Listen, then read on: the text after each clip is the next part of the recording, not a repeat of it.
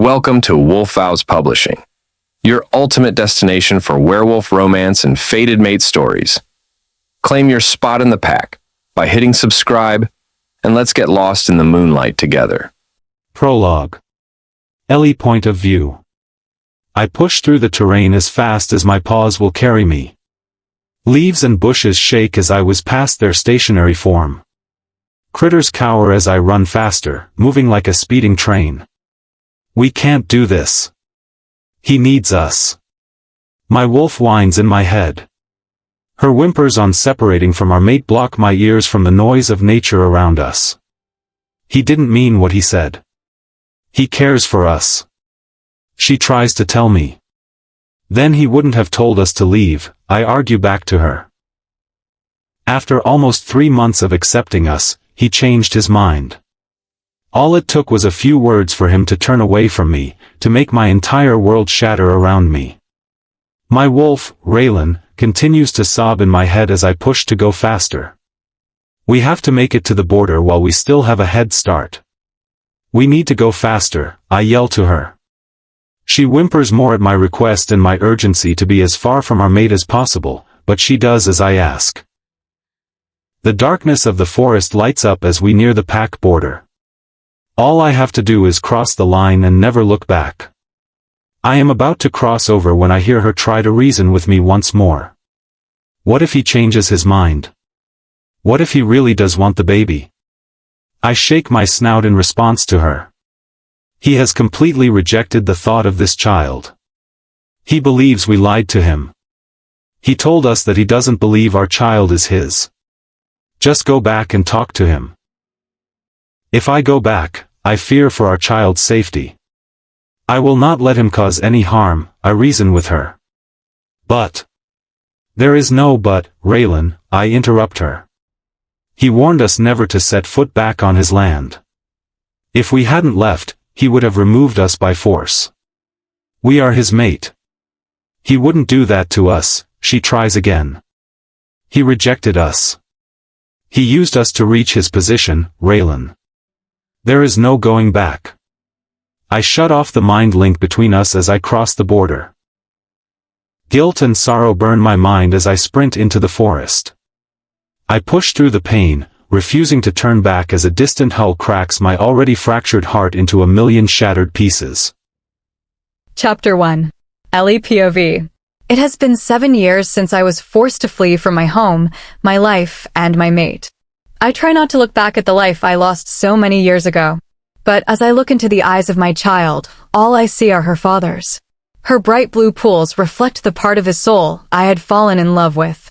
Every time I look at my child, I replay all the memories I share with her father, from the devotion to the betrayal. Z dances around the field, laughing at her own silliness. Happiness seems to surround her, a feeling she gives to all who know her. Over the years, being away from my mate broke my heart into pieces, but just being around her puts a smile on my face. She is only 6 years old, yet she is my lifeline to living a life I can be happy in without him. She is the greatest gift I have ever been given. I watch as she plays in the field behind the pack house. Her laughter fills the air around me as she giggles about some secrets she is sharing with her aunt. After I was forced to flee from my mate, I traveled around the country. His pack tracked me down, but I was able to escape them at every turn. I was only ever caught once by his gamma. Luckily for me, he didn't force me to be in a pack where my child and I were in danger. The gamma's job is to protect those in need, and that's what he did. He let me go, so my child and I could live. When Z was born, I moved to the Blue Moon pack. Their new alpha was my brother's best friend, Madden. He promised to hide my child and me in his pack because of the great threat looming over us. As years passed by, Madden and his mate Layla became the closest thing to family for my daughter and me. Since I would never be able to return to my original pack without my mate finding out, I haven't seen my brother in almost 7 years. I wonder some days if Z would ever meet her Uncle Xander, but I know it would be too dangerous for her to ever travel to my old home. The danger is not only from her father, but also from the rogues who are also looking for me. I try to avoid thinking of her never meeting her father, of never knowing the kind-hearted man I had fallen in love with. I only hope that she never comes face to face with the person I was forced to flee from. A voice takes me out of my thoughts of the past. They still out there? I turn to Madden as I nod my head, grinning at my child and his mate. They have promised the best bouquet of daisies for the dinner table. He laughs at their ridiculousness, as we both remember that they had said the same thing about roses for yesterday's lunch. I love the way they act around each other. Layla will be a perfect mother. I watch his eyes shimmer with his affection for his mate. My heart aches slightly as I think about never seeing that type of devotion in my own mate's eyes when he watches our daughter. I take a small sip from the coffee cup in my hands. When is the littlest addition to our family supposed to be arriving? He gives me a small smile as he realizes that I know in about 7 months. How did you figure it out? I look at his bewildered expression. I have been pregnant before. I say all knowingly before bringing my drink up to my lips and mumbling under my breath, and she told me 2 weeks ago. He laughs as my words reach his ears. Of course she told you. We were supposed to be keeping it to ourselves until at least the 12-week mark. I am her best friend. Of course Layla told me. We don't keep secrets from one another, I say, before quickly adding, just you. Secrets like what? Mischief shining in his copper eyes. Now if I told you, they wouldn't be secrets anymore. I laugh as a slight frown takes place over his face. I take a deep breath before continuing.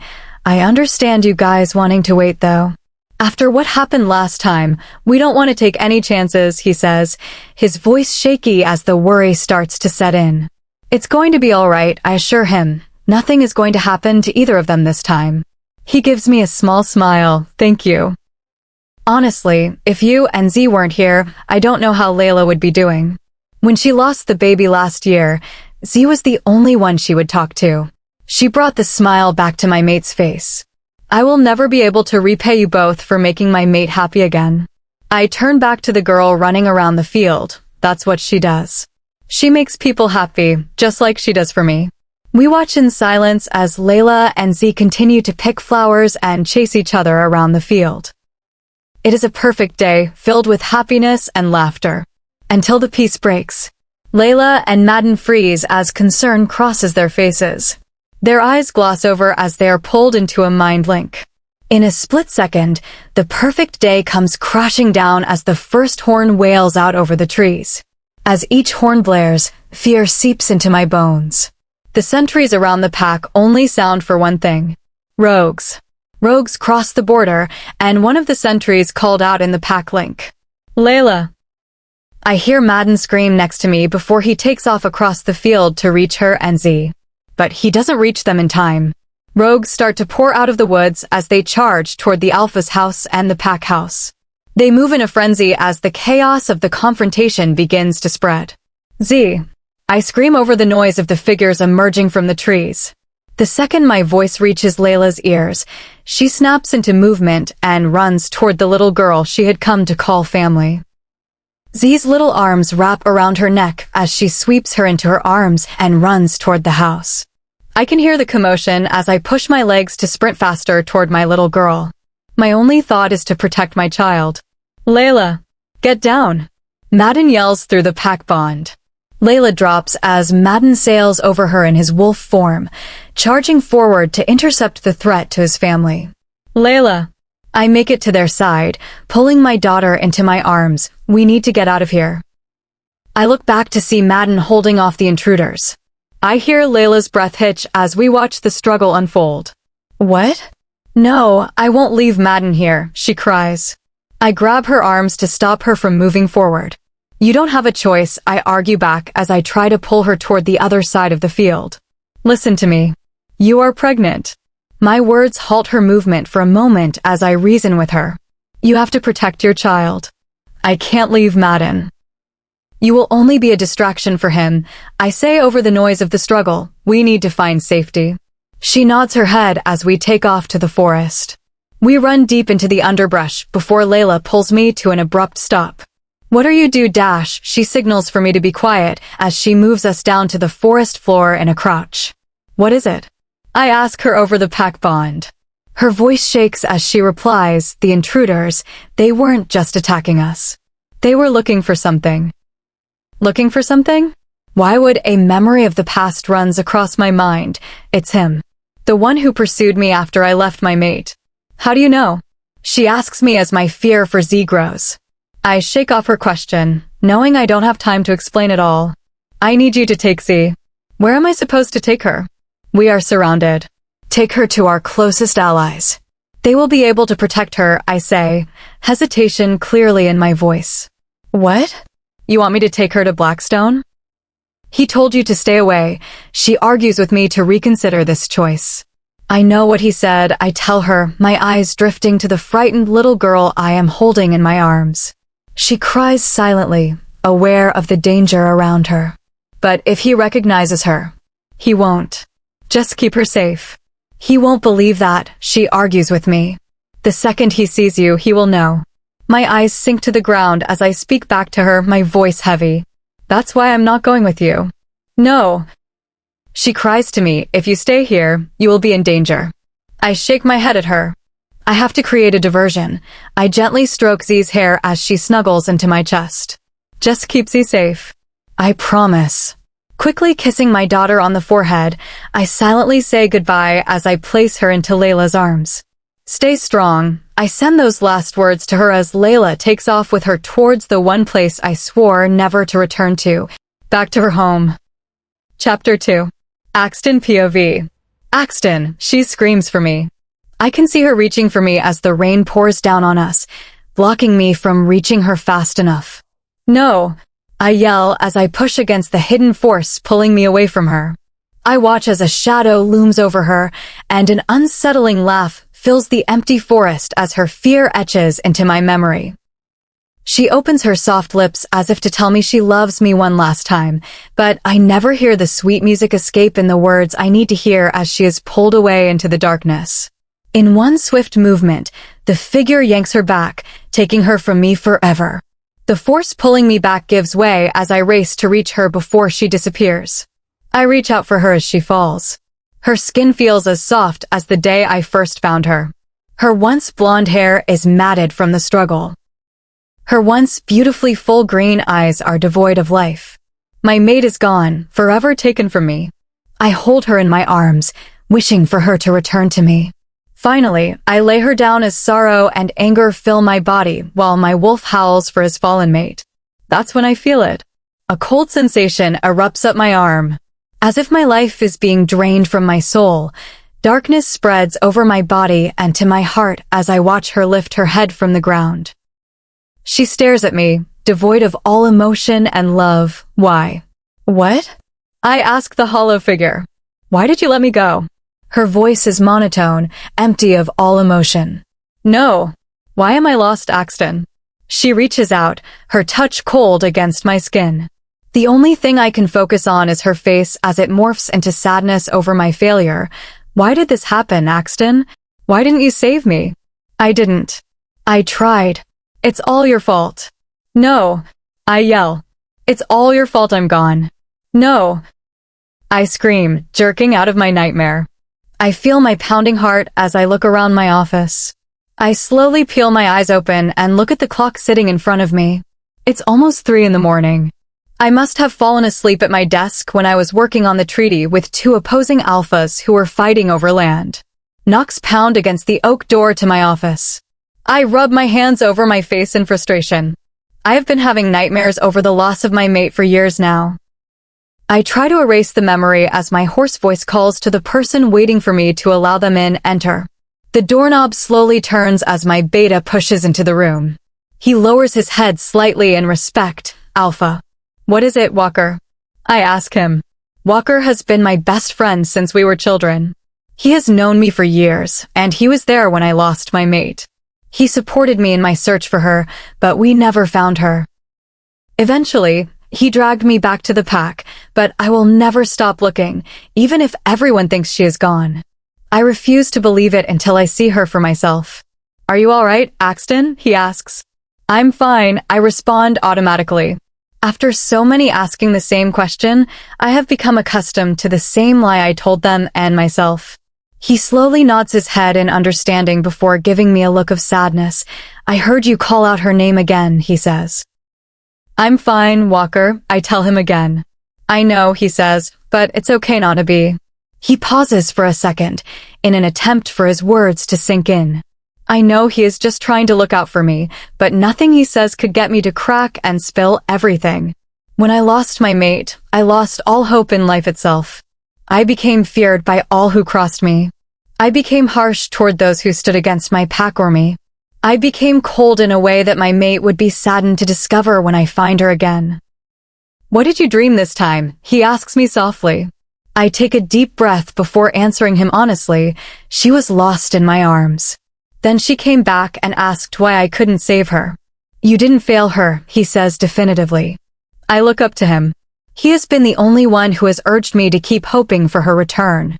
He is the only one who still saw the man I was, instead of the stern alpha I have become. She isn't gone. I go to answer him when I am cut off by a message in the pack mind link. Alpha, one of the patrols says. What is it? I question him, standing in case I need to move quickly. Rogues are getting close to the border. I let out a snarl as my wolf becomes restless at the thought of another intruder coming onto our lands. Have they crossed yet? I ask as Walker listens in on the conversation. No, they appear to be chasing another wolf. She seems set on crossing the border. I look at Walker and quickly order, go. Intercept anyone who crosses into our territory. Yes, Alpha, he quickly says before heading out the door. Stop those who cross the border, I tell the patrols. I sit back into the chair behind my desk, waiting for my men to tell me the threat was neutralized. When my mate was taken, the presence of outsiders was noted. Ever since, I have been uncompromising with anyone who crosses my path. A few minutes pass before I hear Walker trying to reach me. Alpha. How many? I ask. There were about 4 of them, but they retreated before they crossed the border. Follow them, I tell him, wondering why he didn't immediately pursue the threat. Alpha, someone did cross over. She says she needs to speak with you. We don't take visitors lightly, Beta, I growl to him as my wolf starts to surface at the thought. Alpha, it's Alpha Madden's mate, Luna Layla, he tells me. The Blue Moon Pack has been attacked. Bring her here immediately, I order him. Yes, Alpha, he immediately replies. How could someone have attacked the Blue Moon Pack and no one received word about it until now? There has been no distress call sent out. They are one of my pack's greatest allies under my father, and they supported me when I took over Alpha. Although I haven't been close to Madden and the pack in the last couple of years, I know they aren't a small pack. How could they have been overwhelmed? After about 10 minutes thinking over what could have happened, I hear voices in the forest. I can hear the soft words as my Beta guides the Luna to the house. As swiftly as I can move, I leave my office and head down the steps of the pack house until I reach the solid oak front door. Without a thought, I open the door to greet Luna Layla. The second the door is open, I don't see the Luna in front of me. All I see are 2 deep blue eyes reflecting sadness and a need for comfort. I stare at the small face as silent tears flow down. She looks so small and helpless as she clutches closer in the arms of the Luna.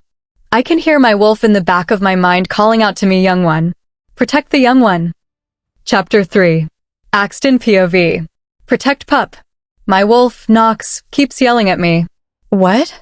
I ask him, confusion crossing my face. What are you talking about? We must protect this pup under any circumstances, he answers me. Why? I ask him, clearly not understanding the need to protect one small child. It's important. You must trust me, he tells me, clearly hiding his reasons. All right, I tell him to calm his agitated behavior over my hesitance to automatically agree with him. Alpha Axton, a voice pulls me out of my daze. I move my eyes to Luna Layla. Luna Layla, I greet her.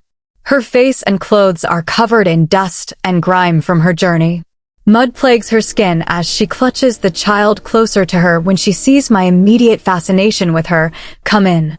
I hold the door for her as she hesitantly enters the house. Walker leads her deeper into the house and back to my office as I follow behind them.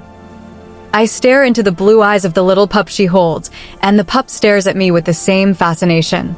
Right in here, Walker says to her as he opens the door and waits for both of us to enter.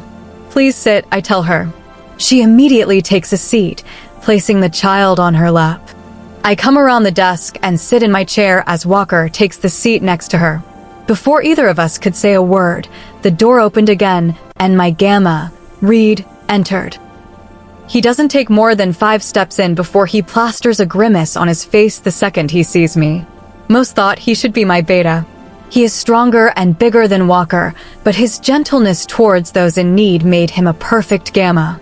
His job is to protect the Luna, but there is no longer a Luna to protect. His dark hair covers his eyes, but I know what they hold. Anger. Ever since I lost my mate, he has been different. They had been as close as siblings.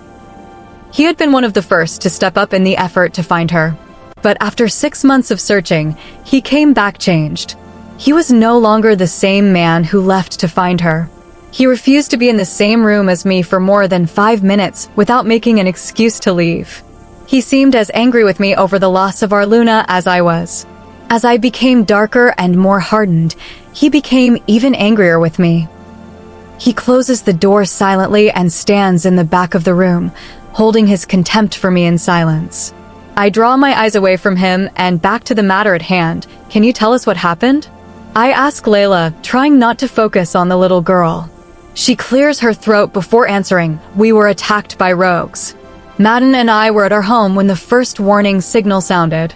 Her head dips as she tries to hold back the tears that threaten to flow. What happened next? They came from everywhere. They were causing chaos for everyone, not just the warriors. Women, children, they went after all of them, she says as a single tear escapes.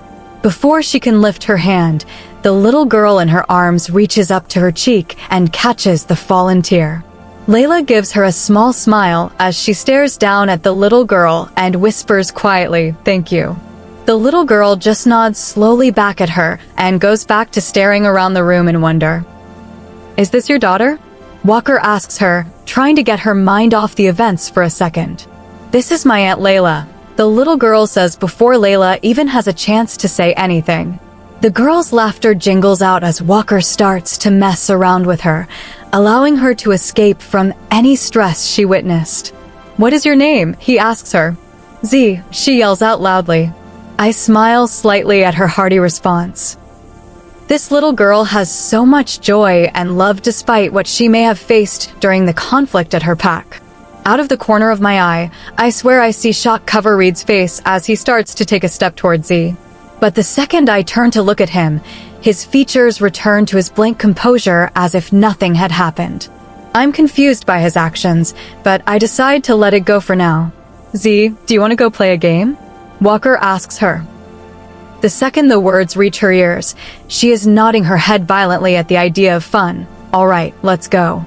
Walker picks her up from Layla's lap and leaves the room with the little girl.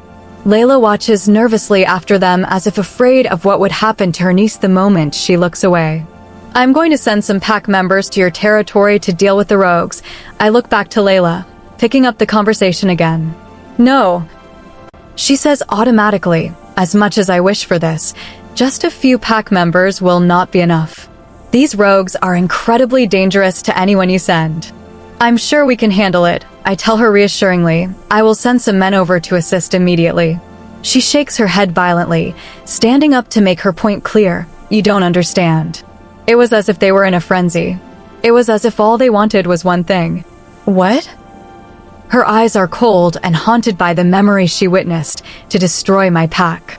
After Layla's declaration about the rogues earlier, I gave her a guest room for her and her niece and sent them to bed. I promised her we would talk about it after she had gained some rest from the ordeal. Her story baffled me as to why a werewolf, even a rogue, would behave in such a focused, destructive manner. What was truly going on? I sit in silence in the pack library, away from the prying eyes of any other pack member, as I scour the pages of old pack history books. There had to be something in these stories that described what Layla saw. Frenzied rogues acting under a specific influence had to have been seen before.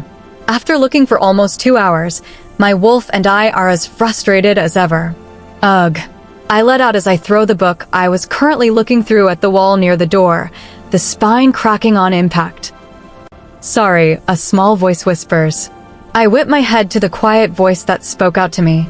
A pair of blue eyes stares up at me as mine connect with the little girl, the one Layla had brought with her.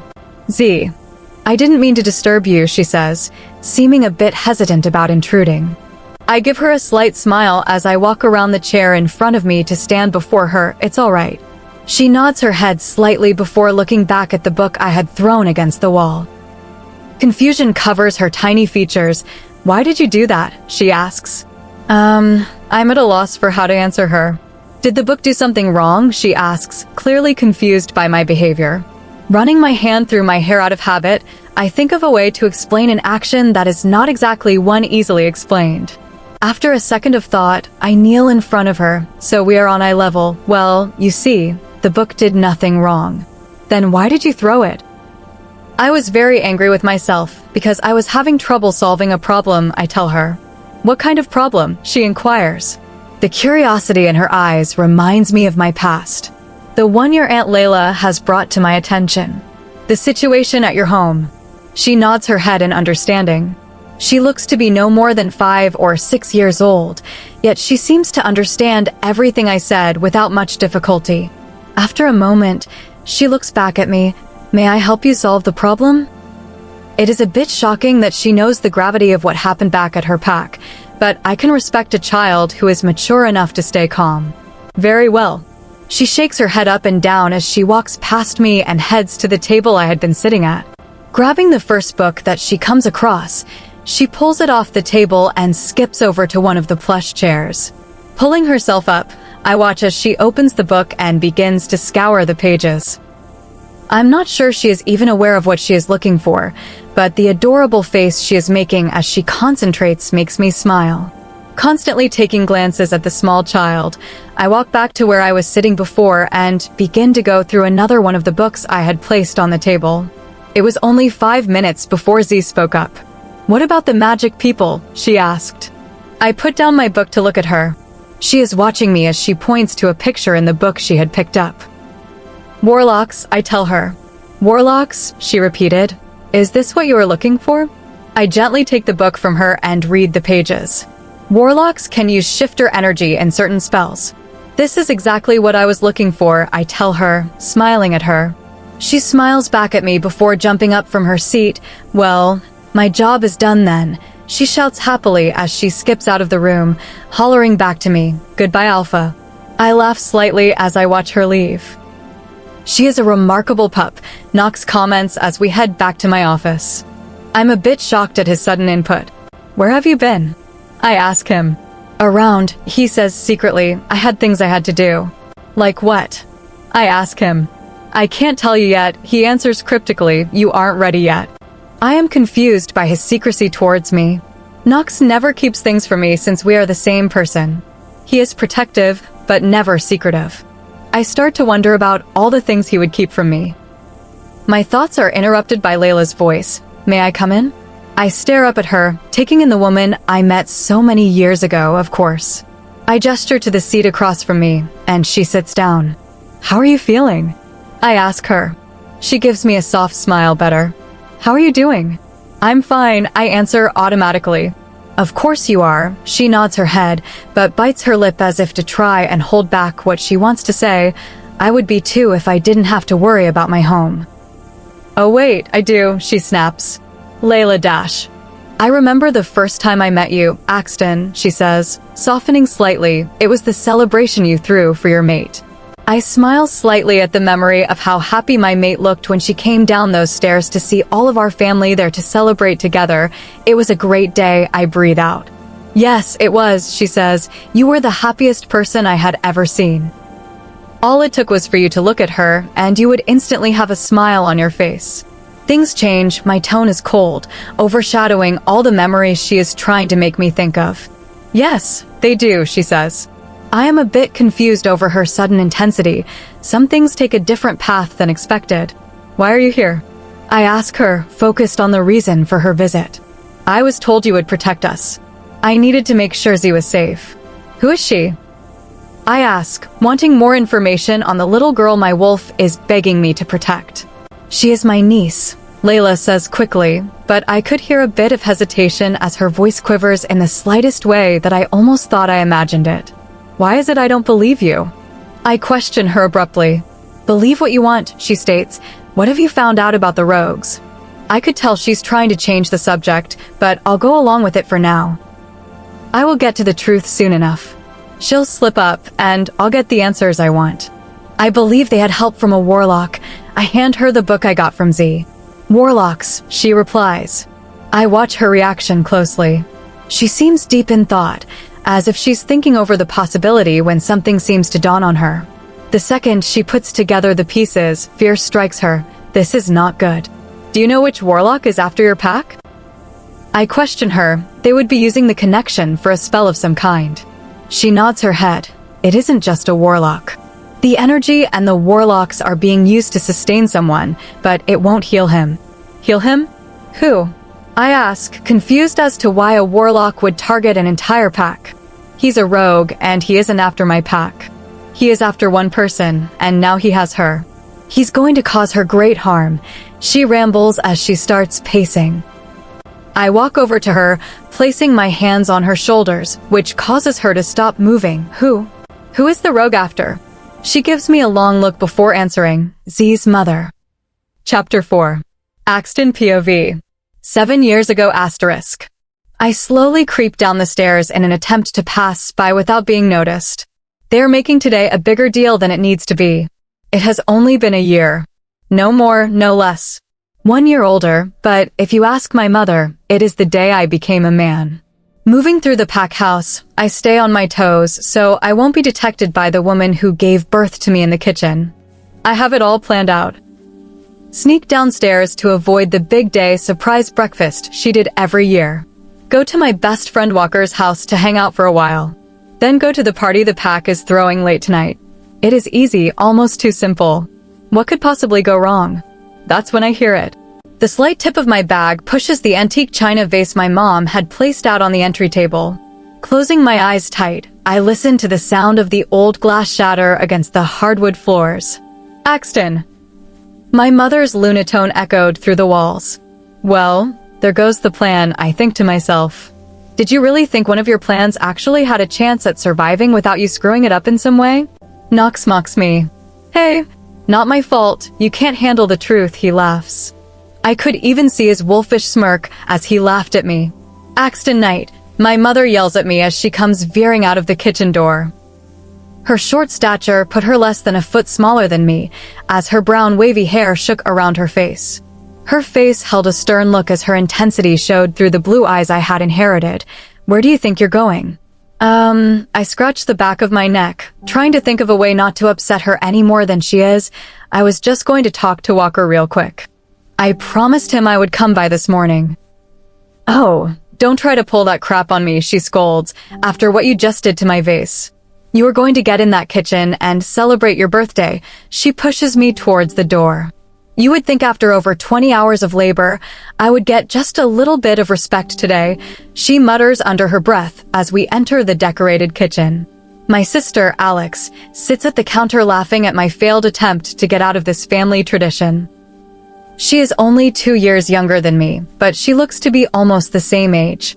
Her brown hair twirled around her face as she smiled through the same blue eyes we both inherited from our mother. I see you failed at sneaking out, she continues to laugh. I stick my tongue out at her playfully as she did the same before I take my seat next to her. Where's Dad? I ask, already knowing the answer. He is in a pack meeting. He will be back in time before your party, though. My mother smiled brightly at me as she moved a stack full of pancakes in front of me. Happy birthday, Axton. Thanks, Mom, I tell her as I start to dig in, trying to avoid the subject I know she will bring up. So about tonight, she starts. No, don't even go there, I say, although my words are muffled by the pancakes in my mouth. I was just wondering if you were ready to meet your mate, she says offhandedly. I swallow my food before answering her unspoken question. I don't know if my mate will be there. Well, I think she will. Of course you do. I am your mother. I can sense these kinds of things, she teases. MMHHMM, I nod my head as I try to leave. I have a feeling about tonight, she yelled to me as I walked out the door. Are you ready for tonight? Walker asks me as he adjusts his tie in the mirror. Never been more. So, you're not nervous at all? he asks as he wiggles his eyebrows in the mirror. I just shake my head as I crack a smile. He gives me a look to say that he doesn't believe me for a second before continuing. Packs are coming in from all over. This house is going to be filled with people, one of whom just might be your mate, and you're not nervous at all. Not even a little bit, I tell him. Wow, he marvels. If it were me, I would be freaking out already. Heck, if you remember, I had been. Just the thought of meeting my mate had my wolf restless, wanting to meet her. I lucked out with Sawyer. Well, you aren't me, I laugh at him, standing to go to the closet to pick out a decent shirt to wear for tonight. That I am not. He laughs, hurry up and get ready, he says before leaving and closing the door behind him. I start to mess with my tie. Every time I try to wrap it around my neck, it just seems to get tangled. I'm starting to get frustrated. Calm down, Knox says. I can't, Knox, I tell my wolf, I can't stop thinking about tonight. Do you think she will be there? I hope she is. I just want to find our mate. He calls out. You and me both, buddy, I think you and me both. Music blasts through the house as I make my way down the stairs. Streams of people were filing into the house, and many went straight to the dance floor. Each stopped by to nod their heads in respect, saying happy birthday. But the more people entered, the faster the house filled. Within an hour, people were pouring out of every door and window. I went around the room talking to each of the other alphas and betas that had come. Although I tried not to think about it, I couldn't get my thoughts off my mate. Maybe she is here. Maybe she is coming. Maybe I won't find her tonight. The last thought put a frown on my face at the idea of not meeting her tonight. Why are you frowning? Walker came up to me, slinging his arm around me in a supportive manner. She not here yet? Nope. Well, nothing we can do now, he says. Come on. Reed set up a game in the basement. I crack a grin before following him downstairs. Most of my friends were down there, laughing and enjoying the celebration. Reed calls me over to his team as we play. By the time the game ended, everyone was in high spirits. We need more refreshments, Sawyer announces. I'll go get more, I tell her as I make my way up the stairs. I push past the people blocking the hallway, trying to make my way to the kitchen. But the second I reach the door, a scent hits me like a truck. The smell of vanilla and honey invades my senses, blocking out everything else in my surroundings. It's her. Her scent fills me with joy as I follow it right into the kitchen. I walk in, moving past a group of people in the doorway. Mate. Mate. My wolf screams at me. The second I see her, my entire world stops. She's stunning.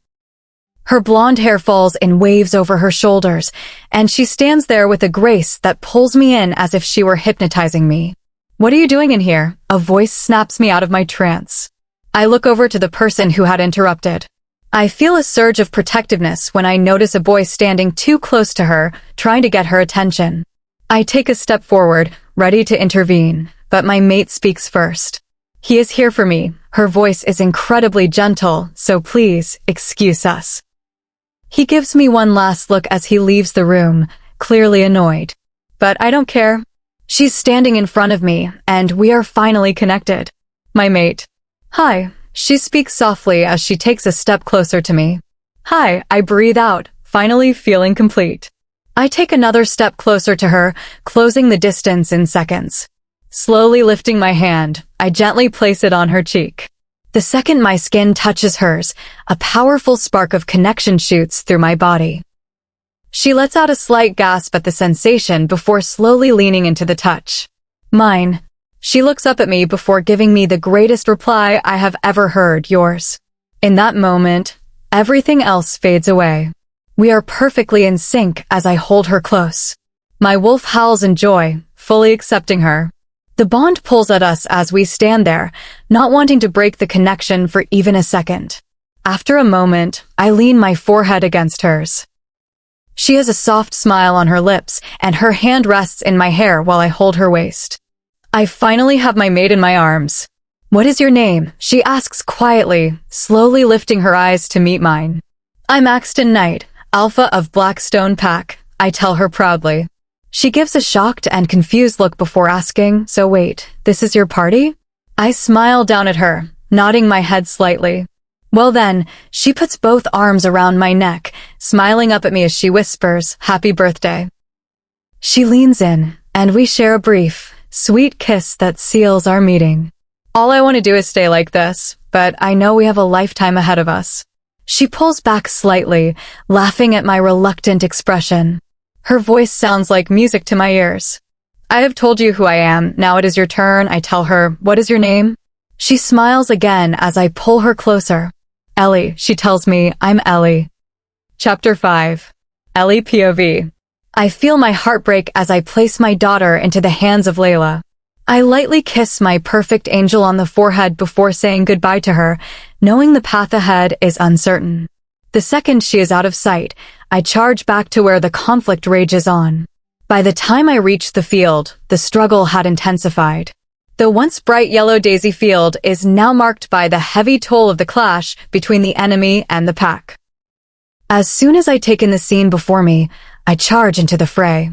Through the chaos, I see one of the younger pack members surrounded by 3 rogues. In one burst of energy, I intervene, quickly neutralizing the one closest to me to protect the pup. Landing lightly on my feet, I turn my attention to the other 2. They are quick, and I would have been in trouble if I were any ordinary wolf, but I am not. I move with precision, stopping their advance before they can strike. "Ellie." I hear Alpha Madden call out to me in the mind link. "Alpha, what is it?" I ask him as I navigate the chaos in front of me. The struggle continues as more rogues emerge from the woods. "Is Layla safe? Did you get her out?" I catch the movement of his dark brown fur as he holds his ground against those charging him. His eyes meet mine, and I see deep concern for his mate. I nod my head at him. "I got both her and Z out. I sent them to an ally territory." "There's something wrong about these rogues," he tells me as we continue to defend our home. I can feel the sting of exhaustion and the scrapes from the intense encounter. "What do you mean?" I question as I dodge another attack, using my strength to overcome the rogue in my path. They're targeting pack members and taking the she-wolves. Rogues don't take prisoners. Confusion fills me as my wolf grows restless. She is indignant at the thought of what they intend for our pack members. What could they be after? I don't know, but he gets cut off. I see that every rogue just stops fighting. They stand like statues, not even twitching, even as pack members move against them. My eyes connect with Madden's, and we stop. They were defenseless by halting their attack, yet they just stood there, waiting. I'm about to take a step forward when I feel it. A crushing pressure swallows my mind, making my wolf whimper in my head. It feels as if my thoughts are being pulled in all directions. Gripping my head, I collapse.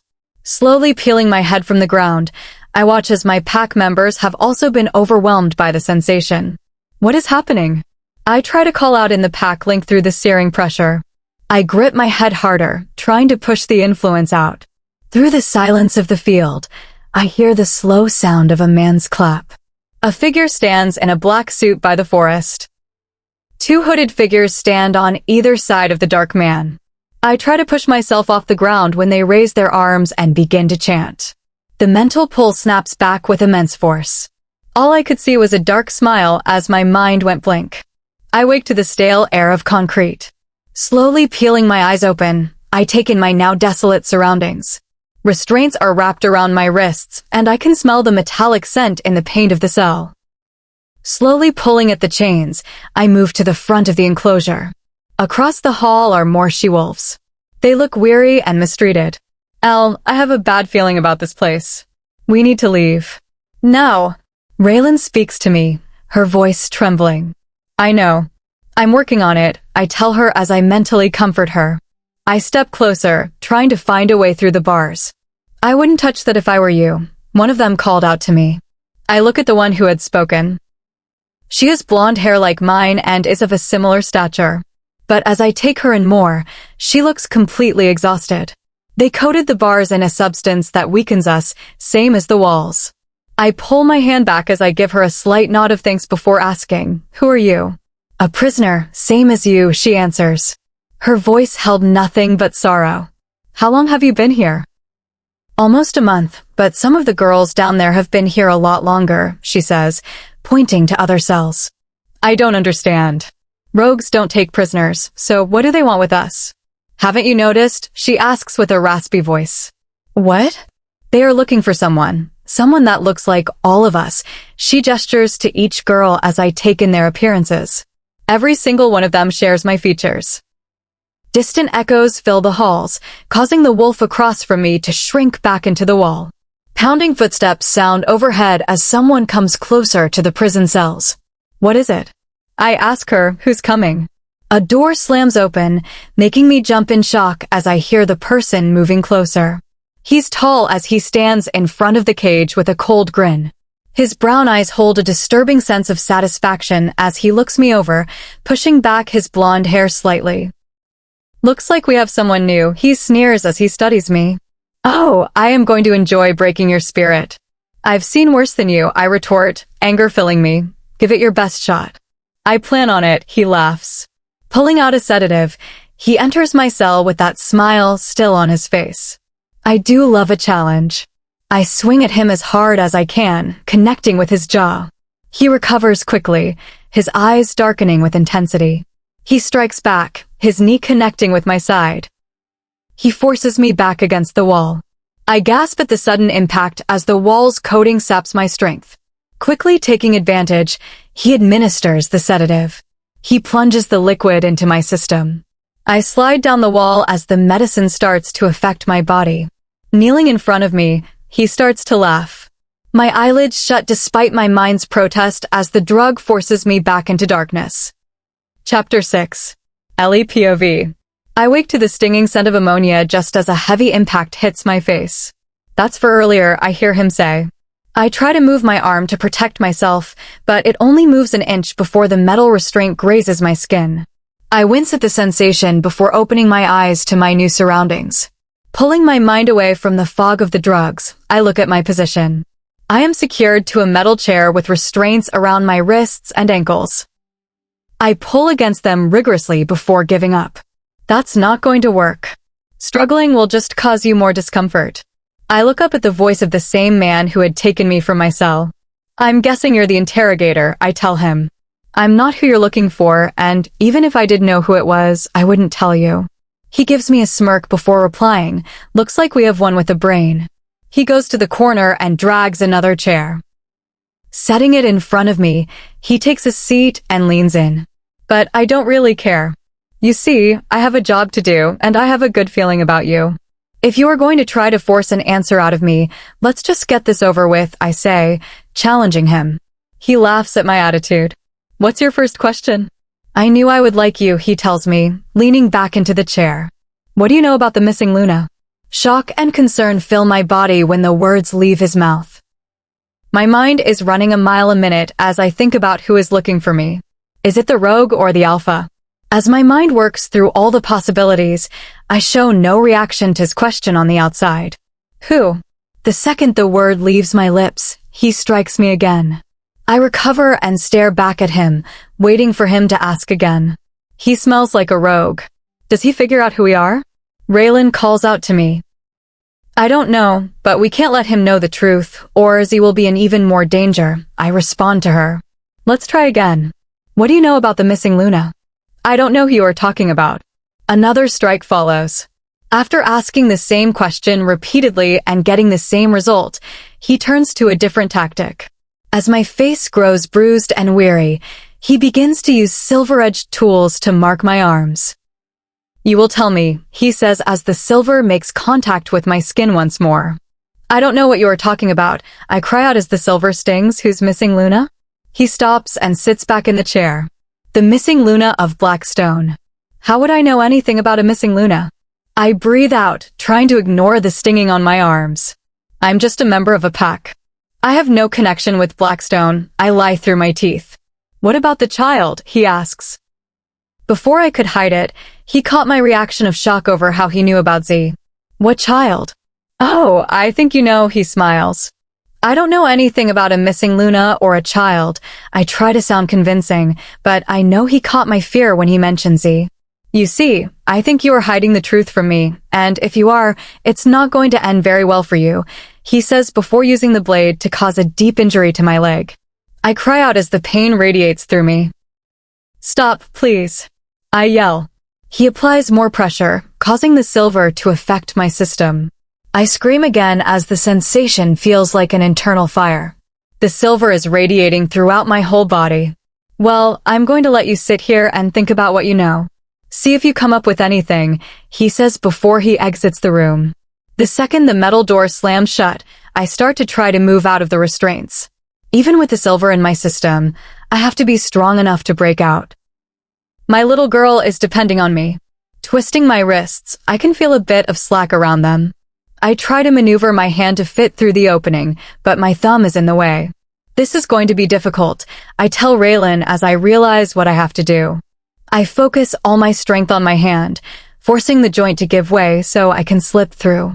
The pain is intense, but I pull my hand through the opening. As quick as I can, I remove all the restraints. My hand is throbbing, but it's nothing compared to my need to escape. I hear his footsteps start to come back towards the door. Moving quickly, I hide myself behind the opening door. As he enters, I strike him with a powerful kick to his leg, causing him to fall. I quickly neutralize him, ensuring he won't be able to follow me. Moving as quickly and quietly as possible, I take off down the hall. The corridors are a maze of twists and turns. I race toward the first door I see. Standing in front of it are two rogues. They stand at the ready as I notice the exit sign above their heads.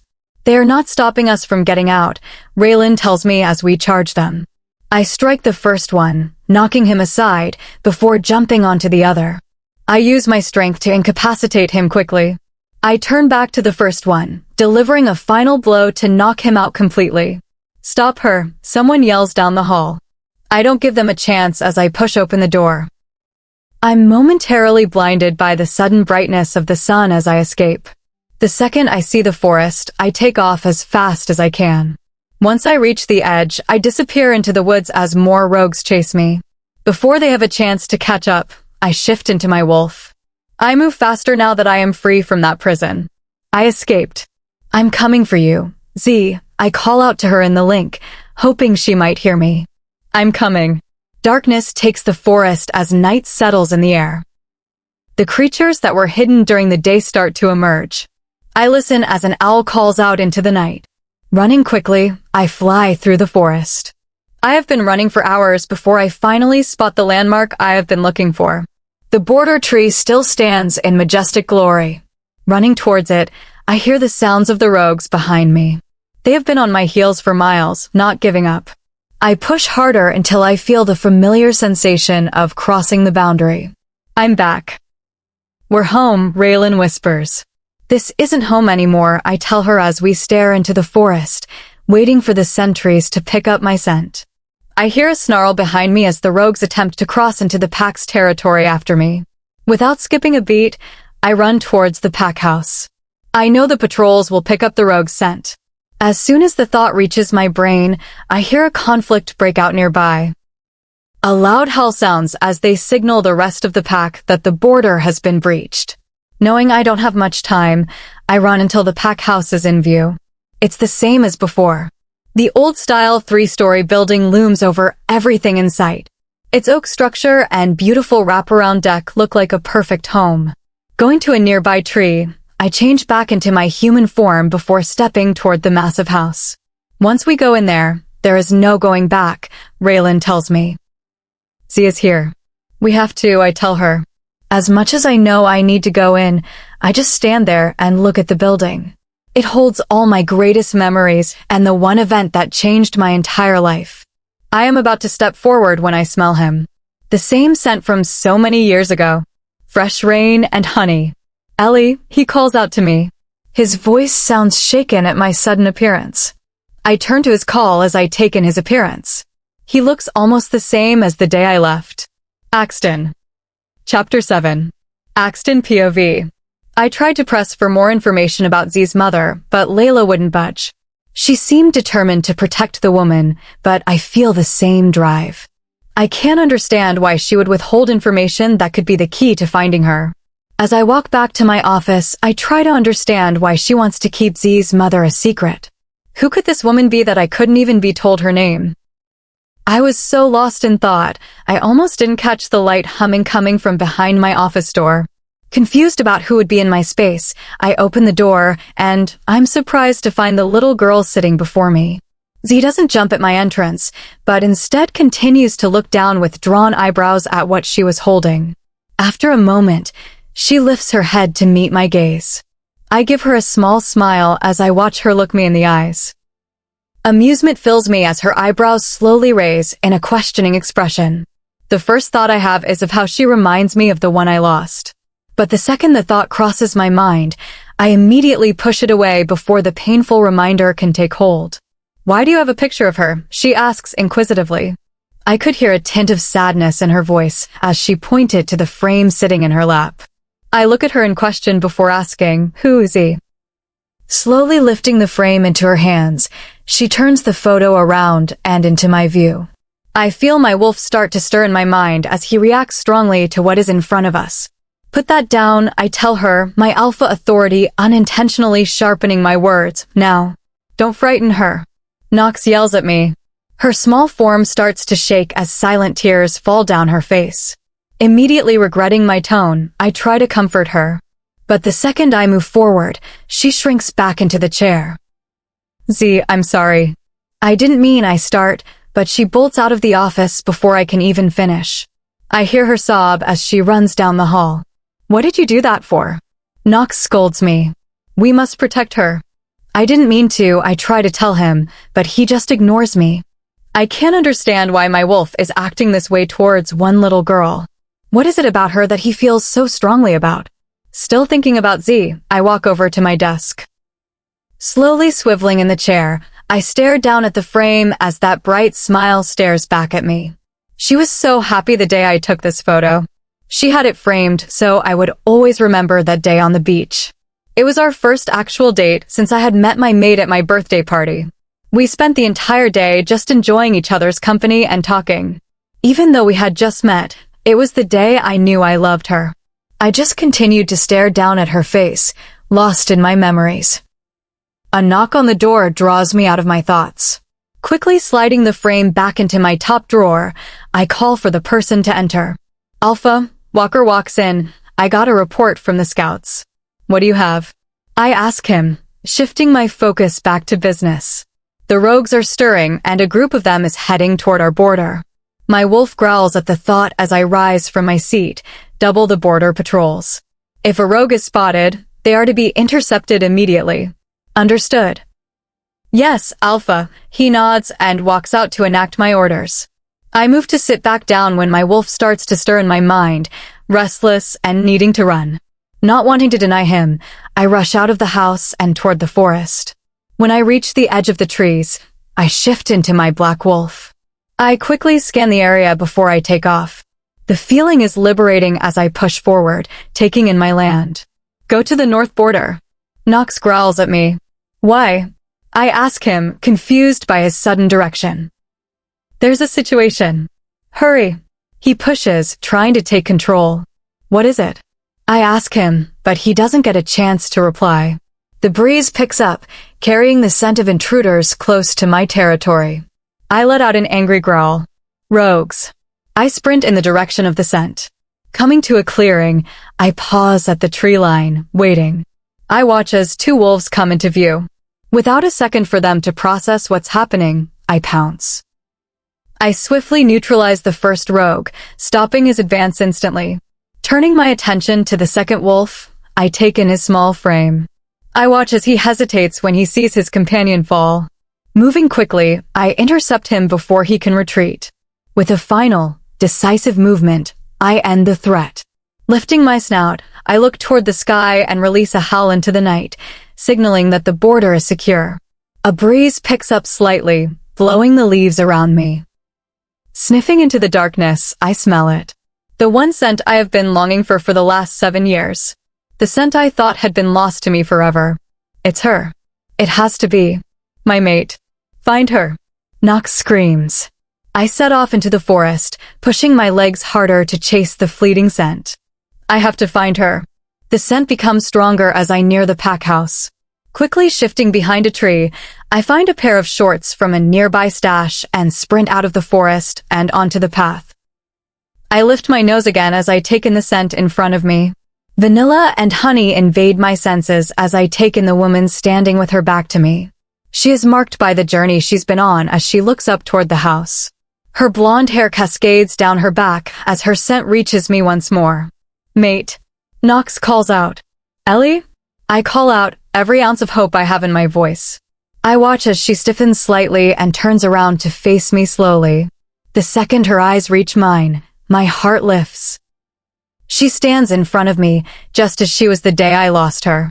My eyes skin over her as I see the woman I thought was gone forever. Axton, she breathes out. The second my name leaves her lips, I look straight into her eyes. Those green eyes I spent hours staring into now seem to hold so much. Ellie, I repeat as I take a step forward, but I halt as she quickly raises her hands, signaling me to stop. Don't. It's the only word she says. She doesn't want me to come to her. I don't understand. What is wrong? Knox whines at the distance between us. I try again, but I am cut off by the sound of the front door slamming open. We both turn as Z comes sprinting out of the house as fast as she can. Mommy! I watch the scene unfold, frozen in my spot. I watch as the little girl jumps into the arms of my mate. Ellie lifts her up and holds Z close to her chest, tears in her eyes. Those green eyes catch mine as I silently plead with her for the truth. Is Z mine? Chapter 8. Ellie POV. Ellie? I hear Axton's question. My eyes connect with his before he looks at the small child in my arms. I gently place her on the ground behind me, keeping myself between her and his presence. His eyes continue to watch my movements as he stands there, his focus shifting toward Z. I pull Z closer to me, shielding her from his intense gaze. Layla, get to the front yard now. I call out through the weak pack bond we share. I look back at Axton's shocked expression. He just stares at our little girl as if he never knew she existed. Well, he had the chance to know her, and I'm not going to allow him to act on the path he chose years ago. Axton, I say again. His eyes instantly move back to mine as he stares deep into my soul. His gaze is the same one filled with longing I had seen when I first met him. If only I hadn't been so misled, I am only here to take Z. You're alive, he breathes out. Of course I am. I am not as easy to overcome as you thought I would be, I snap at him. I know my words are sharp, intended to keep him at a distance. He frowns at my harsh tone. Where have you been? He questions, taking a step forward. I tried to find you, but... I cut him off. But I am very good at staying hidden, I say coldly, trying to push down the emotions of seeing the man who was once my mate. He stops moving for a second at my icy demeanor. What do you mean? You left? He asks, his voice rising with emotion. To me, it feels like he is frustrated by his past failure to control the situation. I will not allow you to cause her any harm, Alpha Knight, I say firmly, keeping Z tucked behind me. It looks like he's about to argue when the front door of the pack house slams open, drawing both our attention for a split second. Reed comes flying off the porch, placing himself between Axton and me. Stay back, he warns his alpha. I watch Axton closely as his wolf starts to surface, his eyes darkening as his intensity takes over. Get out of my way, Axton commands, using his alpha authority. I will not allow you to hurt her, Reed says, standing his ground for me. He is the Gamma. He feels it is his duty to protect me, even from my own mate. He knows the history, and he knows the risk of me being here. Do not test me right now, Reed. Axton's muscles flex with tension. He starts to make his way toward me. Now move. No, Reed says. Before I know what's happened, the two are locked in a struggle. Axton pins Reed, but Reed resists, striking back to defend his position. They tumble onto the grass, trading blows as their tempers flare. I watch the conflict unfold with a sinking heart until I hear Z whimpering. Enough. I yell out to them. They freeze mid-movement as they look at me before turning back to glare at each other. The tension is thick between them. Reed's protective instinct and Axton's fury at what he perceives as a betrayal. Reed. I call out, causing both of them to look toward me. Get Z out of here. Ellie, I can't leave you alone with him, he says, his gaze fixed on Axton with clear distrust. Not after what happened. It was not a request, I order. Now. With one last look at Axton, Reed nods his head at me. Yes, Luna. He swiftly walks toward Z and picks her up. Take her to Layla, I tell him. He walks into the house as Z stares at me over his shoulder. I give her a reassuring look before calling out one last order. Reed, if anything goes wrong, take her and go. He bows his head slightly as they disappear into the house. Now all that stands between me and Axton is several feet of damp grass. I turn back toward him to see a look of inner turmoil on his face. Go to mate. Raylan tries to tell me, but I block her out. What is Reed talking about? He questions, breathing shallowly as he tries to steady himself. Why do you believe she needs protection? Don't pretend, Axton, I tell him. He knows about the past. I will not allow you to follow through on the things you said back then. His face contorts in confusion as he looks at me. Is he really trying to act like he didn't threaten us? I ask Raylan. I don't know. His wolf keeps calling out to me, she tells me before retreating. I'm so focused on my own internal struggle that I almost miss Axton's next question. Is she mine? He asks, his voice husky. I told you the truth once before, and you didn't believe me. Why would you know? My voice cracks slightly as the pain of the past surfaces. Ellie, I don't understand. He starts to step toward me, but I put up my hand to stop him. Don't you dare come any closer to me, I tell him. He halts mid-stride as he sees the genuine wariness in my eyes. Ellie, what happened? He asks me, taking another step forward. I immediately step back, my heels hitting the first step of the porch. A lot has happened in the last 7 years, I tell him, my hurt turning into a protective anger. Ellie, he takes another step. No, stay back, I tell him, stopping his movements again. I pause for a second before continuing. You made a choice back then, and now I am making mine. You stay away from my daughter, or I promise you will regret ever crossing my path. Chapter 9. Ellie POV. 7 years ago asterisk. My hands shake as I look at those defining blue lines. After the night of the party, Axton and I became inseparable. By that first night, I felt like I knew everything about him. We spent every day with each other. We were almost never apart.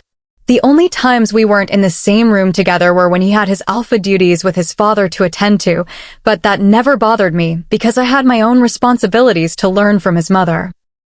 Normal people might think it would be weird spending every day with one person, but it wasn't for us. Perhaps it was the strength of the bond, but I never wanted to be separated from him. He was my other half. It had only been a few months with Axton, and I never thought I could be happier. That is, until I saw those 2 lines. A million emotions flew through me all at once as I stared at them. I was uncertain. I didn't know if I was ready for this. What would it all mean? I was a little scared. Did Axton want this too? Were we ready for this next step? We were both so young. Could we really do this? I was anxious about the future. Would we be able to protect this life? Would she grow up safe? But the emotion I felt the strongest was joy. It wasn't only me or Axton, but a piece of both of us. A light that we would share and raise. Our baby. A smile grew on my face as I processed everything, and my heart finally settled on happiness. I was going to be a mother. We were going to have a baby. I quickly finished up in the bathroom and headed down the wood steps. The pack house was quiet since tonight was the annual wolf moon. We always loved to gather and celebrate under its light. I checked the kitchen one last time to make sure Axton's friend, Walker, hadn't eaten all of the treats I had set up for the children before getting ready to head out. While making sure everything was set, I started thinking about the future. What would our child be like? Will she be strong like Axton? Will she be kind? Will she know she is completely loved? Without even thinking about it, I already felt like it was a girl. I suppose I'll call it mother's intuition, but I was pretty sure I was right. I started thinking of ways to tell Axton. I could just tell him bluntly, but I wanted to surprise him. I thought of a few scenarios, maybe over dinner or getting him a special gift to break the news.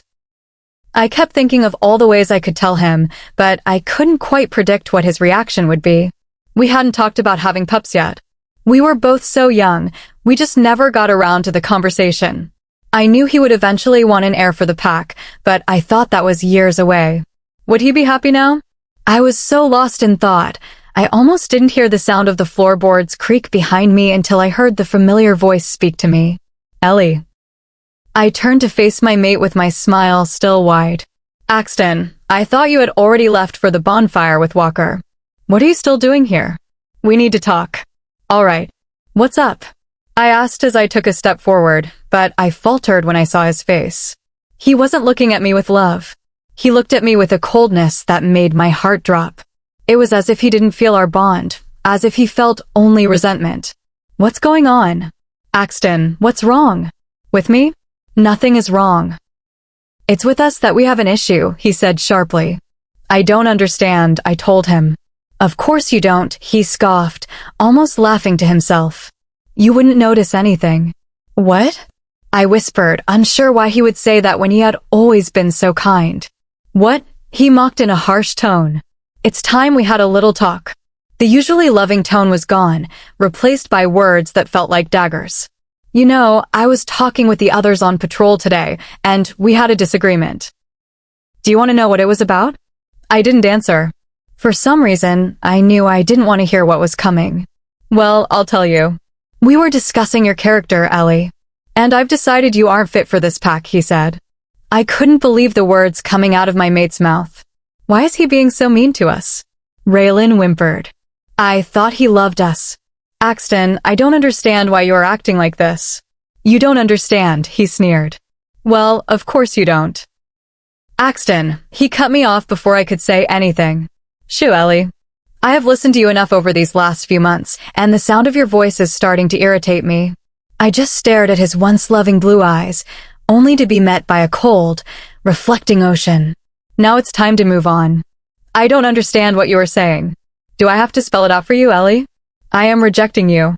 My heart shattered at those crushing words. How could he? My wolf shouted, crying in my head. Why would he do this? What? I asked, the pain echoing in my voice. Do I have to repeat myself? I am rejecting you, Ellie. I don't want you, I don't need you, and I certainly don't love you. My wolf whimpers into the back of my mind, calling out to a mate that no longer wants her. But what, Ellie? He asked, almost amused by my pain. You thought we would live happily ever after. You thought that I would love you forever. You actually think I would ever want someone like you to be my Luna? I have never done anything to deserve this. I don't care for your excuses. It's all the same to me. I'm done with this, and now it's time for you to go. Why would you accept the bond if this is what you planned? You chose me. We shared everything. Because I needed the status to become alpha, but you've grown boring to me, and it's time for someone else. The baby. What will happen to our baby? My wolf calls out. My hand immediately travels to my stomach, as if to shield her from hearing this rejection. Our child, he laughed coldly. I have no intention of claiming any child of yours. Do you truly believe that? I asked him, trying to find any spark of the man I had fallen in love with. I don't care what the truth is, he sneered. You know that isn't right, I pushed back, but my strength waned with the crack in my voice. Well, let me make you a promise then. And what kind of promise will that be? My voice was barely above a whisper. I won't act against you right now, because it would complicate my rise to power, he said, looking toward my stomach with a gaze that made me shiver. I tried to cover myself as he walked closer. Leave now and never come back. But if you do, if I ever see you or that child on my land ever again, I promise things will end very badly for you both. I felt my heart breaking as the man I loved disappeared, replaced by someone I didn't recognize. I didn't understand what happened to my Axton, but I would never allow him to harm my child. If he wants to cause harm, he will have to find her first, Raylan whimpers. We must protect her from everyone, even him. Pulling all the strength I had left, I lifted my head to look into his eyes. I don't understand what happened to you, Axton. But thank you, I told him. For what? He leaned in. For showing me who you really are. I thought I knew you, but I was wrong. But I swear, if you ever try to harm my child, you will regret it, I told him. It looks like the game has changed then. Since I'm letting you go now, you should consider this a head start. If I were you, I would run, he said. Goodbye, Axton. Goodbye, he replied as I ran out the door. Chapter 10. Ellie POV. The tension could probably be felt a mile out. It's so thick, I could cut it with a butter knife.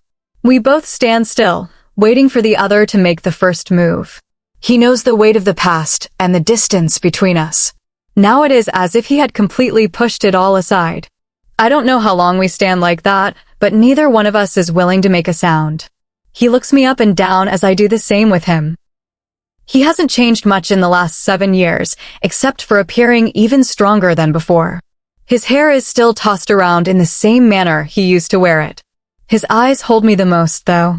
For a split second, I think I actually see a flash of conflict in his eyes. But the emotion disappeared so fast, it must have been a trick of the light. He doesn't seem to show regret for the choices he made. If he had, he wouldn't have pushed me away in the first place. But I can't stop the flicker of hope I feel about the idea of him actually reflecting on what he did. If only it were true. I am so engrossed in him, I don't hear Reed come back out onto the porch. Luna, his voice snaps me out of the ravine of thoughts Axton had placed me into.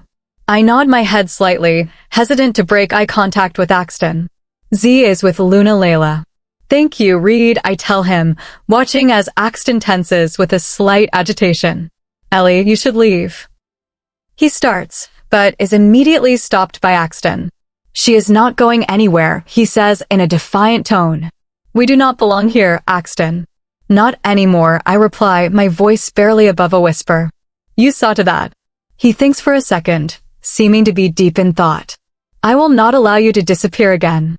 You're staying, and that is final. You can't keep us here. He's in front of me within a millisecond. He lifts his hand ever so slightly. I hold my breath, waiting for the coldness to take over my body when he touches me. I know what it should feel like from the stories others have told about what happens when separated mates touch again. It should be like a void is opening in your heart, a reminder of the loss. It is like you relive every ounce of difficulty you have ever gone through. For me, that is a large mountain to endure again. I watch him as he looks over my face, as if memorizing the changes that have occurred over the years. I wait as his fingers move forward, the tips gently touching my cheek. I prepare for a negative reaction, but what I don't prepare for is the spark running from his fingertips. The sensation is intense upon the gentle touch, spreading through my body. It runs from my cheek all the way to my toes. The shock of feeling that connection once more causes me to gasp. The mate bond, how can we still feel it? I ask Raylan. I do not know. He pushed us away. Both of them did. I don't know how the bond is still intact, she replies. He leans in closer to me. He softly brushes his fingers against my face with the smallest of touches as he whispers back to me, you will find that I can. After Axton had declared that I'm staying, he led me into the pack house. We are currently sitting across from each other in the living room, staring at each other. Again, both were waiting for the other to break the silence. He shifts slightly before finally going first. Are you going to tell me why you left? I let out a humorless laugh at his question. Seriously? You want to play it that way? I don't want to play at all, Ellie, his voice rising a tiny bit. I want to know what happened. What happened? I stare at him. Since you want to act like you don't have a single clue about the reason I left, I guess I have to say it. You happened, Axton. What did I? His question is cut off by the sudden sound of footsteps coming down the stairs. All I see is a sudden blur before I am being pulled into a firm hug. Ellie. I laugh slightly as I realize who exactly is hugging me. I pull back so I can look her in the eyes. It's good to see you, Sawyer. She is just as beautiful as she was when I first met her, with her curly brown hair and bright eyes. Her expression lights up as she takes in me actually being here. She is Walker's mate, so when I first met Axton, she immediately formed a friendship with me. She had been my first friend when I had come to this pack. I thought you were gone, she says as she grows emotional. We all did, Walker says as he walks into the room and takes Sawyer into his arms to comfort her. I watch how they act together. It reminds me of how Axton used to never want to let go of me. He had always wanted to keep me close. Keyword, had. Yeah, well, I'm more resilient than you would think, right, Axton? I turn towards him. Ellie, I have no clue what you are talking about. Of course you don't, I snap. I don't know if you are hiding it or if you actually forgot breaking everything we had, but I will not let you do this to me again. Ellie, I never. I don't want to hear again how you didn't do anything. We were both standing right about here as you looked me in the eye and broke our bond. You made it impossible for me to stay. I try to keep my face neutral, but the memory of what happened that night just keeps replaying in my mind. Well, this time, you don't have to push me away to make me leave. I'll do it on my own. Chapter 11. Axton POV. I stand there perplexed as Ellie walks past me and bolts up the stairs. I don't understand what she is talking about. She says she left because of me, because I rejected the mate bond. But I know that I didn't. My thoughts are interrupted by the sudden pain in my right cheek as a hand slaps me.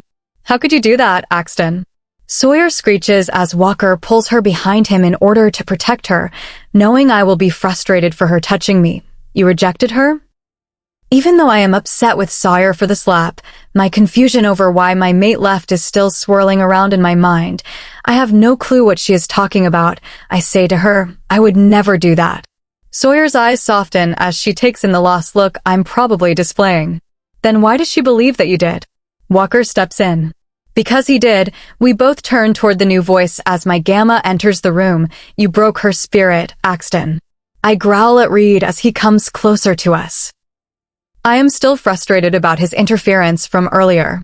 His left eye is swollen, and I recognize the tension for stepping between me and my mate. All my wolf wants is to challenge him again, but I need answers about Ellie, and he seems to know. What are you talking about? Because of you, she had to flee this pack. She was forced on the run. If I hadn't found her when I did, she would have struggled to survive. The rogues after her were relentless, plus she was running from you. All she wants is to be able to raise her daughter, and you threatened that. She fled to escape you. I was going to ask him why she fled in the first place, what I could have done to make her want to leave, but something he says makes me pause. When you found her? I growl out through gritted teeth. He pales for a second when he realizes what he said. He knows he slipped up and tries to cover it, but he starts to shake slightly as his wolf tenses from the energy radiating off of me. You've known where she was this entire time? Sawyer spoke up. You've known where my mate was, I growl, for 7 years. I could have had her back by my side. For the last 7 years, you kept me from her. He breaths heavily as my body shakes, my wolf completely at the surface. It is my job to protect the Luna. The only way to protect her was to keep her as far from you as possible. The second he says it, I lose all control over my wolf. Our rage fuels us as we push Reed across the room. He hits the wall in the foyer before bending over.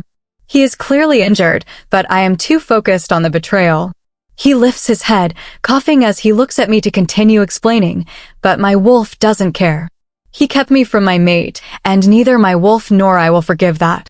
You rejected her, then threatened to harm both her and see if she ever came back, Axton. He growls at me. I am shocked at his words, and I falter in my steps, trying to push down my wolf in order to focus on why he would say that. No, I didn't. Yes, you did, Axton. He pushes himself up the wall, holding his side tightly as he watches my every move. You rejected her, and your wolf broke the bond. You destroyed the connection.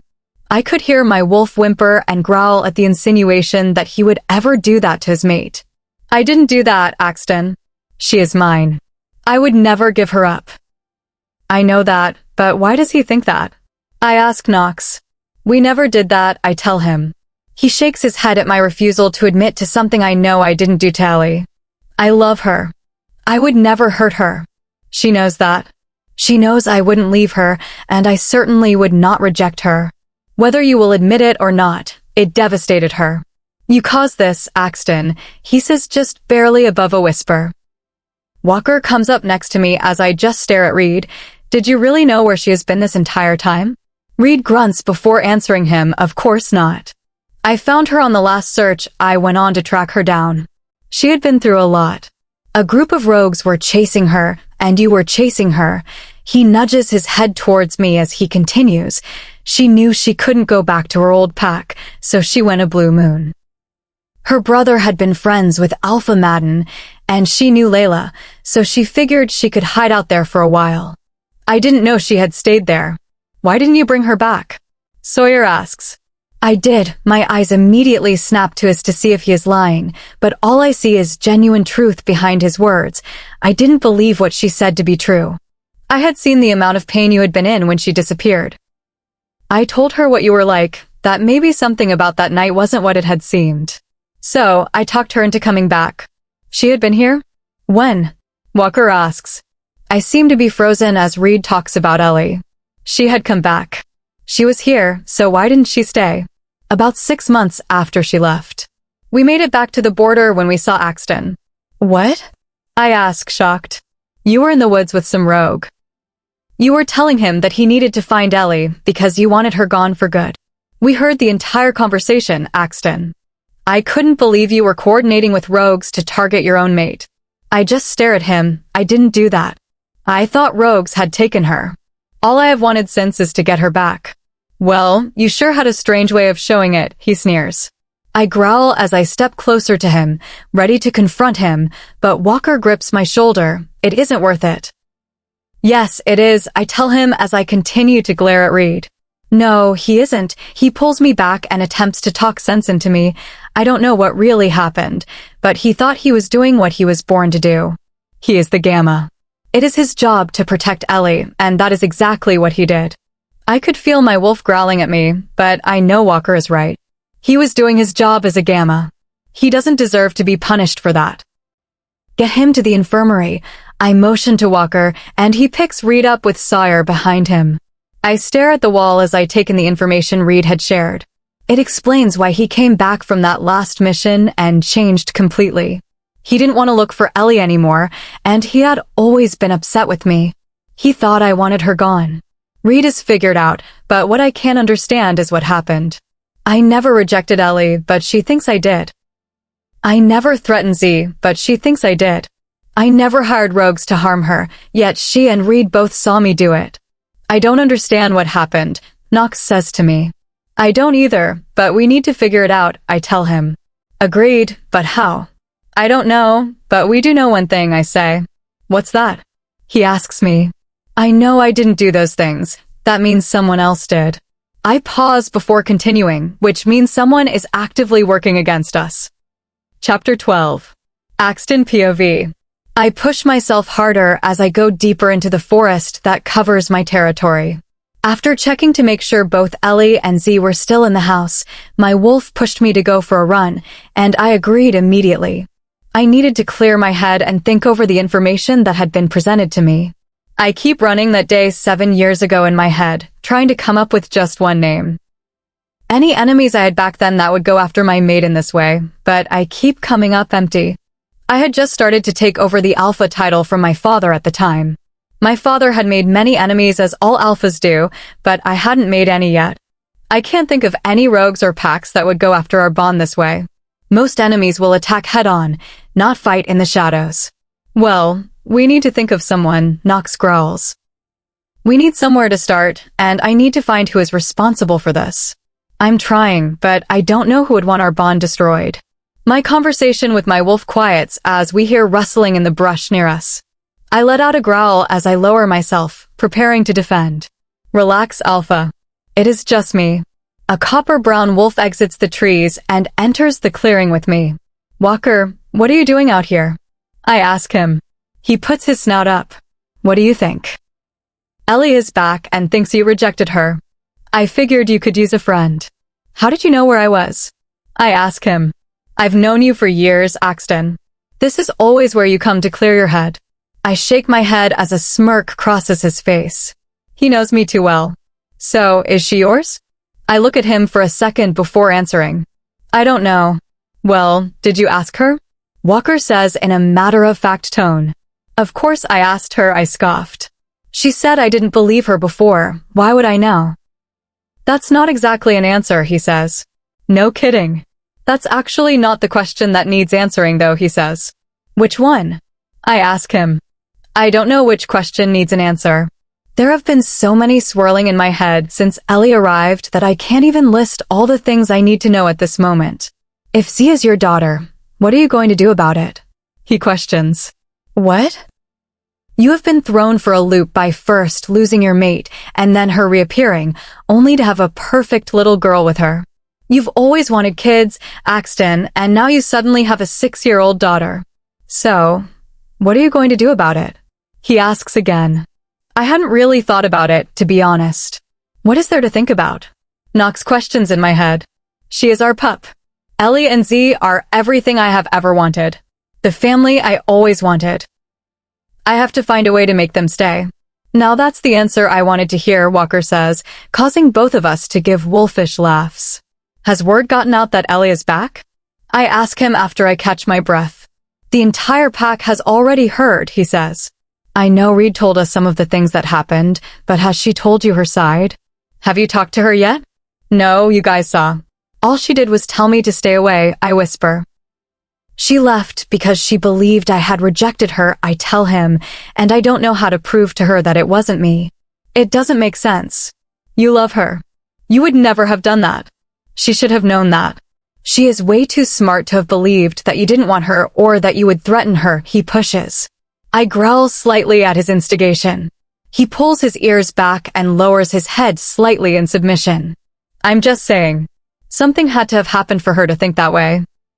Something did, I tell him. She saw me, but it wasn't me. How could that have happened? Even if someone was pretending to be you, the bond would have still been intact. What are you saying? The bond is still there, I ask him, completely confused about where he is going with this. In order for Ellie to actually believe that it was you, the bond would have had to be obscured, or at least felt like it had been broken, he tells me. I think this revelation leads to only one conclusion. A witch or warlock. There were warlocks that helped in the attack on Blue Moon. He nods his head. It makes sense. For her to see you doing those things, it had to be an illusion or a spell. But for it to work for such a long time, it had to have been a large spell. I only know a few practitioners, and none of them have the ability to effect a mate bond. It is one of the strongest connections in the world, I argue. Maybe the spell just hid the bond so she couldn't feel it. It would hold for long enough that the connection would start to fade as you stayed away from each other. If Ellie couldn't feel your bond, she wouldn't know the truth, Walker reasons.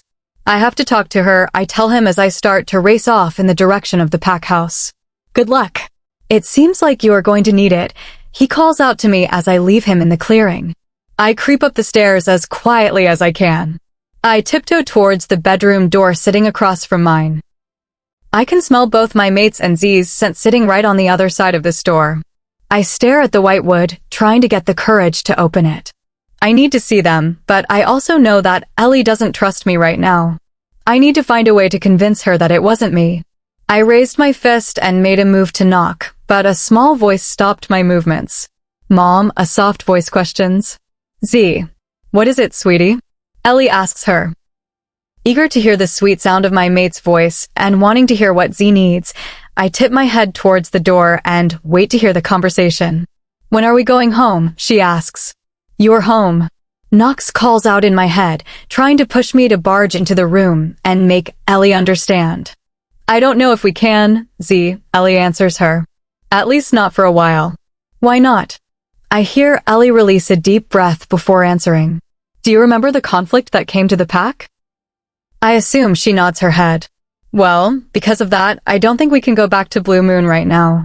What about Uncle Madden and Aunt Layla? What will they do? They're going to be fine. You see, your Aunt Layla is going to go back with the warriors Alpha Axton sent, and they're going to make sure the pack is safe. Did Aunt Layla leave already?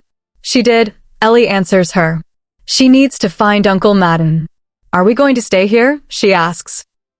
Please say yes, I beg in my mind. Do you want to stay here, Z?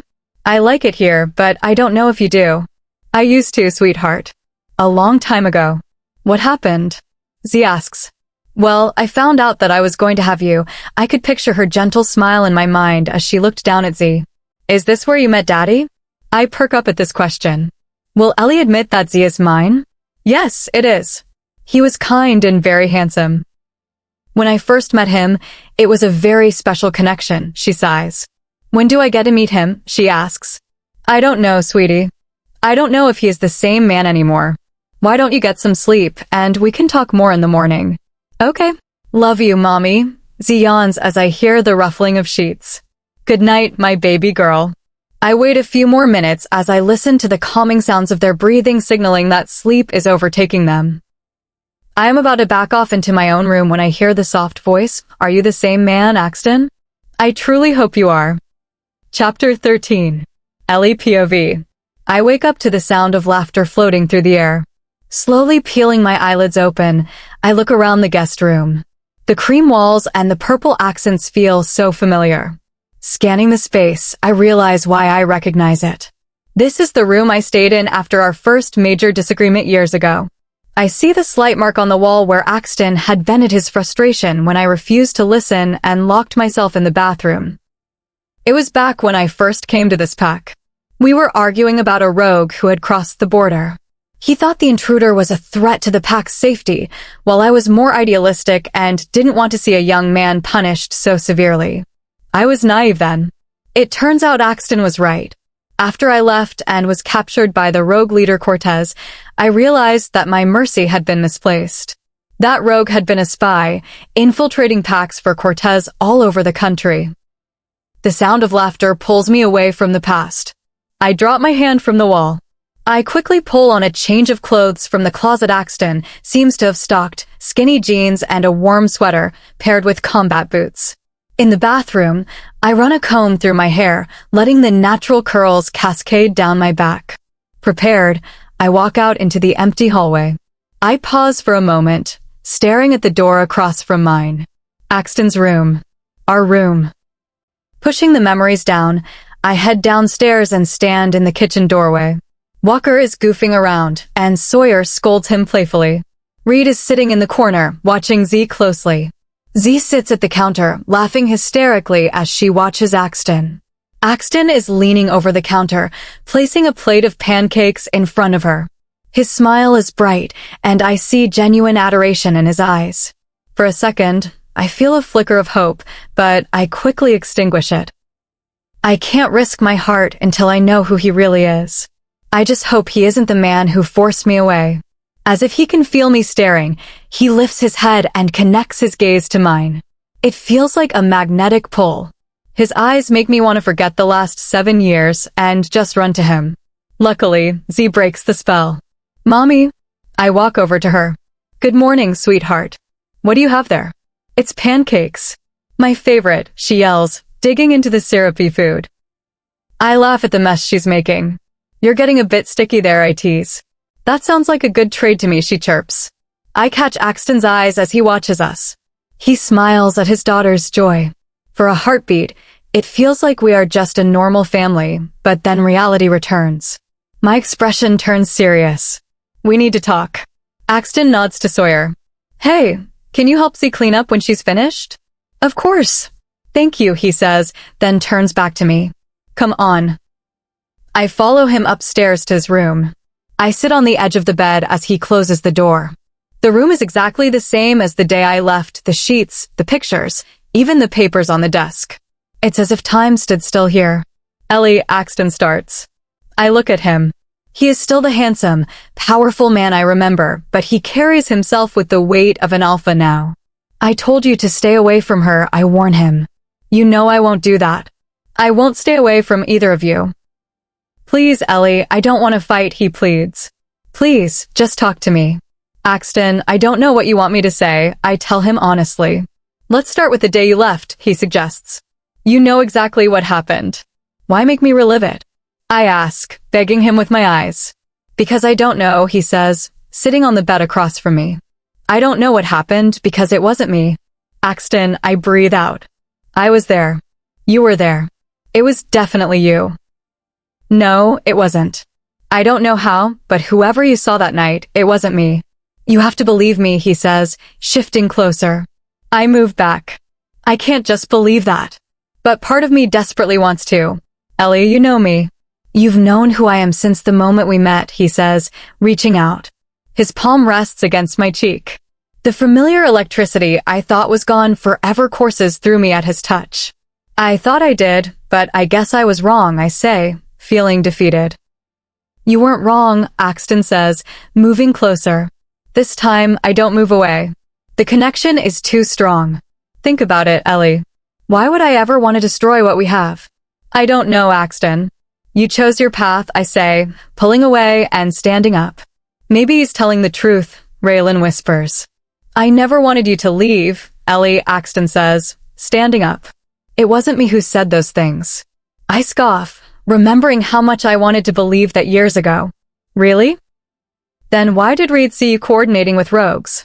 He told me you were devastated, and I almost believed him until I came back to the border and heard you ordering someone to find me so you could move on, I say, my voice thick with the memory of that pain. I can't explain it yet. I don't know what you saw, but I know I never would have let you go, he growls, stepping closer. I take a step back. But you did, I say. You pushed me away. But our connection isn't broken.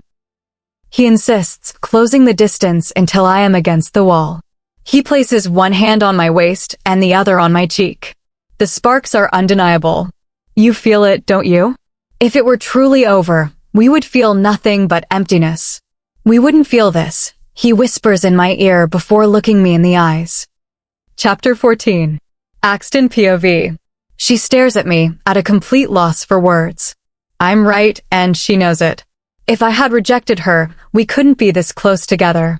There would only be emptiness and a void, but instead, there is fire and electricity. You know I'm right, I say, my body leaning over hers. I can see it in your eyes. She takes a deep breath as we continue staring at each other. I watch as the thoughts whirl in her head, and I become lost in the warmth of her eyes.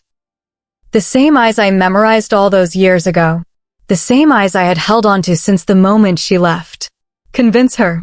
Knox yells at me before whining, I want my mate back. So do I remind him. How can I convince you? I ask her. How can I prove to you that it wasn't me? She pauses for a second, seeming to think over my question.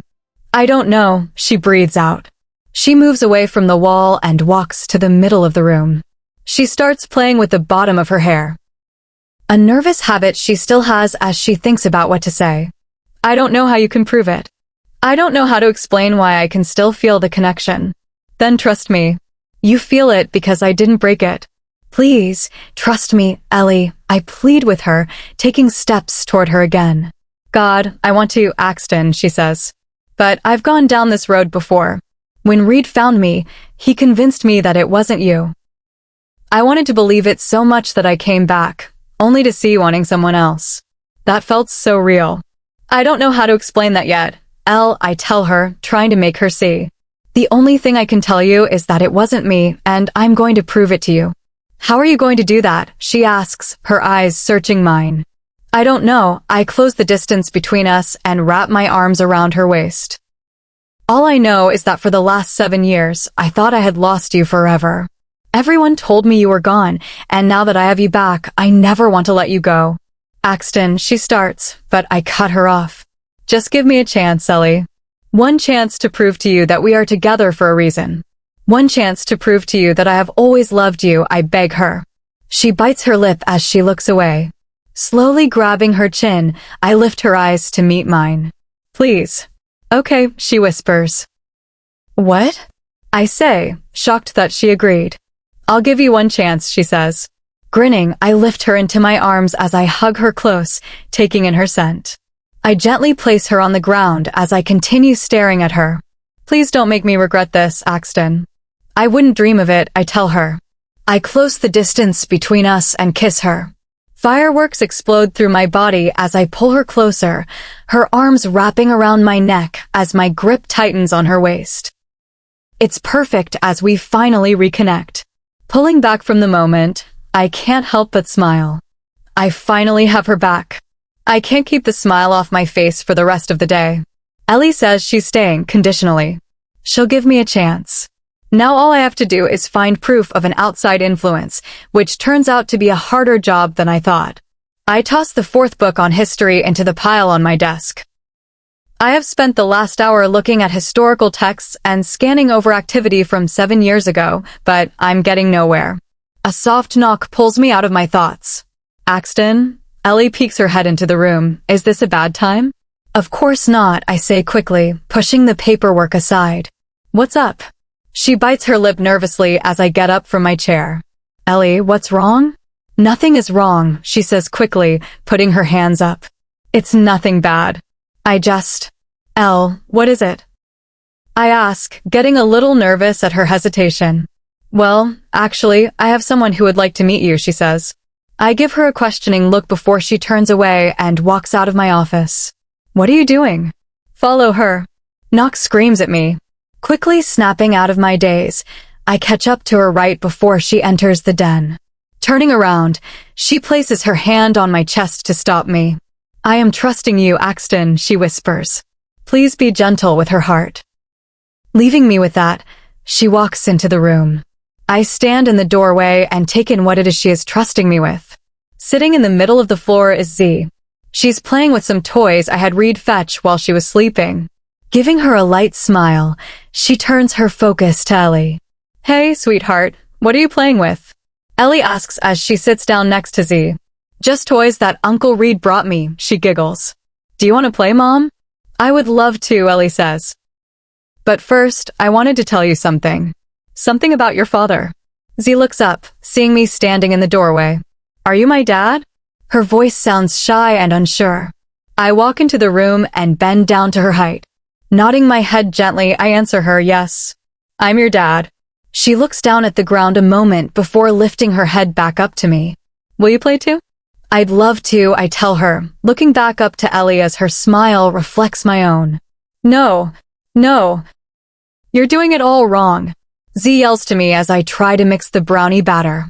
I'm following the directions on the box, I tell her as she leans over the counter to see inside the bowl. I'm afraid she's right, Axton, Ellie comments as she walks up next to me, trying to hold in a laugh. And what is so wrong? I ask her, bewildered. Do you want to tell him, Z, or shall I? She laughs, turning to our daughter. I do, she yells. First you have to add the sugar and eggs properly. But aren't they all mixed together anyway? I ask. Because it's better this way, Ellie whispers to me before removing the bowl from in front of me, giving me a brilliant smile.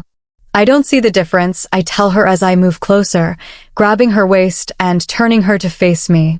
Of course you don't, but you're just going to have to trust me, she says as she places her hands on my chest. I lean closer to her, but the sound of the kitchen door opening breaks the moment. I heard she was back, the intruder yells. Rolf, Ellie turns away, smiling toward him as she greets my uncle. My uncle Rolf is my father's brother. He was there for me when my father passed and when I lost Ellie. He was the family we had left. Oh, I missed you around here, he smiles, giving Ellie a huge hug. I was starting to think Axton's search for you would never end. It's good to see you, Rolf. I missed you too, Ellie says.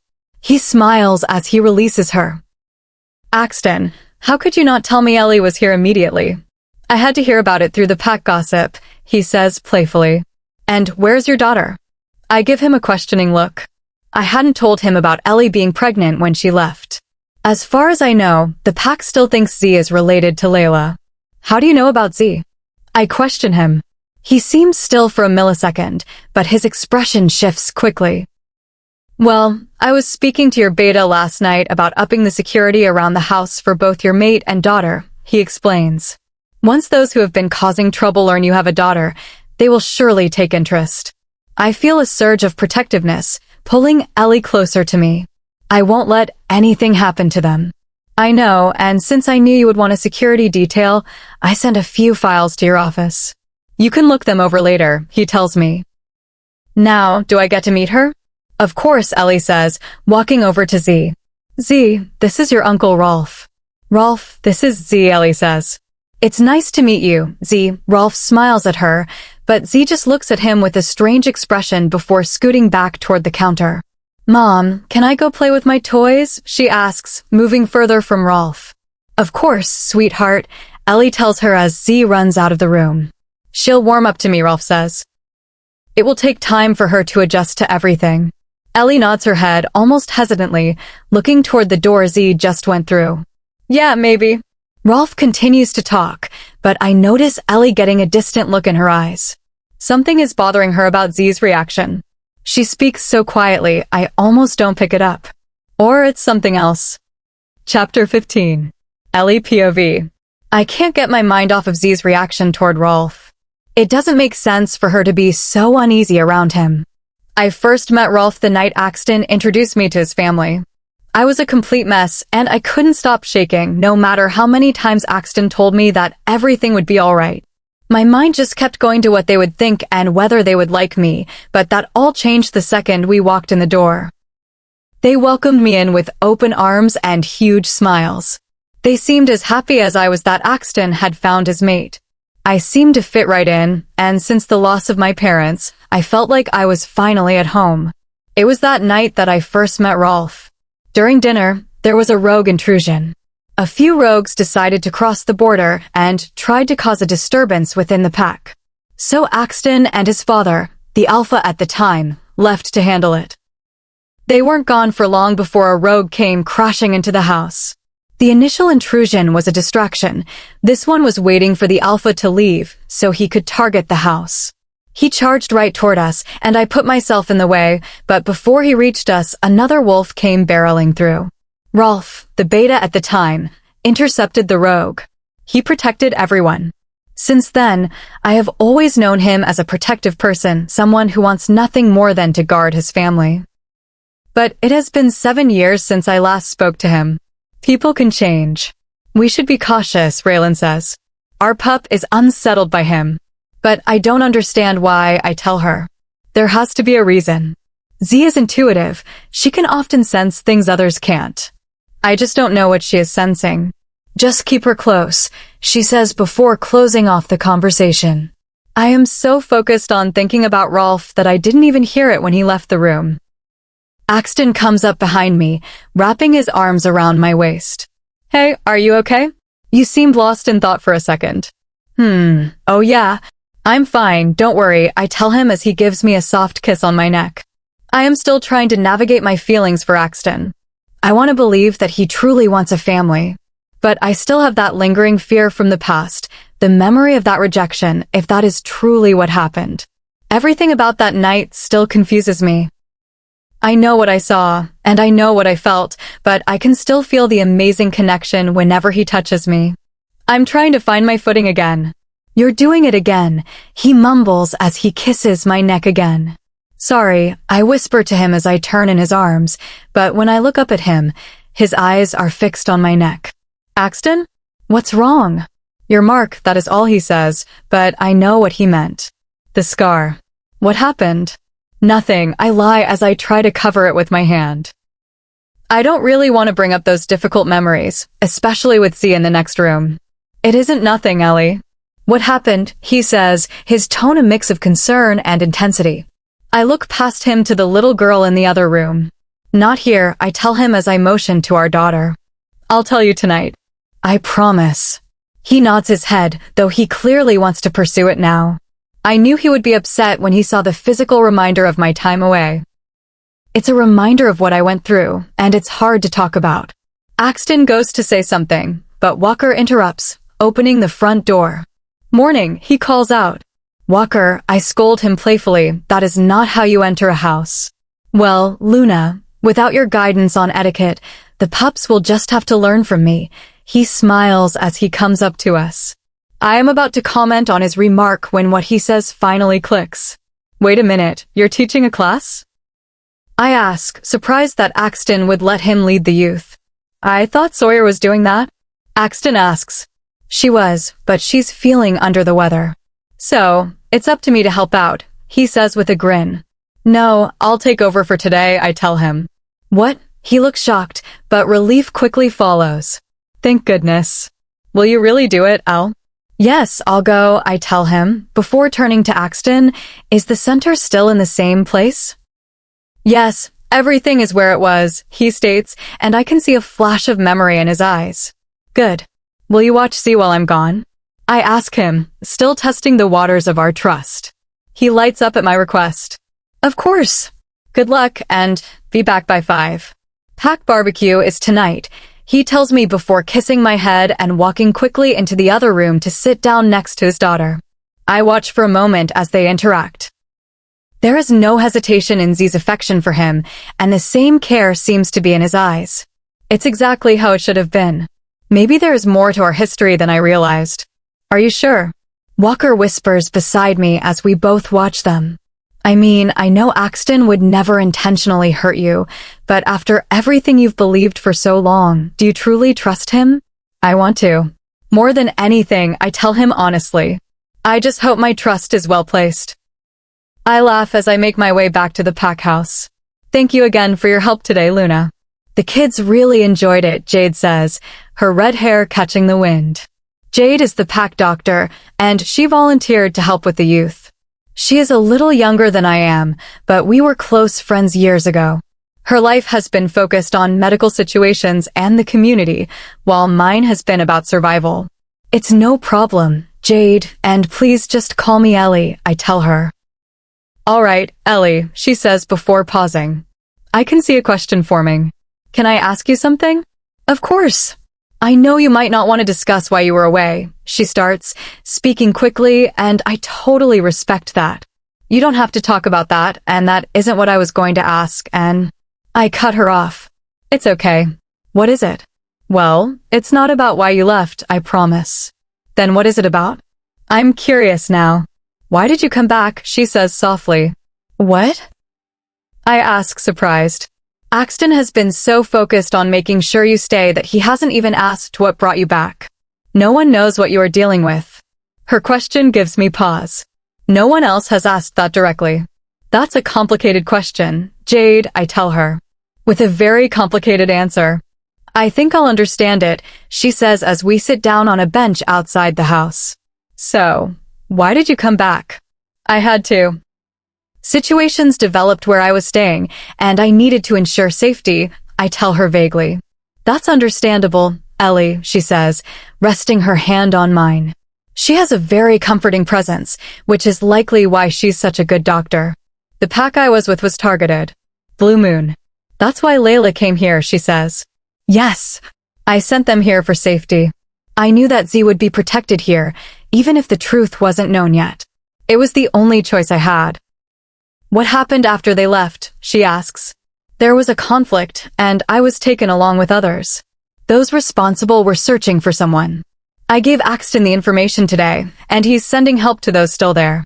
I'll check on them when they arrive, but I have to ask, she says, her grip tightening slightly. Who is responsible? What is his name?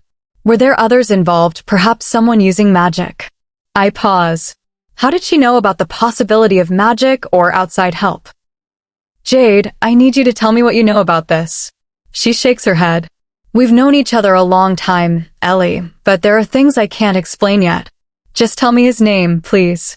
Cortez. The name seems to affect her deeply. She knows who he is. Every rogue he hired only knew what I looked like, but she seems to know more. Does he know about Z? She asks. That question makes me freeze. It's more than a simple inquiry. It's as if she knows there's a specific reason for concern. How? My response is cut short as Reed comes out of the house. Ellie. Jade moves back slightly before whispering, be careful. There are eyes everywhere. With that, she leaves the porch. She watches Reed carefully before walking back down the path. Where's the doctor going? Walker asks as he follows Reed out the door. She has work to do, I say quickly, unsettled by the conversation. She knows about Cortez. She knows about the potential for magic. She seems to know things she shouldn't. What do you guys need? I ask, trying to focus. The barbecue is starting and Axton is looking for you, Walker says.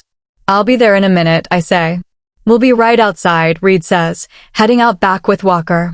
I know what Axton wants to talk about. He wants to know about the scar. I need to trust him with the truth, as difficult as it is. I take a deep breath before heading inside and walking up to his room. I open the door slowly and see him sitting on the bed. He looks at me as I walk in. Axton, I start, but before I can say more, he is there, meeting me with a gentle, reassuring kiss. Chapter 16. Axton POV. 7 years ago asterisk. I feel a light tapping on my chest, drawing me out of my peaceful sleep. Sparks are erupting through my body from the soft pressure as my mate continues to poke me. Keeping my eyes closed, a small smile forms on my face. You shouldn't poke a sleeping bear, sweetheart.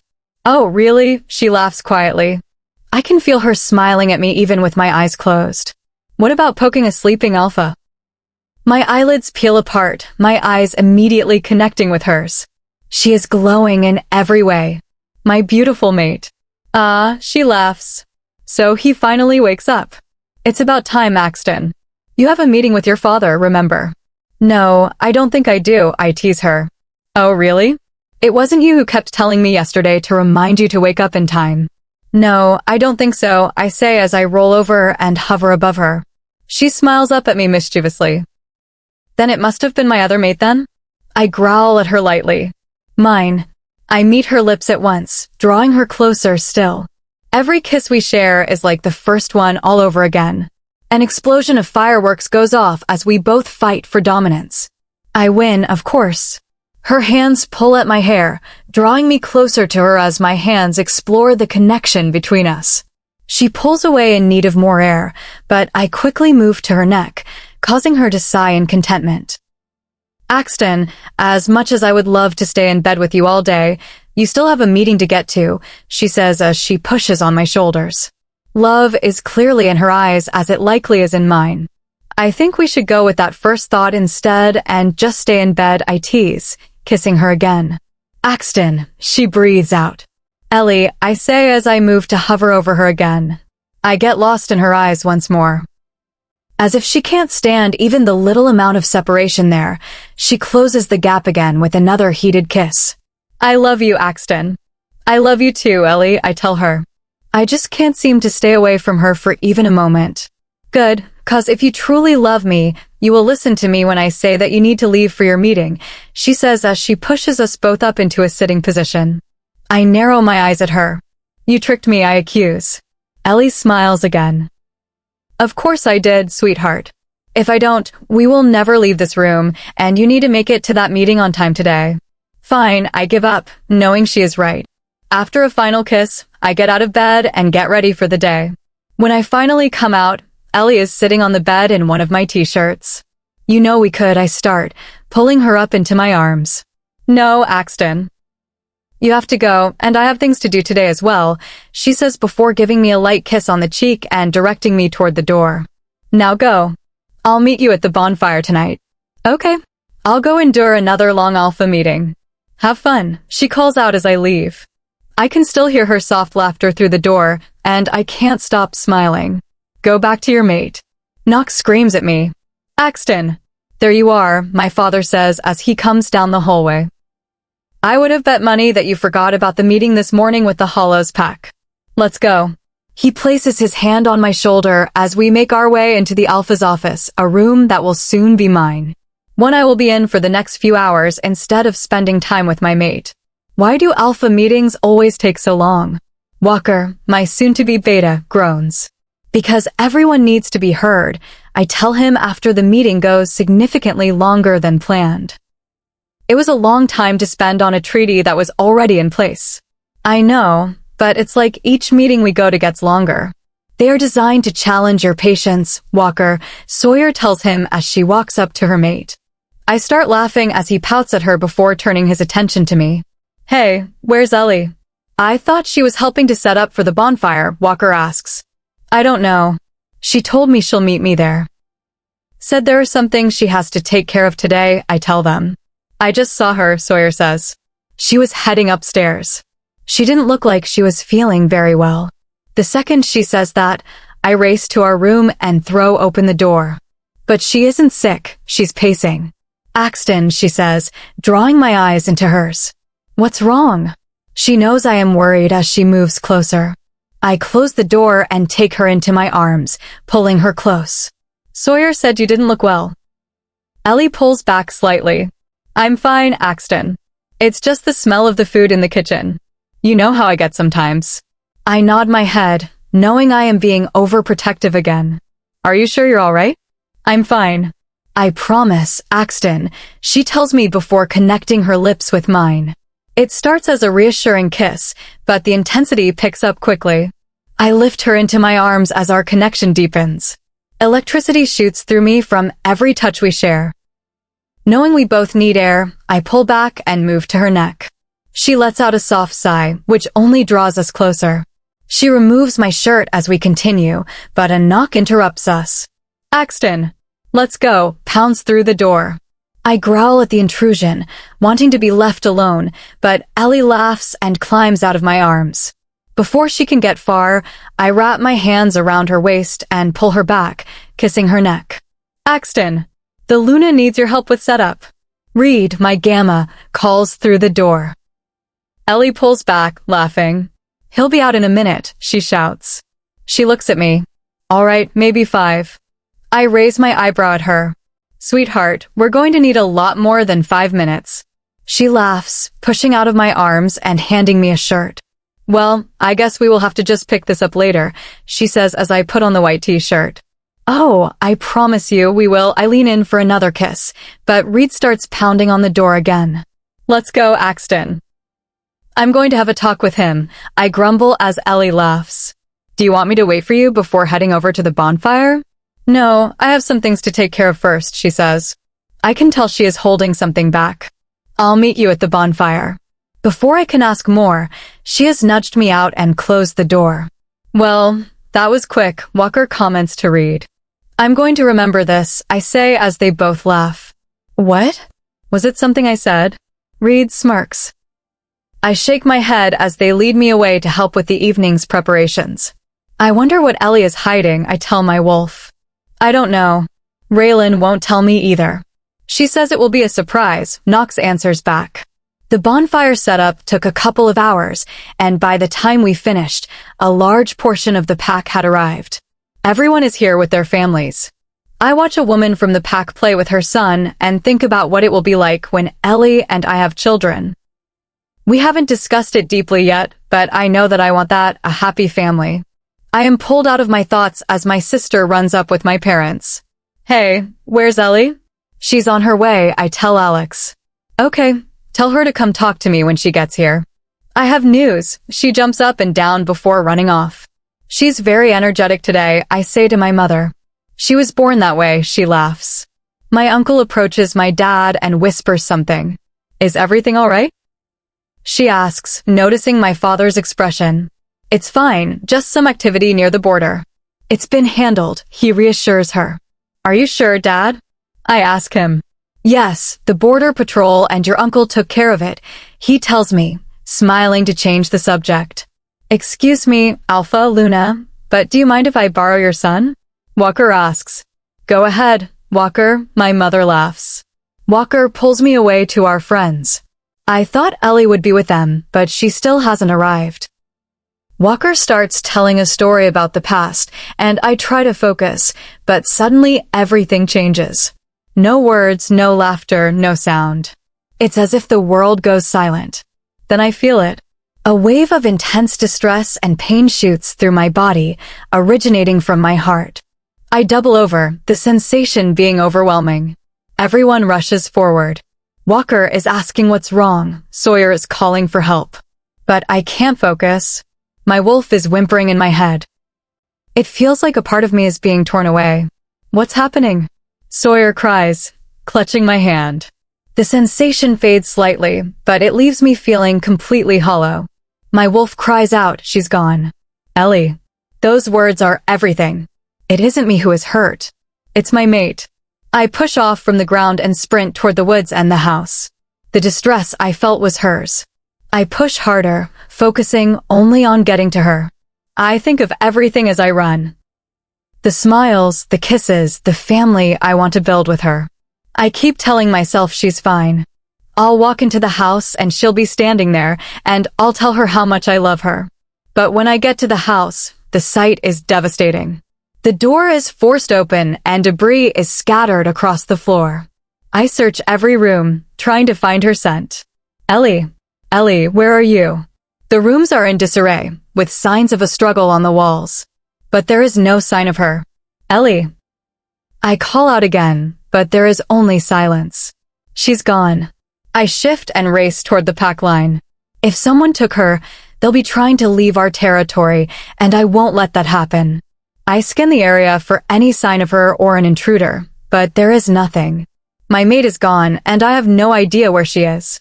My wolf retreats into my mind, and I release a long, pained howl into the night. Chapter 17. Axton POV. I pull away from the kiss to find us both panting from lack of air. I hadn't planned on ambushing her like this, but the second I saw her, I just needed to connect with her. Resting my head against hers, I stare into her eyes. Sorry. She gives me a light smile. It's okay. We stay there for a few moments, my hands on her waist as hers rest against my chest. For a moment, it is as if time has frozen, and we are just us. My gaze wanders down to her mark and the scar lying across it. As if she can sense my intensity and curiosity, she lifts her hand off my chest and places it over the mark to cover the scar before pulling away and sitting on the edge of the bed. We need to talk, she starts, taking the words right out of my mouth. How did you get the scar? I ask first.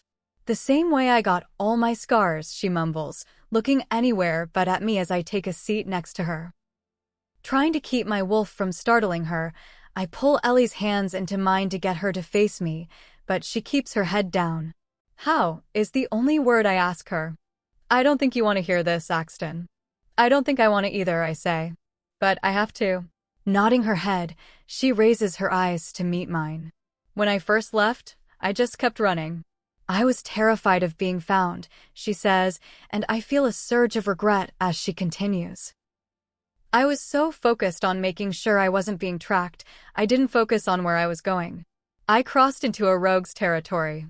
The moment I crossed, I was taken. He was building power, planning to challenge the packs. He put me in the cells to decide if I was useful or not. When he interrogated me, he saw my mark. He knew I was the mate of an alpha, and he thought I could be used as leverage. He was wrong. What do you mean? I asked softly. He wanted to know who my mate was, which pack I had come from. But no matter what he did, I wouldn't tell him. He spent 3 months trying to get me to confess, but I wouldn't do it. Even when he brought in others. What? I ask, my voice tight. How did I not know about others being taken? He thought if he could bring in members from different packs, someone would recognize me, but no one did. He was ruthless to them right in front of me, and there was nothing I could do. Until I escaped, she says, her hand moving to her mark again. The scar on my mark is from the first time I refused to speak. They used a silver blade that had been altered by a warlock so that the injury wouldn't heal properly, leaving a permanent reminder. Ellie, I start to say, but she stands up abruptly. That's why I believed it was you, she says, turning to face me with a mix of pain and anger. What do you mean? I ask, standing to face her. I mean that when he targeted my mark. Your mark, you should have felt it. If the bond was intact, you would have known how much I was suffering, and you would have come, she whispers, her eyes dropping to the floor for a moment. Every day I told myself that you knew, that you could feel it, and you were coming. But you never did. Eventually, I just accepted it. I thought you had truly let me go, and that if you were looking for me, it wasn't to help me. Grabbing her face in my hands, I pull her close so she focuses on me. I swear to you, I would never, ever want you to be harmed. I don't know how we were separated, but I will find out who tried to destroy our connection, and they will answer for it. Don't make promises you can't keep, Axton, she whispers. I lift her chin. I promise. We stay there, staring at each other, until Z knocks on the door, asking Ellie for help getting ready for the evening. After Ellie leaves, I collapse back onto the bed. How could I have not known? How could I not feel what she was going through? Is mate upset that we couldn't feel her? Knox asks. I think she is disappointed that we didn't know, I tell him. We should have known. We need to find who did this, Knox growls. I plan on it, I tell him. I change quickly and head down to my office, linking Walker and Reed to meet me. What's going on? Walker asks as they walk in. Ellie told me about a group of rogues that were targeting pack members years ago, I start. Reed speaks up immediately. The ones who were pursuing her after she escaped, he says, as if he already suspected. I give him a stern look, still frustrated by the years of silence, but I nod. Wait, so Ellie was taken by rogues, not rejected? Walker asks. I never rejected her, I growl. It's complicated, Reed tells him. Ellie left because of what she believed happened with Axton, but while she was on the run, she was captured. Did she tell you who they are? I ask Reed. He shakes his head. No, when I found her, she had already escaped. She was 6 months pregnant, and I knew this pack was the only place she would be safe, even if she was afraid to be here. She wouldn't give me names. She said she would only talk to Axton, but we know how that went. I remember reports from 6 or 7 years ago about missing persons from various packs, Walker says. Why wasn't I informed? I ask. We were entirely focused on the search for Ellie. We weren't looking at other packs' reports unless they seemed related, and they never asked for our direct assistance, Walker explains. All right, Walker, find those reports. I want to see everything. Reed, contact the other alphas from that time and see if they have any information on the groups responsible. They leave the office just as Z comes running in. She is full of energy, gripping my hand and pulling me. Come on. I follow her. Where are we going, sweetheart? To get Mommy, so we can go to the party. I follow her to the stairs as Ellie begins her descent. She looks stunning in a blue dress that fits her perfectly. You look beautiful.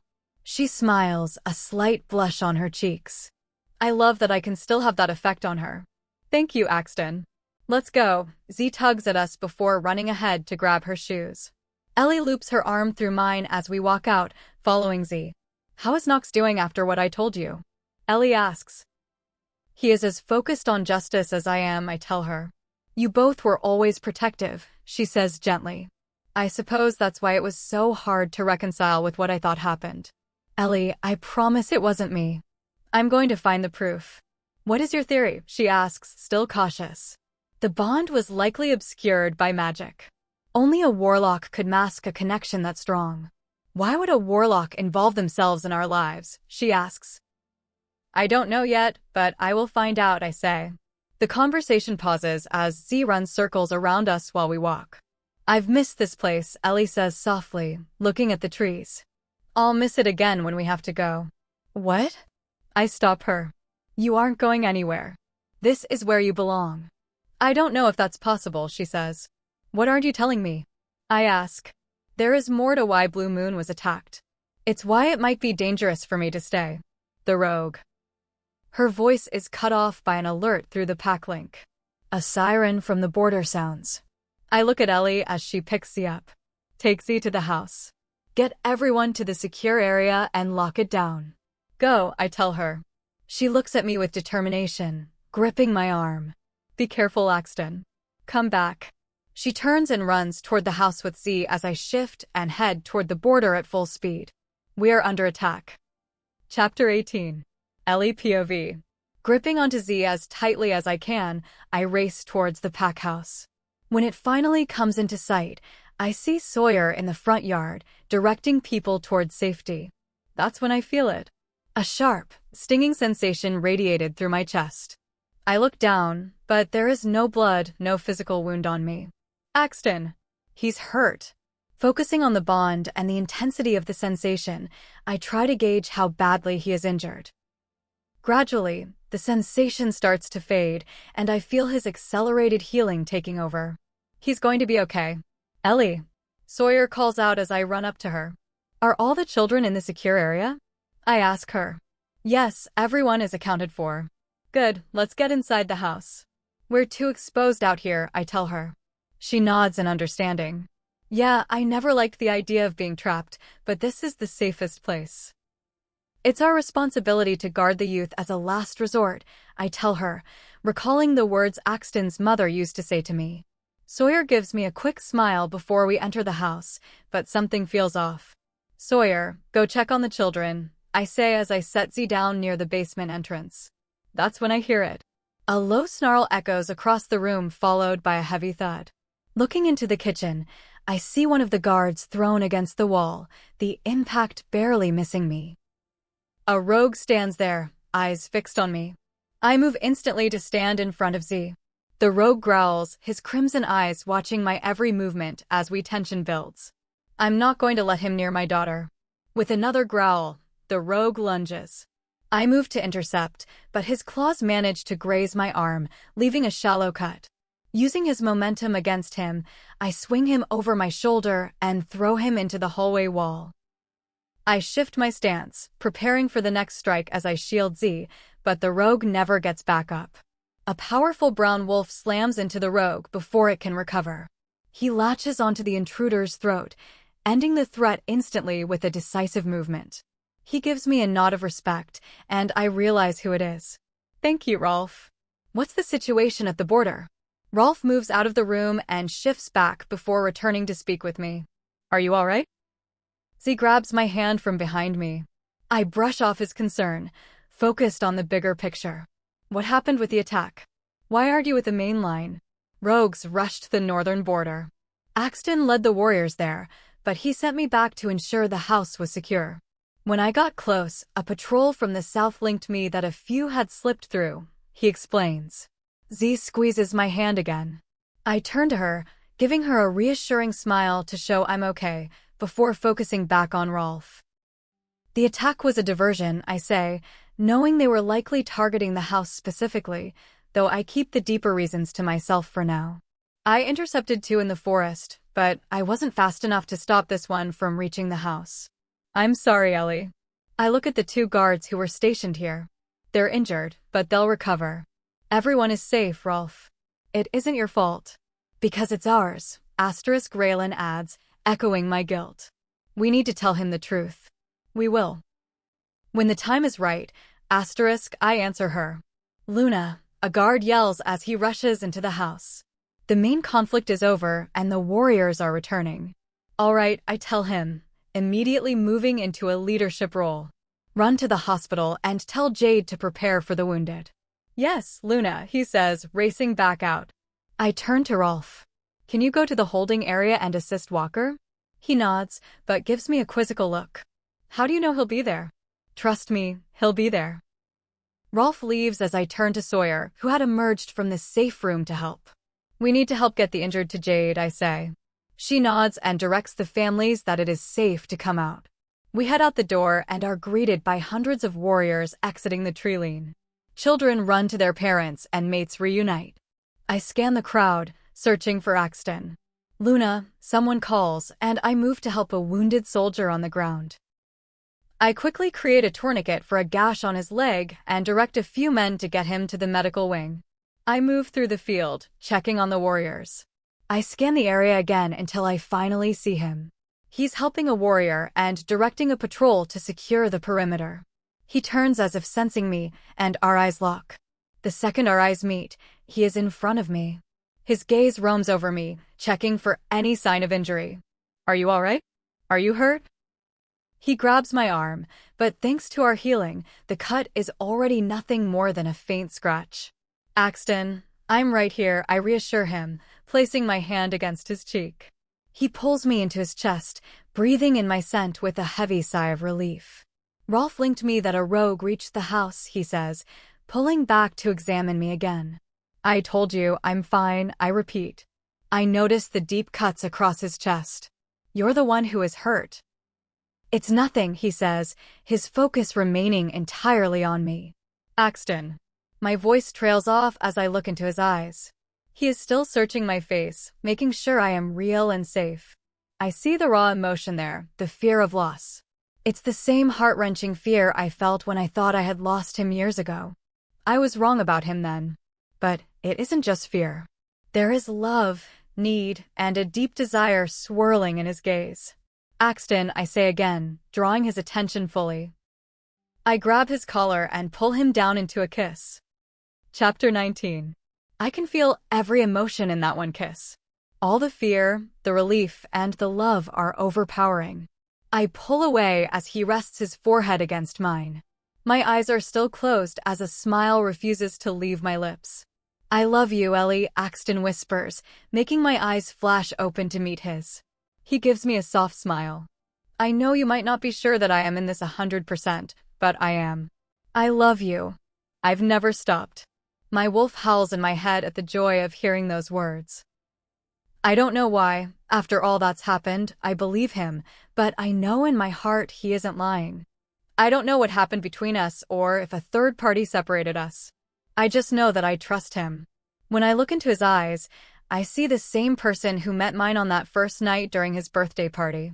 All I see is love. Axton, I love you too. I tell him before we share another heated kiss that leaves us both breathless and smiling. Daddy, a little voice screams. I turn around just in time to see Z running past the warriors and into Axton's awaiting arms. Are you okay? There were a bunch of bad wolves. She rushes out as Axton rubs her back, trying to soothe her. I'm fine, he tells her, smiling at her questioning look. Good, she yells excitedly. Luna. Reed calls as he comes running up to us. Ellie, we need you at the hospital. The doctor says she could use your help with some of our injured. Of course. I turn back to Axton. Will you take her? I ask, nodding towards Z. I'll take her home along with some of the other children, he tells me, placing one of his large hands against my cheek. Are you sure you're all right? I give an exasperated sigh. I told you, I'm fine. I'll be home soon.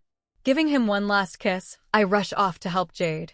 Running into the hospital, I go straight for the first patient I see. I grab a suture kit and clean out his wounds before dressing them and providing medication for his pain. Then I move on to the next. One of the best things about our kind is that we heal quickly. Most of the injured I see are stitched up and on their way home within 2 hours. However, some of the more severe cases are still here. I walk up to Jade as she works to set a misaligned arm. Need help? Always.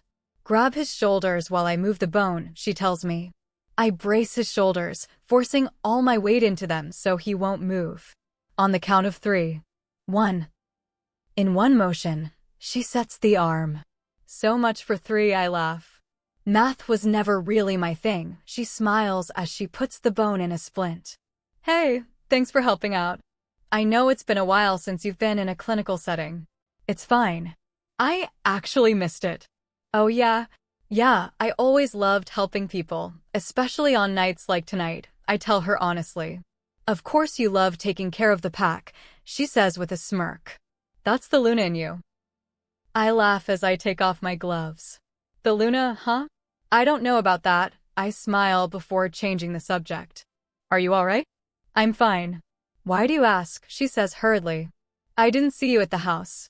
I just want to make sure the doctor is as healthy as her patients. She gives me a soft smile. There you go again. A rogue did get close, but the guards handled it. I'm fine. Okay, I tell her, but something doesn't feel right. Jade, what were you trying to tell me earlier? What? She asks, taken aback. She stammers slightly. I wasn't trying to tell you anything. I don't know anything. Jade, I grab her shoulders and pull her into an empty room. What is going on? She bites her lip as she stares at the ground. I don't think I can tell you. Jade, we have always been honest with each other. What were you going to say, and how do you know about Z? She lets out a deep breath. I know about Cortez the same way I know how you and Axton were separated, and I know why. I take a step back. What? I didn't know until after the fact. He was keeping a promise. He was trying to protect you, she rushes out. Who? The warlock. Michael, I say, knowing only one person who showed me kindness, the one who helped me escape. Yes. He's on his way here to explain everything, but I just needed you to know that it wasn't Axton that night. She pauses. But I'm not convinced the rogues are acting on anyone's orders but Cortez's. He planned this attack. I scoff. I figured as much. What do you know about Z? I know why you need to protect her, she says. I am about to ask more, but Reed barges into the room. Luna, you're needed at the house for the meeting. I'll be there in a second, I tell him. He looks between us before nodding and leaving. The second he is gone, I turn back to Jade. Promise me you won't say a word about this to anyone yet, I say. She nods. Good. I'll deal with this when Michael gets here. I know Cortez. He wouldn't attack like this unless he had an advantage. Watch your back. I quickly walk out and follow Reed toward the pack house as he fills me in on the interrogation of the captured rogues. None of them is talking, Reed begins. There were 52 casualties among the attackers and 13 are in custody. I think about everything Cortez did to me. I think about the danger to Z and the pack. How many of ours? I ask, focusing on my role. 3 warriors, he says, letting the weight of it sink in. About 32 are injured. Axton has called a meeting. All right. Before I go into the meeting, I want to see the families of those we lost. Tell Axton not to wait for me. Also, send any members with medical training to help Jade. Double the border patrol. I want a constant watch on every line, I tell him. I'll get the addresses and send Sawyer to help Jade. Axton has already reinforced the watch, Reed says, turning to face me. Ellie, take a breath. You're in full Luna mode, but take a second to collect your thoughts. I take a deep breath. I'm going to talk to the families. And yes, I will take guards with me. Tell Axton I'll be back soon. I spent 2 hours with the families. They were appreciative, but all I could think about was how my presence brought this conflict to them. I push open the door to the office as Walker is talking to Axton. I don't know what else to try. Not a single one is willing to give a name? Rolf asks. There has to be a reason they attacked, Reed says. It doesn't make sense unless they are after something specific. They won't talk, Walker says. We know nothing about who is behind this. That's because they are more afraid of him than they are of us. Everyone turns to look at me. What do you mean, Ellie? Rolf asks. The person who attacked us isn't like other rogues. He doesn't care about casualties. They follow him because they would rather end their own lives than face his wrath. How do you know so much about this? Walker asks. Because I know who he is and what he wants, I say. He is ruthless and obsessed with a specific goal. Who is he? Walker asks. And what exactly does he want? Axton asks. I can tell he suspects the answer. His name is Cortez, and he wants me. The room falls silent as they process this. Then, they all begin asking questions at once. My eyes stay on Axton's. He asks a silent question, and I give him a small nod. He stands up, slamming his hand on the table to silence the room. Let her talk. I start the story. I told Axton some of this, but when I first left, I was taken prisoner by a rogue named Cortez. He was once a powerful leader who was cursed by a warlock. He became obsessed with finding a way to lift it. When he saw my mark and realized I was a Luna, he began taking members from various packs to see if anyone recognized me. He was brutal to those who didn't. I take a shaky breath. During my time there, he harmed a child right in front of me because I wouldn't give him the information he wanted. Axton walks across the room and guides me to his chair. We will find him, he says. No, you don't understand, I say, gripping his arm. I'm telling you this because of what happened next. After he harmed that child, I tried to help her. I placed my hands over her wound, and I healed her. You're a healer? Walker asks, shocked. When Cortez saw that, I continue. He tested me further. It turns out I have a rare ability. To him, I was the ultimate prize, a potential cure for his curse. I told him I didn't know how to help him, so he used that against me, threatening more lives. Axton squats down to face me, placing his forehead against mine. I'm so sorry. That's why he is here, I say. He thinks I am the only one who can save him. He has been searching for me for 7 years. He won't stop until he gets what he wants or he is stopped for good. Chapter 20. Axton POV. After the meeting, I dismissed everyone and put the entire pack on high alert. All that is left is Ellie and me. I stand in front of my desk as she sits across from me, her head hanging, lost in thought. She refuses to look at me. No matter what I do or what I say, after she claimed that Cortez would stop at nothing to get to her, she just won't make eye contact. My wolf keeps urging me to comfort her and to deal with Cortez, and while I agree, it also feels like she is holding something back. Ellie, my voice is barely a whisper.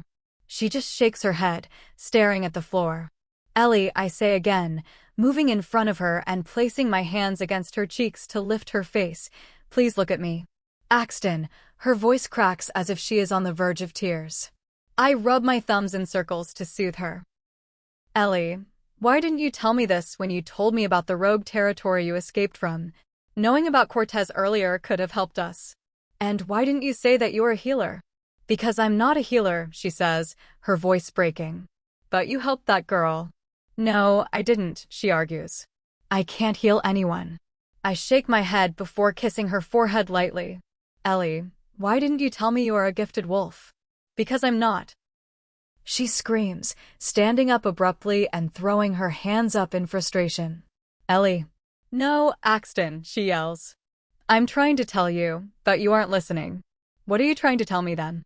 I ask, trying to understand, but coming up completely blank. I didn't heal anyone. It was Mommy. Z comes charging into the room, clutching a small teddy bear.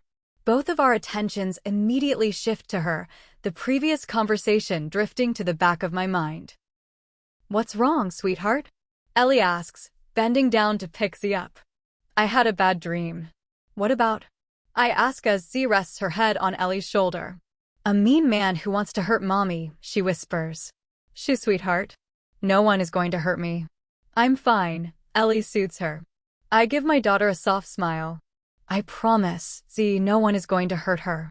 I won't allow it. Are you sure? She whispers. Absolutely, I tell her. She nods before clutching onto Ellie's neck. Why don't I take her to bed?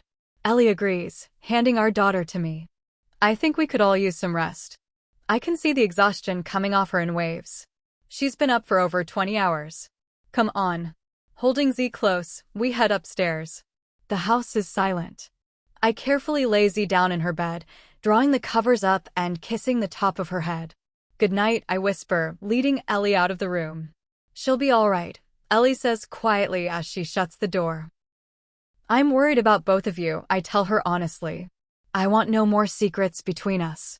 I put my hand against her cheek, and she leans into my palm. I can't lose either of you again. She closes her eyes for a moment, just breathing. A light smile plays on her lips as she looks up at me. You won't. I lift her into my arms, and we share a long, meaningful kiss before heading into our room, finally finding a moment of peace together. I wake up to a gentle touch. Looking down, I watch as Ellie traces a few of the scars on my chest.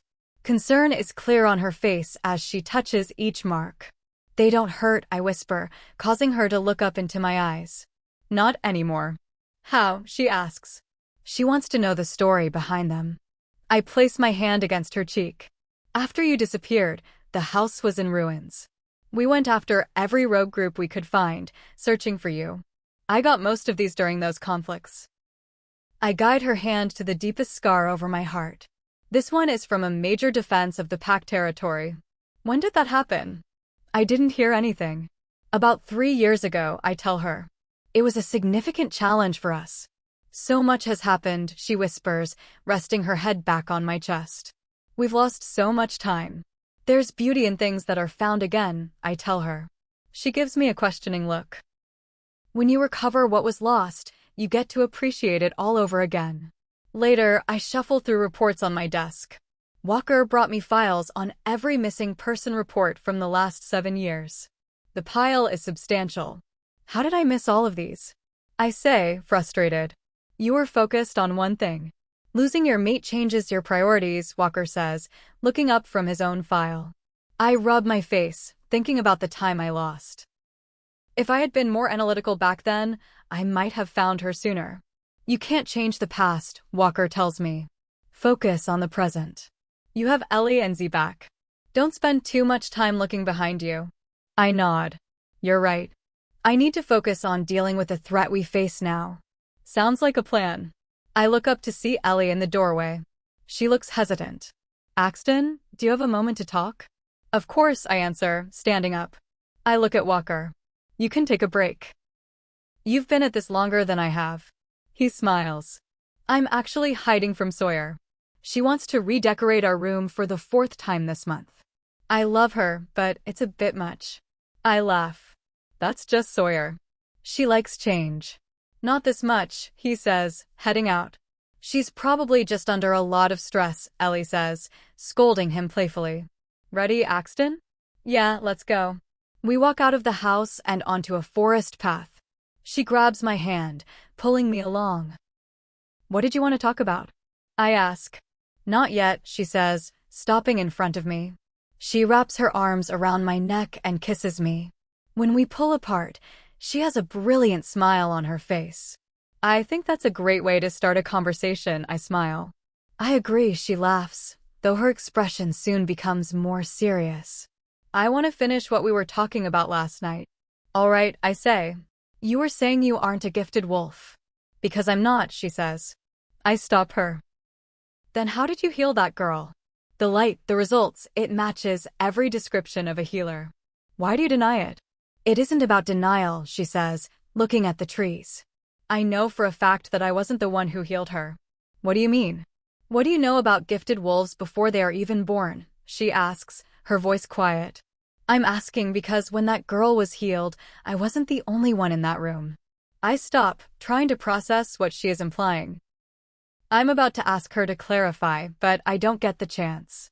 It happens in a split second. A group of rogues ambushes us from the brush, 6 of them in wolf form. I push Ellie behind me and shift, intercepting the first one.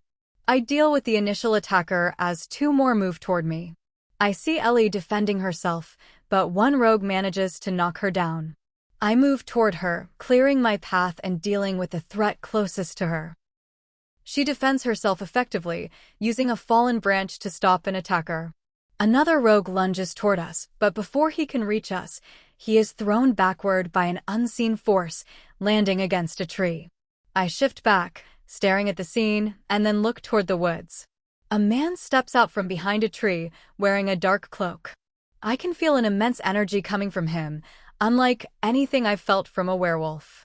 I'm here to help, he says. I'm about to ask who he is when I feel a sharp surge of distress through the bond. Mate, Knock screams. I turn and see Ellie clutching her stomach. There is blood staining her clothes. Axton, she whispers, collapsing to the ground. Chapter 21. Ellie POV. I pull my hand away from my stomach as I stare down at the blood. It soaks through my clothes as my mind fully comprehends what just happened. Axton. I breathe out as he catches me just before I crumble to the ground. I feel his arms go around me seconds before hitting the dirt. My eyes start to close as he cups my cheek with his hand. Ellie, look at me. Please, just keep your eyes open. I feel the pain spread through my entire body as it intensifies. I whimper in Axton's arms. Axton. SH. It's all right. I'm right here, he whispers to me before looking up at the warriors that have approached. I try to focus on Axton as he calls for the pack doctor and orders a guard, but the words feel distant. I hear someone's voice as they examine the injury. It's deep. She's still bleeding. Shouldn't she be healing Jade? Axton asks, panic in his voice.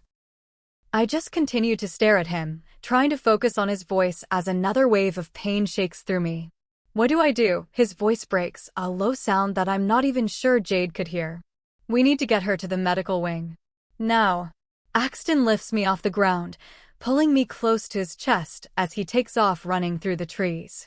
My mind starts to drift as the pain increases. Keep your eyes open, Elle. Just a little longer, all right? You're going to be okay. You have to be. As we reach the building, darkness takes me while I rest my head against Axton's chest. Bring her over here, I hear Jade say as I am placed onto a bed. I still feel Axton's grip on my hand. It's strong but shaky. I focus everything on that sensation. She's still bleeding, his voice rings out. There must be an obstruction, I hear Jade say. I can feel her hands and tools as she works to clean the wound. What are you doing? Axton asks. I'm helping her, she answers firmly. Now, I know you are the Alpha, but you need to let me do my job so I can help your mate. Please, just let me focus. I can picture Axton's face in my mind as Jade says that. His grip on my hand tightens, but he doesn't say another word as she continues to work. I don't know how long it has been, minutes or hours, but I feel the pain decrease slightly as Jade calls out, I found it. What is it? Axton asks. A fragment from the conflict. It was preventing her from healing, she says. Just give me a couple of seconds to remove it. I feel her hands leave me as she finishes the task. I feel a stinging sensation as she closes the injury and secures the area. Is she going to be all right now? Axton asks. I feel him run his hand over my face. If her energy levels return, yes, Jade says. But she has lost a lot. She needs rest and time for her strength to recover. Thank you, Jade. Please, give us a moment, Axton says. I hear the door shut as she leaves. I know you're tired, but I'm asking you to hold on. I just got you back, Ellie. I can't lose you again, he whispers. I want to tell him that I am not leaving, that I can hear him, but I can't get my eyes to open. I don't even have the energy to squeeze his hand. Has there been any change? I hear Sawyer ask later. None yet, Axton answers.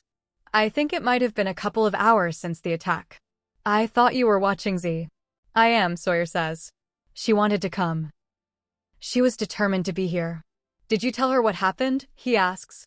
No, Axton, she says. But she knows. I don't know how, but she knows that Ellie is hurt.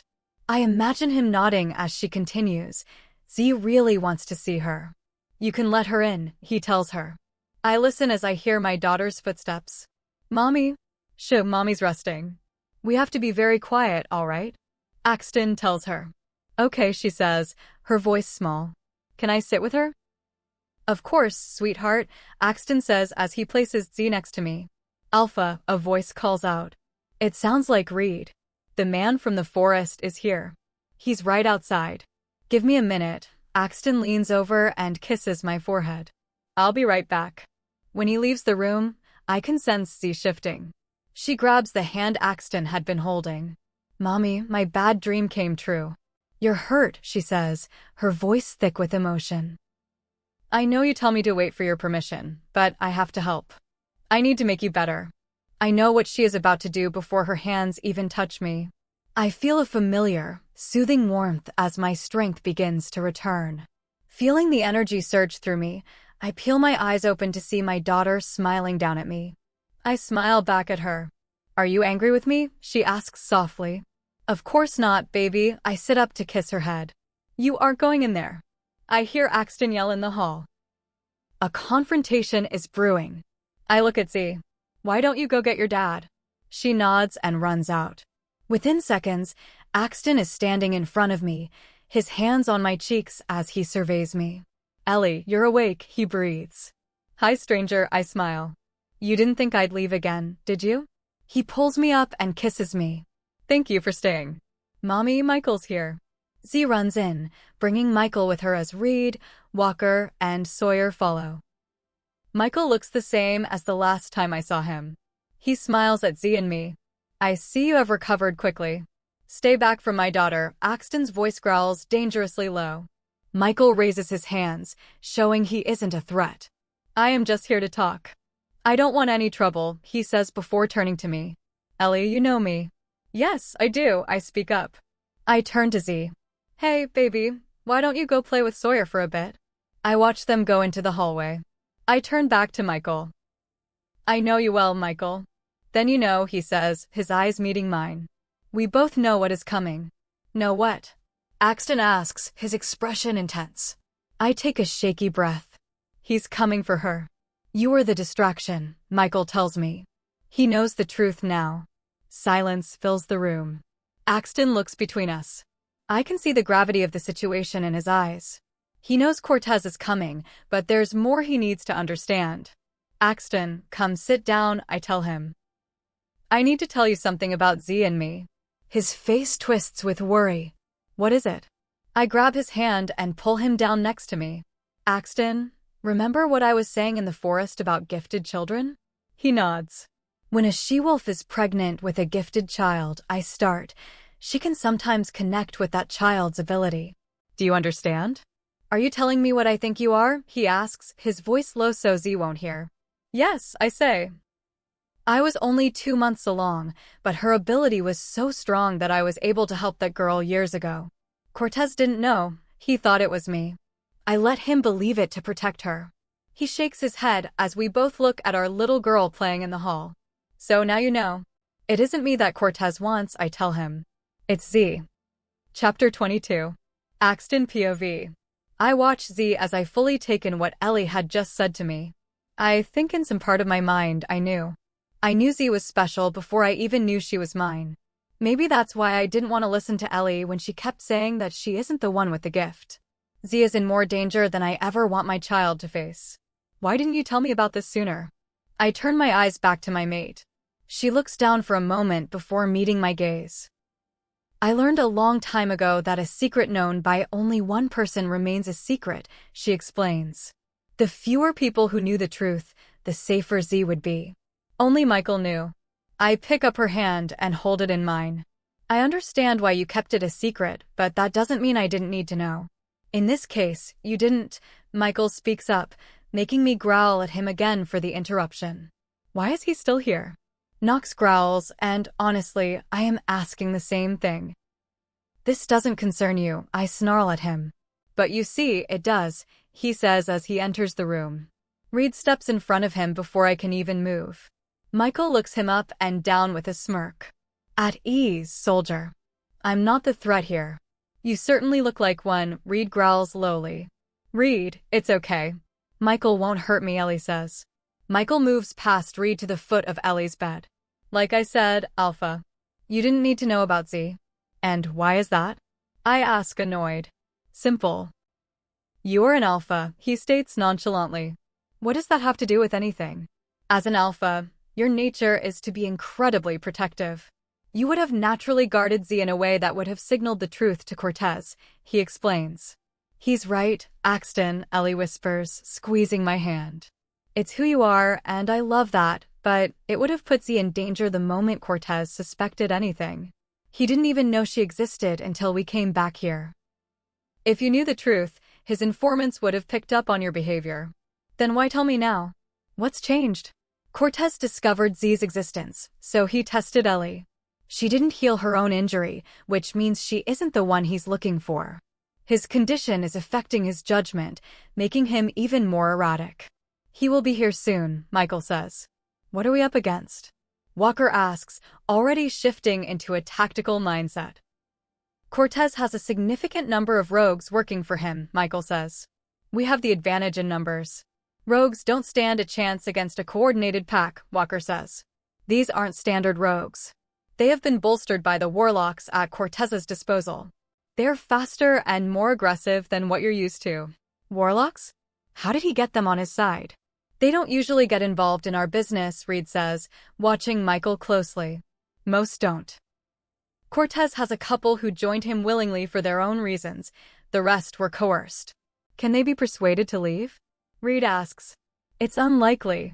Cortez holds leverage over their families. The ones who joined him freely are only there for the power he promises. What about you? Walker asks. He threatened someone important to me. She is the reason I do what I must, Michael says, and I see a look in his eyes that I recognize. It's the same way I feel about Ellie. That's why Jade asked about the warlocks, Ellie says, realization dawning on her. She smiles at him. She's your mate. She asked about me?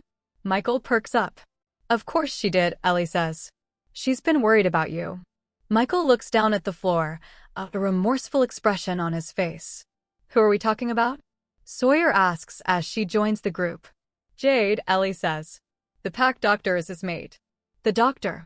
Walker asks. She's your mate. Yes, but I didn't think she would want anything to do with me after my choices. Michael's voice is barely a whisper. But you have been in contact, Ellie says. She wouldn't have known the details if you hadn't reached out. I tried to keep her informed through messages, but it's been years. I didn't think we could ever go back to how things were. What happened? Ellie asks, her grip on my hand tightening. Michael pauses, looking between Ellie and me. I did something I can't take back, he whispers. What did you do? She asks. He takes a breath. I was the one who masked the bond between you and Axton. Chapter 23. Ellie POV. Axton's growl shakes the room as he reaches for Michael. Scrambling out of the bed, I latch onto his arm, trying to pull him back. Axton, stop. Axton. He took you away from me. He obscured our connection, he snarls, his anger boiling over. And you want me to just let it go? Yes. He can't explain the truth if he can't speak. I plead with him. Please, Axton, not while Z is nearby. Taking a deep breath, Axton finally steps back, though he keeps a protective arm around me. Reed, take Z to the house. I want extra security with her at all times, Axton says in his alpha voice. Reed nods, gathers Z's things, and leads her out of the room. Technically, Michael says, catching his breath, I didn't destroy the bond. I just masked it for a time. Axton growls again, his grip on me tightening as if making sure I'm really there. Why would you do that, Michael? I ask.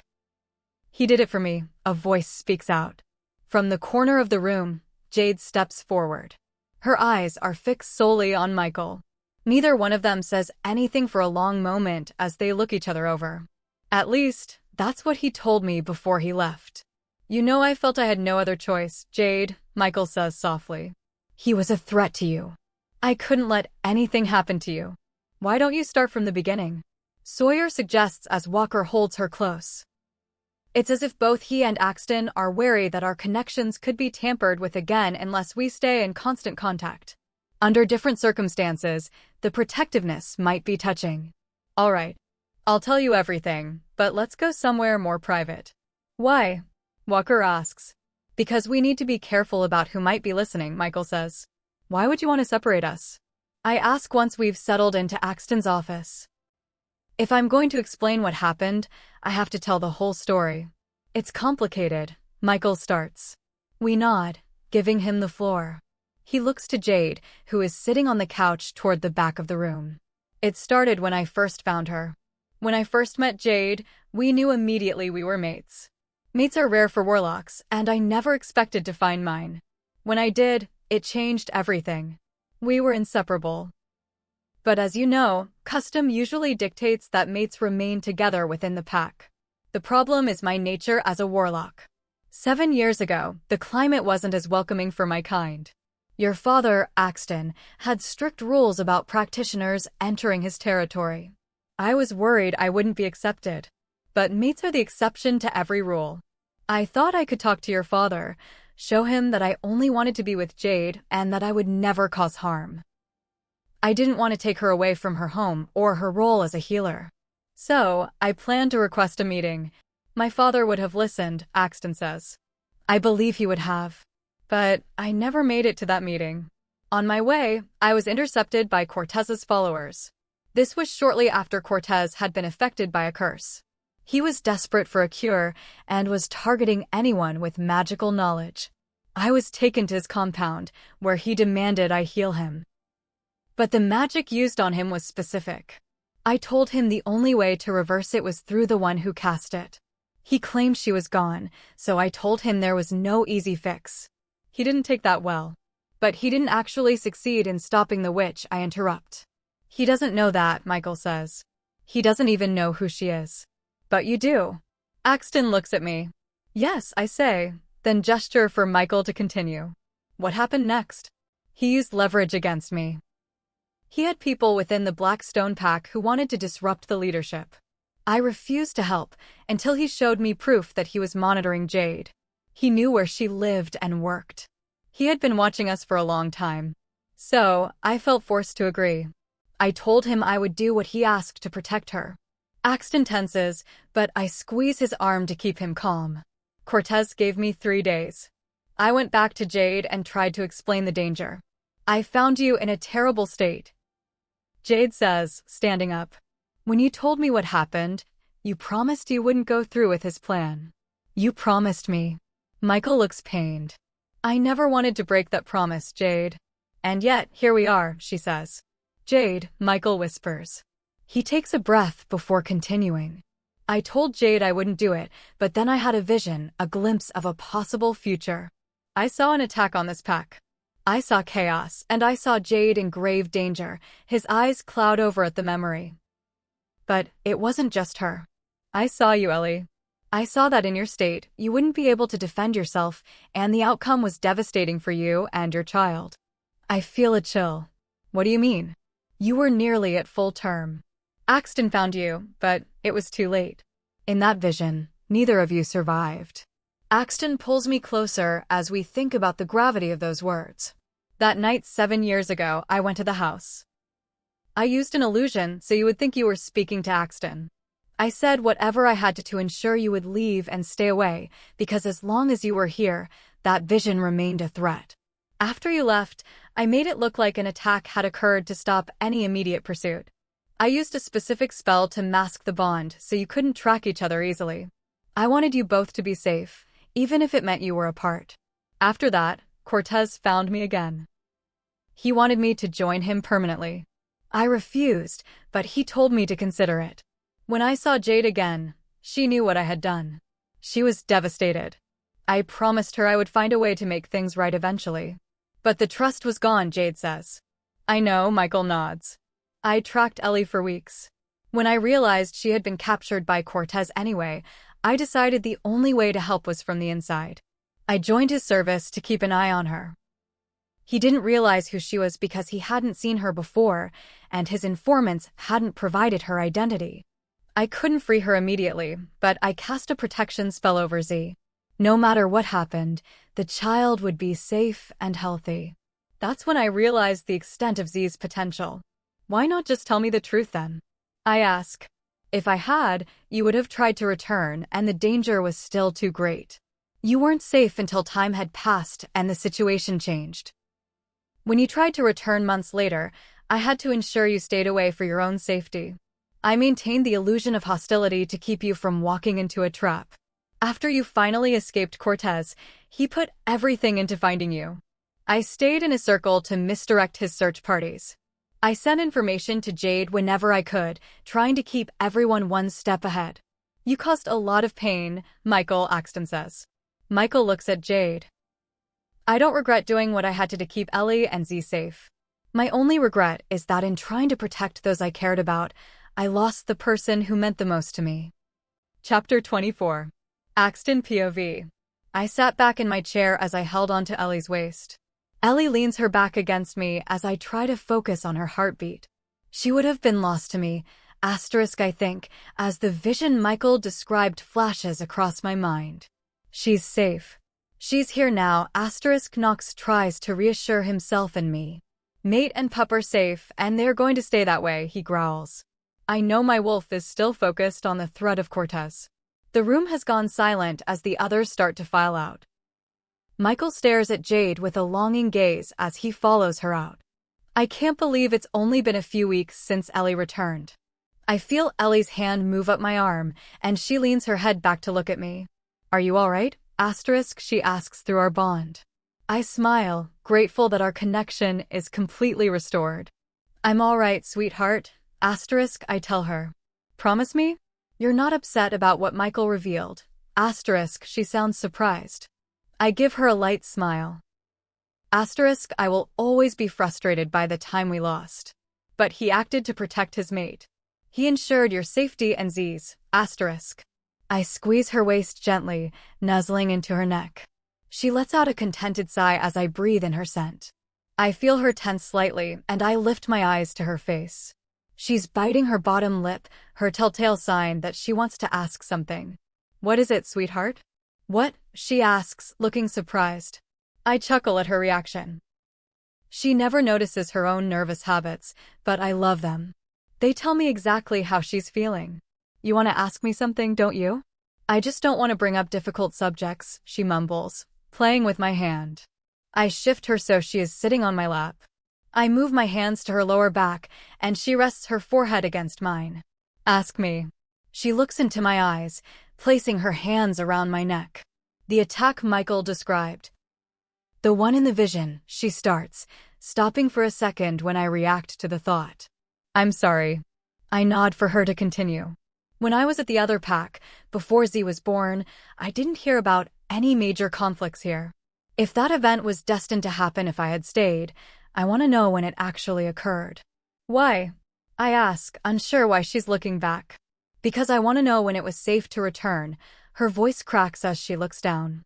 I can feel her sorrow through the bond. Listen to me, I say, cupping her face so she meets my eyes. If I had to choose between being together for a few years and losing you, or being apart for 7 and having the rest of our lives together, I would choose this every time. I lean in and kiss her. She sighs as I pull her closer.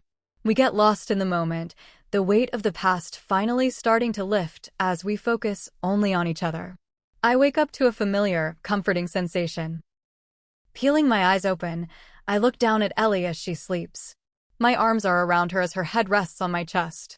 I study every detail of her face, finding new things to appreciate even after all these years. Good morning, she whispers, barely audible. I smile down at her. Good morning, sweetheart, I say, kissing her forehead. She sighs. I think I fell asleep almost instantly. You were exhausted, I remind her. I pull her closer. I'm glad you're here. We stay that way for a while, just talking softly before deciding it's time to start the day. After we both get ready, I sit on the bed as Ellie finishes up. She walks over to me in a comfortable sweater and leggings. I pull her toward me, and she places her arms around my neck. You know, she starts, you never quite answered my question yesterday. Which one? When did the attack happen, Axton? You mentioned a 4-year mark. I take a deep breath, realizing she won't let it go. About 4 years ago, a group of rogues targeted the pack, just as Michael described. It was a massive force. During the conflict, my father was severely injured. I'm so sorry, Axton, she says. He was a strong leader, Ellie. But when my mother was lost during the struggle, he felt it. He couldn't sustain himself after that. Axton, she whispers, tears in her eyes. I pull her into a hug. I didn't know. I know you didn't, I say, pulling back so she can see me. Losing them both was devastating. If I had lost you and Z as well, I don't think I could have continued. Seeing what my father went through, I never want to face that kind of loss. I brush away a tear from her cheek. I promise, Axton. I'm not going anywhere, she says, sealing the promise with a kiss. She pulls away, trying to lighten the mood. What about Alex? I haven't seen her. Alex was hit hard by the loss. But she's resilient. About a year later, she found her mate in a neighboring pack. She's happy now. Ellie smiles. I'm glad to hear that. She always deserved that happiness. I pull her back down onto the bed with me. We have some time before Z or anyone else wakes up. Tell me more about your time away. She smiles, propping herself up. Where should we start? Tell me about how you reached safety, I say. After I left, your Gamma helped me reach out to my brother. Xander's mate is quite skilled. She helped me navigate the risks and get to the other pack safely. She looks down for a moment. She actually has a history with Cortez. She's the one who cast the curse on him after he targeted her. Xander saved her, and they've been living peacefully since. Cortez doesn't know her identity, and we have to keep it that way. I nod. I promise. It stays between us. What happened once you reached your destination? I was nearly at full term. Madden and Layla took me in. But even there, I faced challenges. I was injured by a stray rogue near their border shortly before Z was born. I growl at the thought. I handled the situation, but I had lost strength. During the birth, I felt a surge of energy. It felt like it was coming from you, through our connection. Even though I thought the bond was gone, you were there when I needed you most. She pulls me closer and kisses me. I'm sorry you had to face that without me, I tell her. I promise to be there for everything from now on. Is that so? She laughs. I recall you mentioning wanting a big family once, I tease. She looks shocked. You were listening to my thoughts. She pushes me playfully. That's a total invasion of privacy. We're mates, sweetheart, I say, moving closer. We share everything. I'll have to remember that next time I have a secret, she pouts. I'm all yours, I tell her. Mind and soul. That is very cheesy, she says, laughing. Her laughter is infectious, and I join in. We're about to share another moment when there's a quick knock on the door. Mommy? Daddy? Ellie calls for Z to come in. Good morning. Z yells, jumping onto the bed. Good morning to you too, Ellie says as I pull Z onto my lap. How did you sleep? I ask. Great. No bad dreams, she says, then turns to Ellie. Mommy, can you make breakfast? You don't want me to cook? I ask as Ellie tries to hide a smile. Z shakes her head. Mommy's pancakes are better. Ellie bursts into laughter, and Z joins in. I'm not a bad cook, I defend myself. I'm sorry, Axton, Ellie says, but you do have some room for improvement.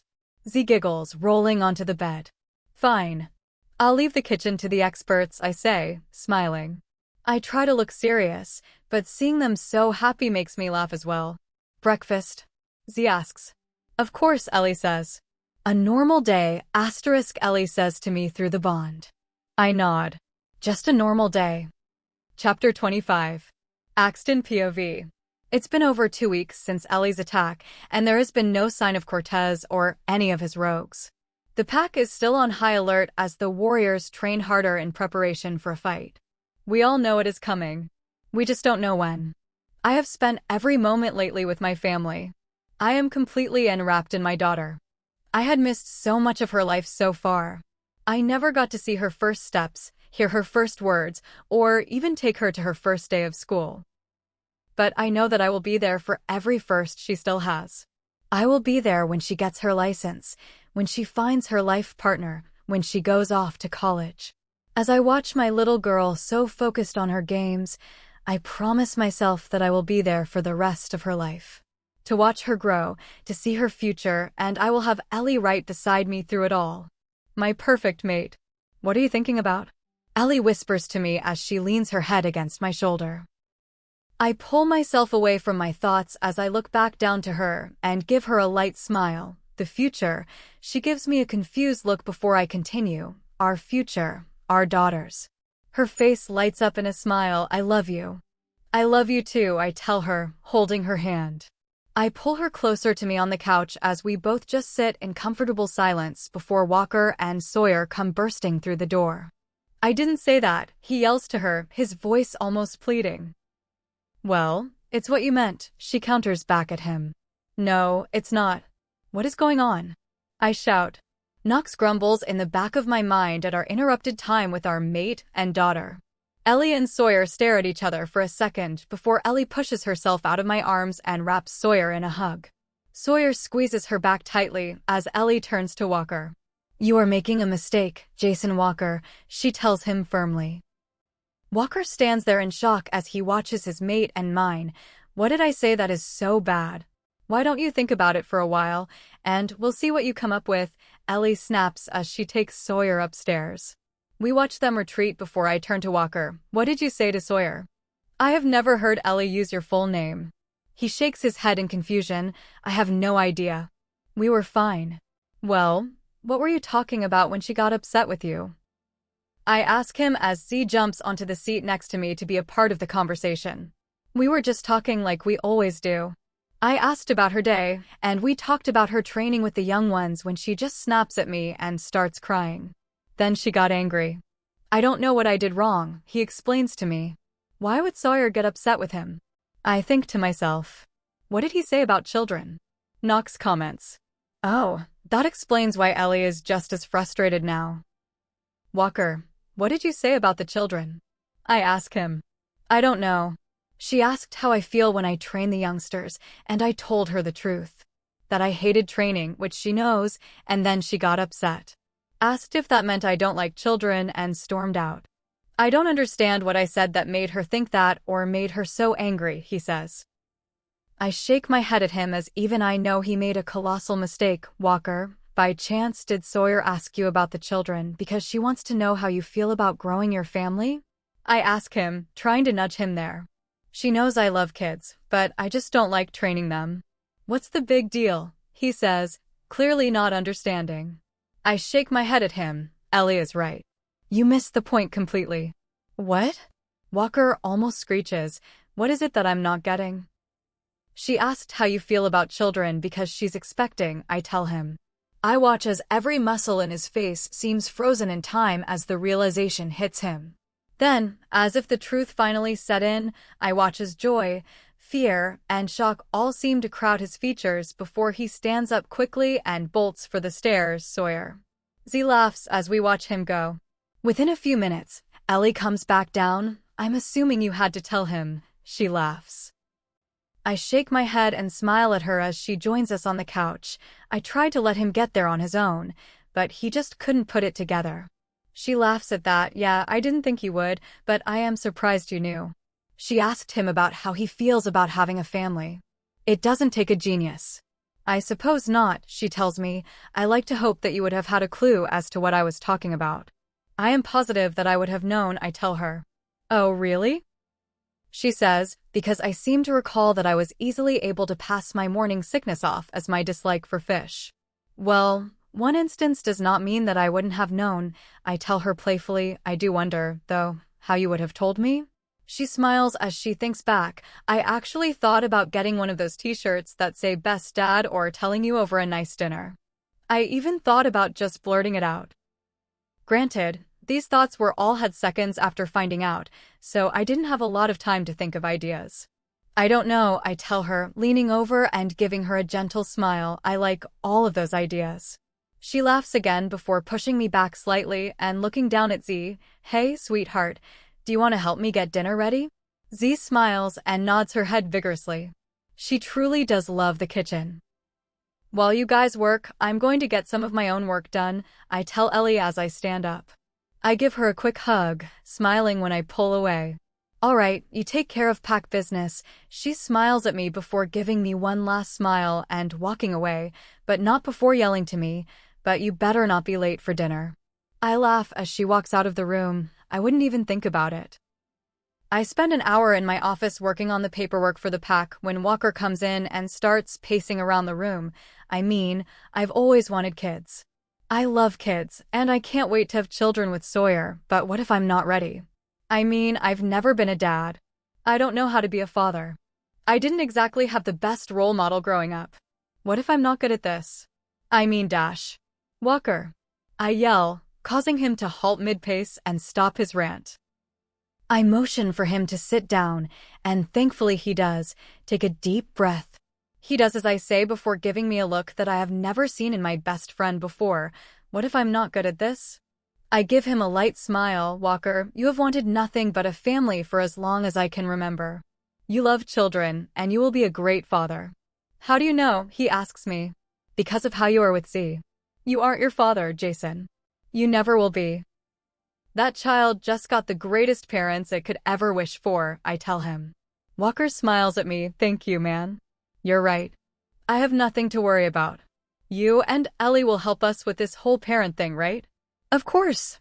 Good. He nods his head as his smile grows even brighter. I'm really happy.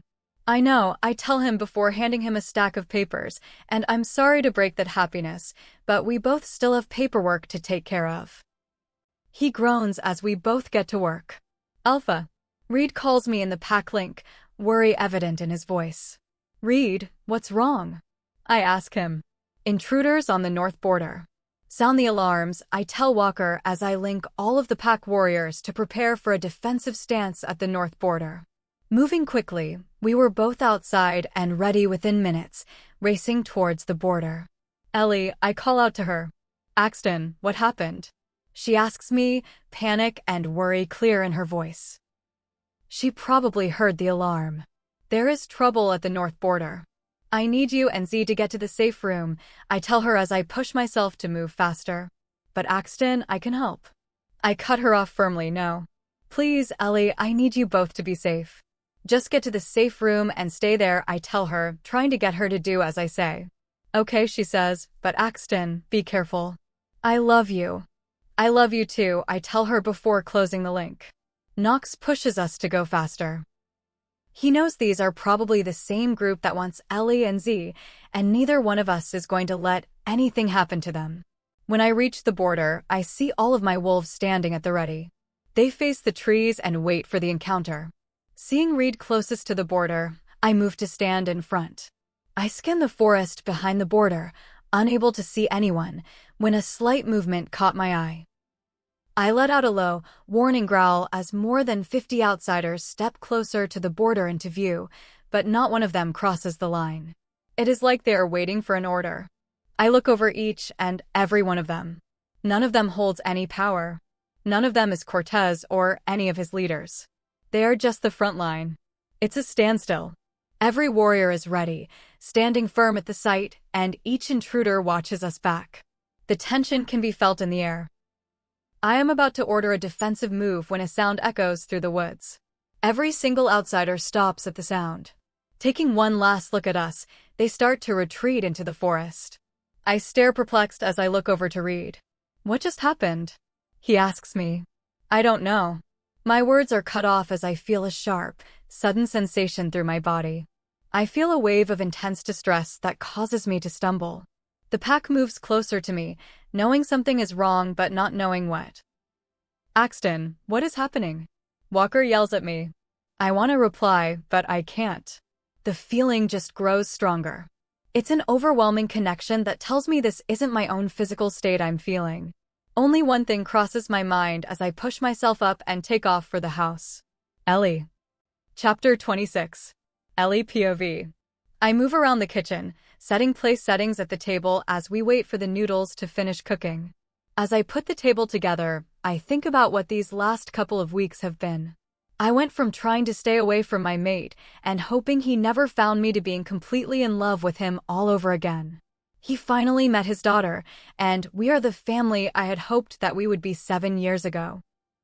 Weirdly enough, all it had taken was one encounter to give me my family. When Axton had told me that he was thinking about the future, I will admit that I'm curious as to what he sees in store. Yeah, just curious? Raylan comments. I can almost see her wolfy smirk. Hey, he says, I am free to roam around in his head. I defend myself from her as I go back to thinking about what is actually in his head, causing my smile to grow even more. What's got you all smiles, huh? Sawyer giggles in my ear, making me jump at her sudden appearance. Oh my, you scared me. I scold her as my heartbeat tries to calm down. How are you doing? Is everything okay with Walker? She laughs at me. No, we talked, and he really made an effort to apologize. I think we are going to be okay. I smile at her and am going to say something when Z runs up to us. Is Annie Sawyer having a baby? Sawyer smiles down at her as she bends down to her level. I am. Z's face lights up in a smile. I hope it's a girl, she says as she jumps up and down. I laugh with Sawyer at her outburst. Mommy, should I go get Daddy for dinner? She asks when she finally settles down after 5 minutes of her listing off names she likes. I think that is a wonderful idea, I tell her before she runs out of the room. Sawyer stands back up, and she says, she is one energetic little girl. You don't even know the half of it, I tell her. She did bring up a good question, though. Oh, what question is that? Sawyer asks me. What do you want? Boy or girl? She bites her lip in thought. I don't know. I always wanted at least 2 kids. A boy and a girl.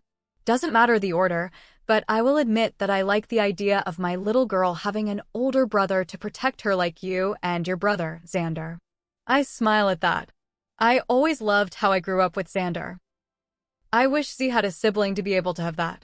That's really sweet. I'm sure, Dash. I was going to say more when an alarm went off. I look at Sawyer as I see the worry in her eyes. We both know what it means. We need to get Z. We both rush out of the room as she and I head toward the office area. Ellie, Axton's voice enters my mind. Axton, what happened?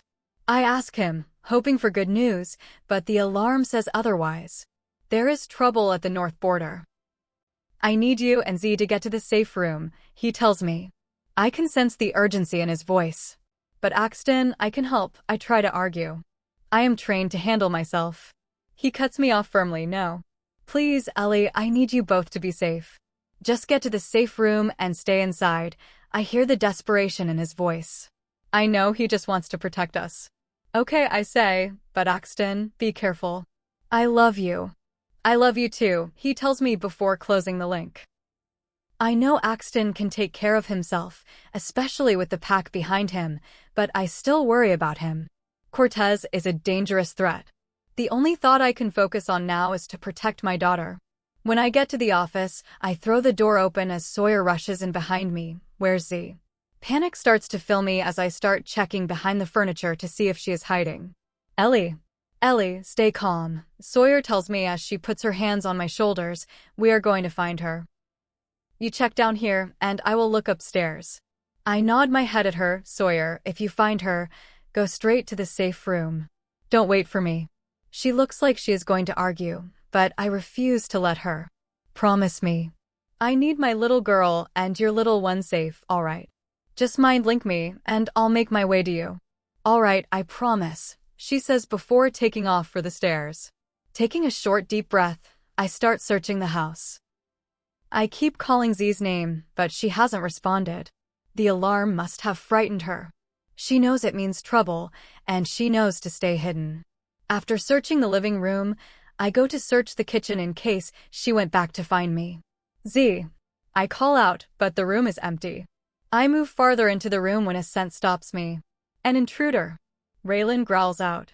Sensing movement behind me, I grab the pot of hot water on my right and swing around. The water splashes the intruder as he cries out.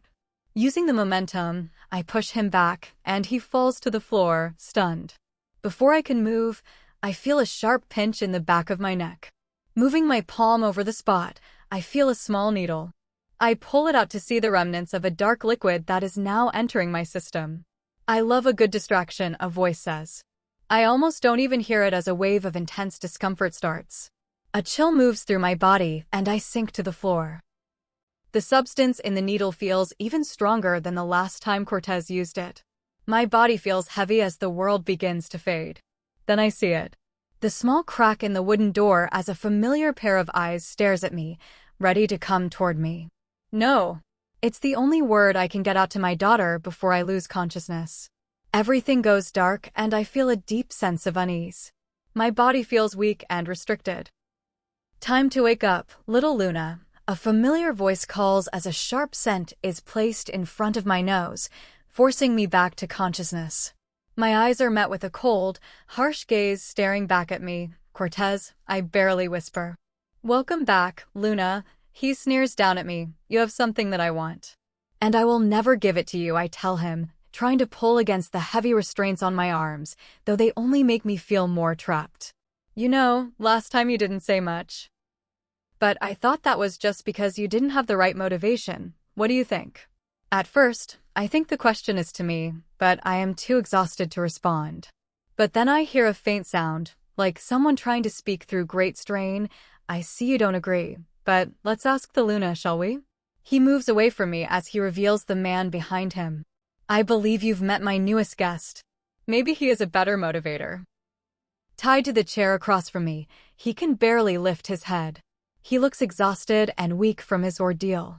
He looks to be struggling. His voice comes out strained as he speaks. Don't tell him anything, Ellie. The second his words are spoken, Cortez reacts harshly. He uses a heavy hand and then points a cold metal object toward the man, causing him to flinch in distress. Rolf. Chapter 27. Ellie POV. I watch in horror as the pressure becomes unbearable. I grit my teeth, refusing to give him any satisfaction or show how much the situation is breaking my heart. Tell me what I want to know.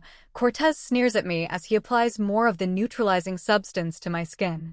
I can't give you what you want. I glare at him, struggling to keep my composure as he tightens the restraints. I believe you can. Cortez smiles before turning his attention to Rolf. Maybe you just need a motivator, huh, Rolf?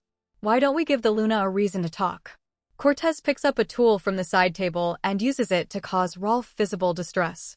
I watch as Rolf's face contorts. But like me, he tries to stay strong. That is, until Cortez brings in one of his magic users. I want the cure, Luna. Now you either give me what I want, or you watch as my friend here makes it very difficult for your dear uncle to breathe. The magic user lifts her hands in front of Rolf's face. He gasps for air as the atmosphere around him seems to thin out. You know what? Cortez smiles at the magic user. Let's increase the pressure. With another movement of her hands, the air seems to press in on him. Rolf tries to cry out, but he is struggling too much to make a sound. Do you know what it's like? To feel so much pressure that it feels like your mind is going to snap. He forces me to watch as Rolf's distress grows. The sheer weight of it, feeling your entire body struggle against the force. Cortez laughs as Rolf winces again. I don't think she understands the stakes. The magic user speaks. Cortez glances down at me. I don't either. Why don't you show her more? The magic user moves in front of Rolf again to continue the spell. Rolf's struggle intensifies, his silent cries echoing in my mind. I can't let him go through this. Stop. The magic user freezes at my outburst as tears start to form. But I refuse to let them fall. Stop. I'll do what you want. Just stop hurting him. Please. Cortez kneels in front of me.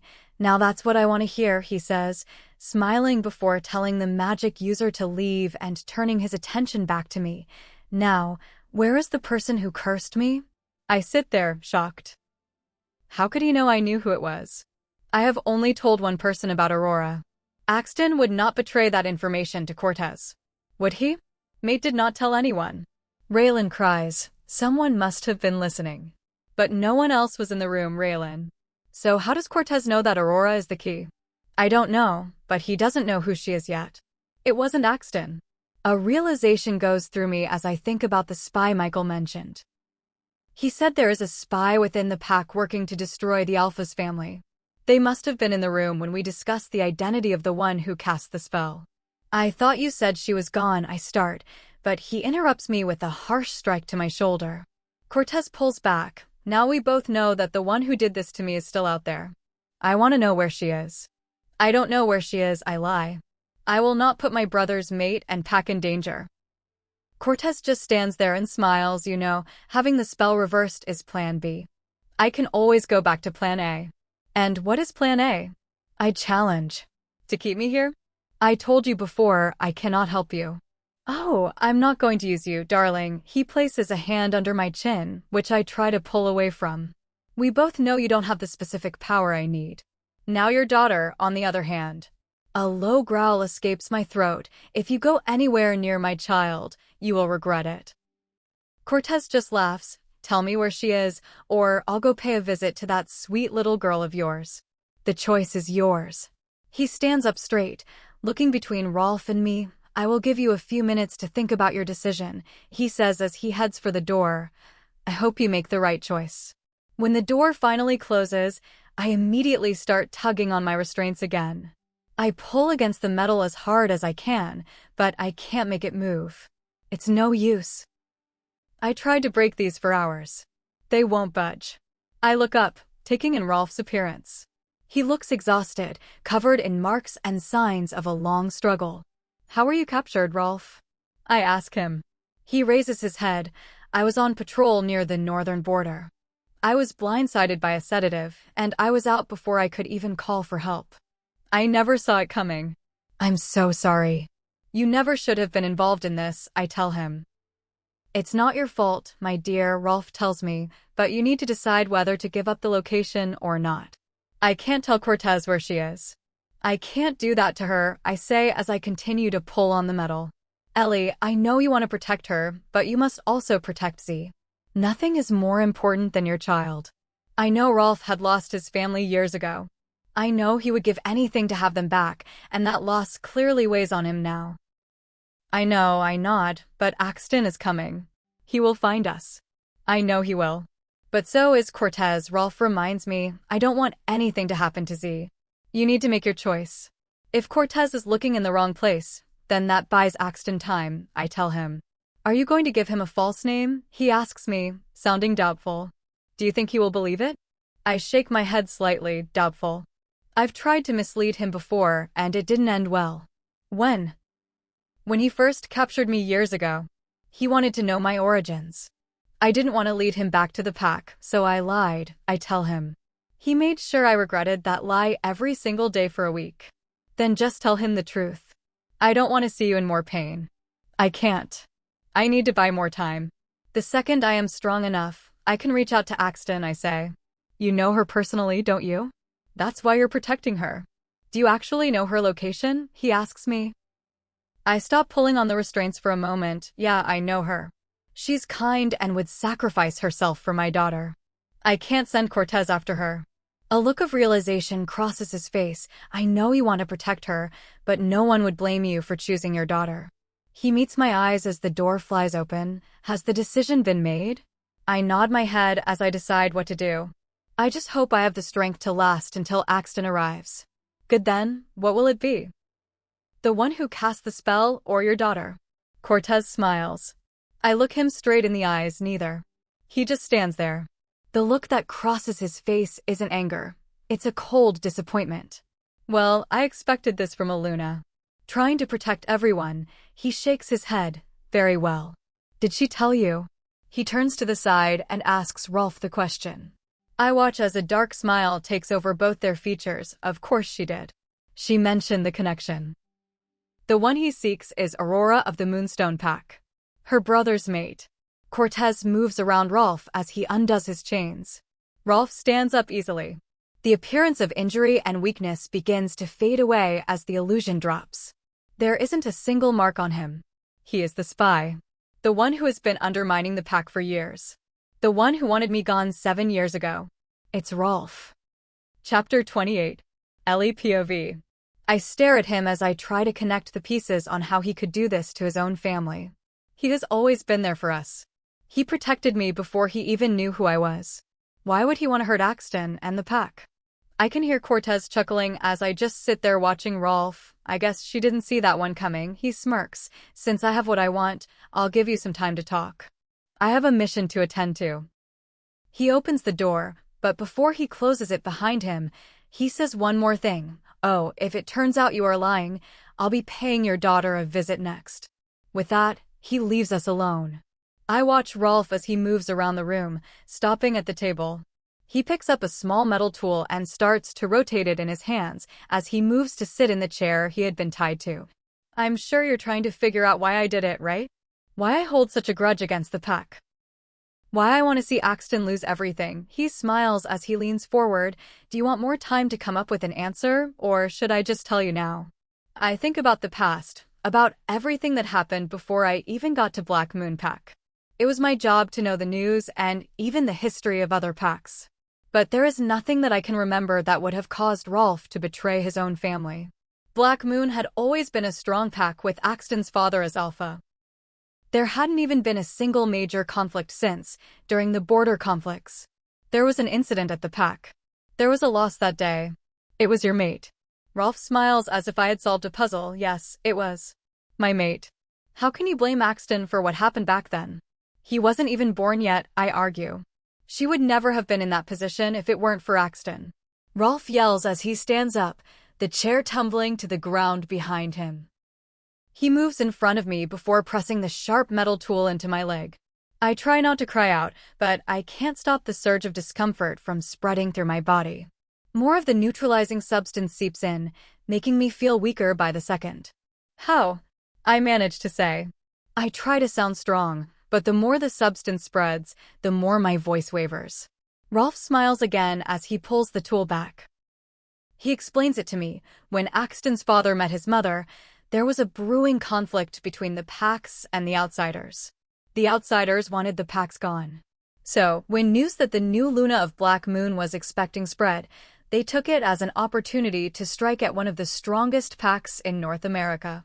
They tried to take her. My voice comes out smaller than I want it to. I know this story. Axton's mother had told me about it. Outsiders had tried to target his mom because she was the heart of the pack, and he was always worried that something similar would happen to me, too. He was terrified of losing us. Now he has, twice, Raylan whines. Her voice is so distant that I can barely feel her presence at all. Yes, they tried. My brother, Axton's father, was so overwhelmed with worry that he decided to go after them without enough support. I warned him that we should wait for our warriors, but he was driven by his instincts. Rolf says, you see, targeting a Luna who is expecting isn't just a personal blow, it's a way to break the spirit of the entire pack leadership. That type of loss can weaken a pack until it no longer exists. What does that have to do with your mate? I ask. My mate was the second-in-command's partner. She was the Luna's best friend. I told her to stay safe, but she refused and insisted on helping. She wanted to protect her friend and the pack. So, my brother let us off, only it was a trap. My mate didn't make it because Axton's father was too focused on his own family to see the danger coming.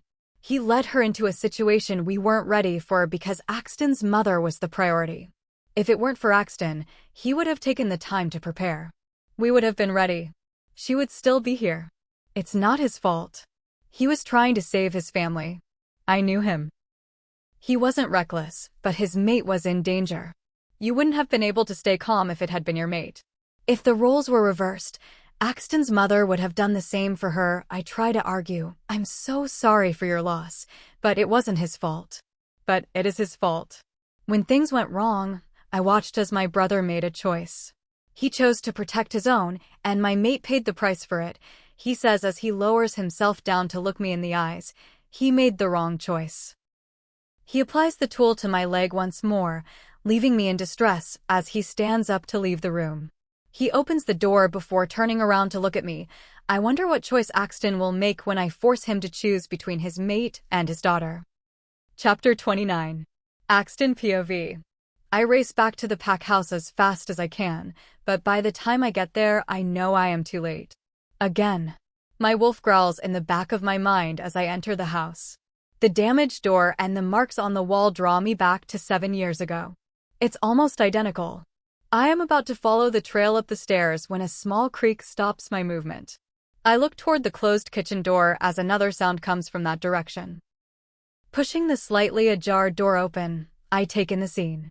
My shoes squish as I step onto the floor covered in water and food, and I look down at a fallen intruder who seems to have been caught in the crossfire of a struggle. I can smell Ellie's scent all around the kitchen. She was always smarter on her feet when it came to defending herself than any other. I hear another light creak come from the cupboards near the sink. Bending down, I pull the cabinets open to reveal my little girl. Z, it's me, I tell her as I pull her out and into my arms. I hug her close as she cries gently against me. It's okay, baby girl. You're safe now. I pull her back slightly so she can see my face. Sweetheart, are you okay? Are you hurt? She shakes her head quickly, telling me she is fine as I use my hand to wipe away her tears. I give her a light smile as she sniffles again. The bad man took mommy. My heart breaks as she says that. He had Ellie.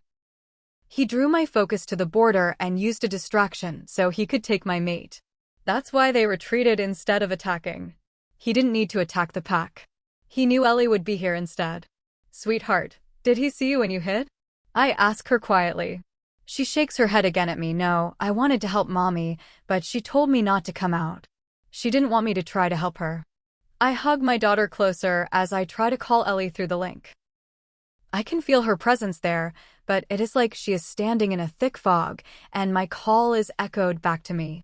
I am so focused on Z and trying to reach Ellie that I almost don't notice Walker and Reed come bursting through the door behind me. Neither says a word as they survey the room. It's Reed who finally breaks the silence. They took her, didn't they? I don't reply since I don't have to. If I knew where Ellie was, I would have her and Z in my arms right now. I would never have let either one of them go. I hug Z tighter to me as she rests her head on my shoulder. Can you reach her through the bond? Walker asks. No. She's cut off from me, I tell them. I don't know what is blocking. I stop mid-sentence as Z keeps tapping on my chest with her fist. I look down at her face to see fear and sadness in her eyes. Two emotions that I never want to see in my daughter, and two that I swear I will make sure she never holds again.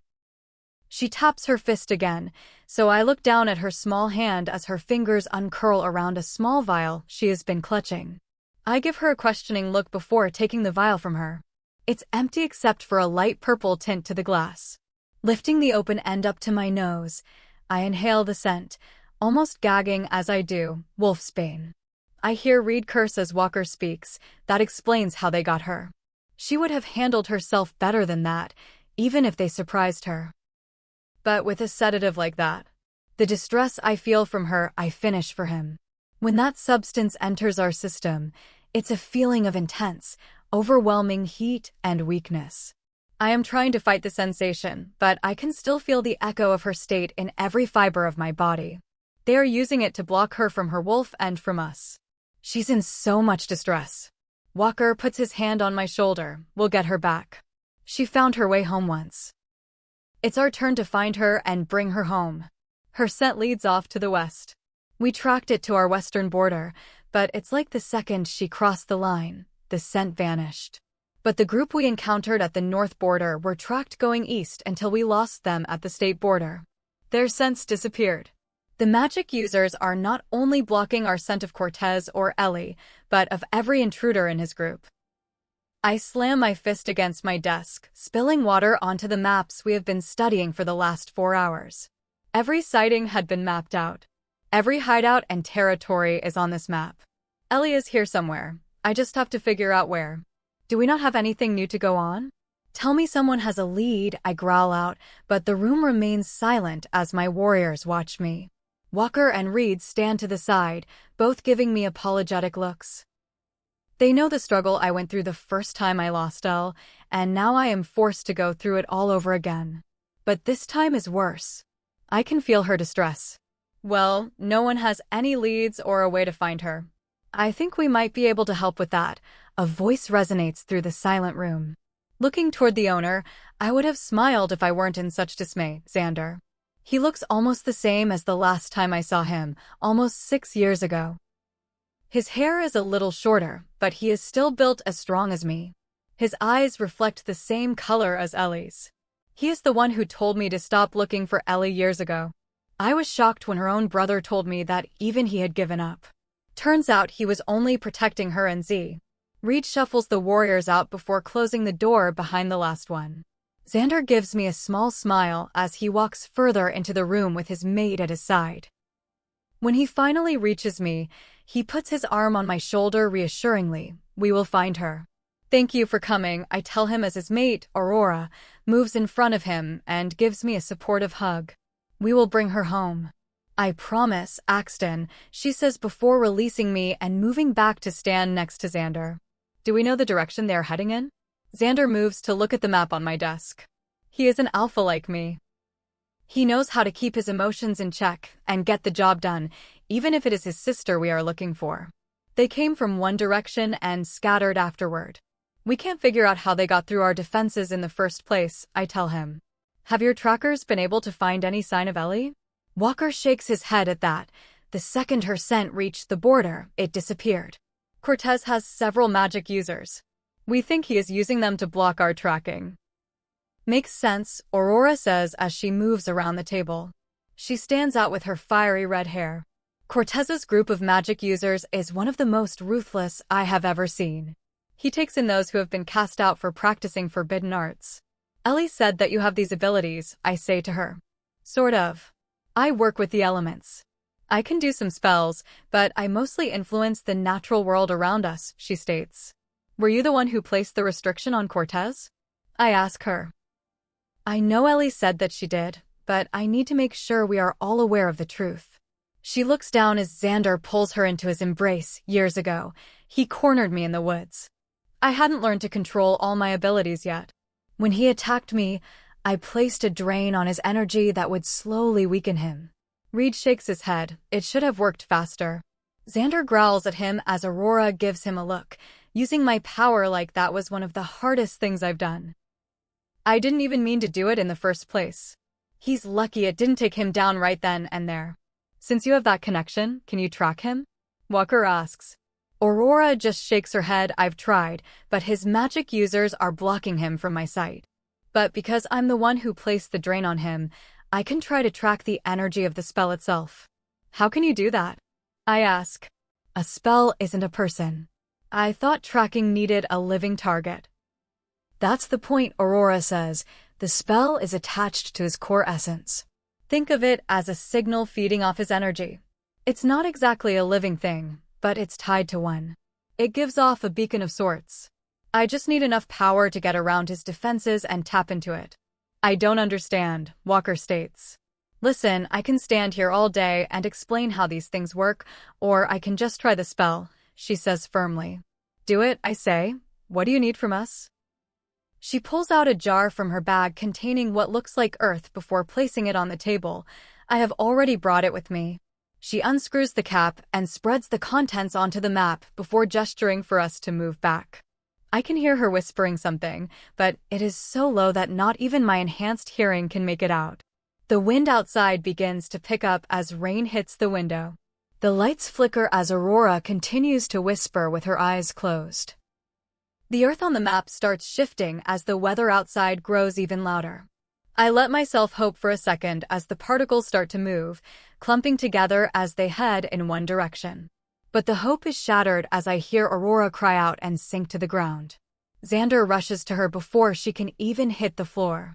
The wind and rain outside quieten as everyone remains silent. Aurora, are you okay? She nods her head as she stands up. His magic users felt me.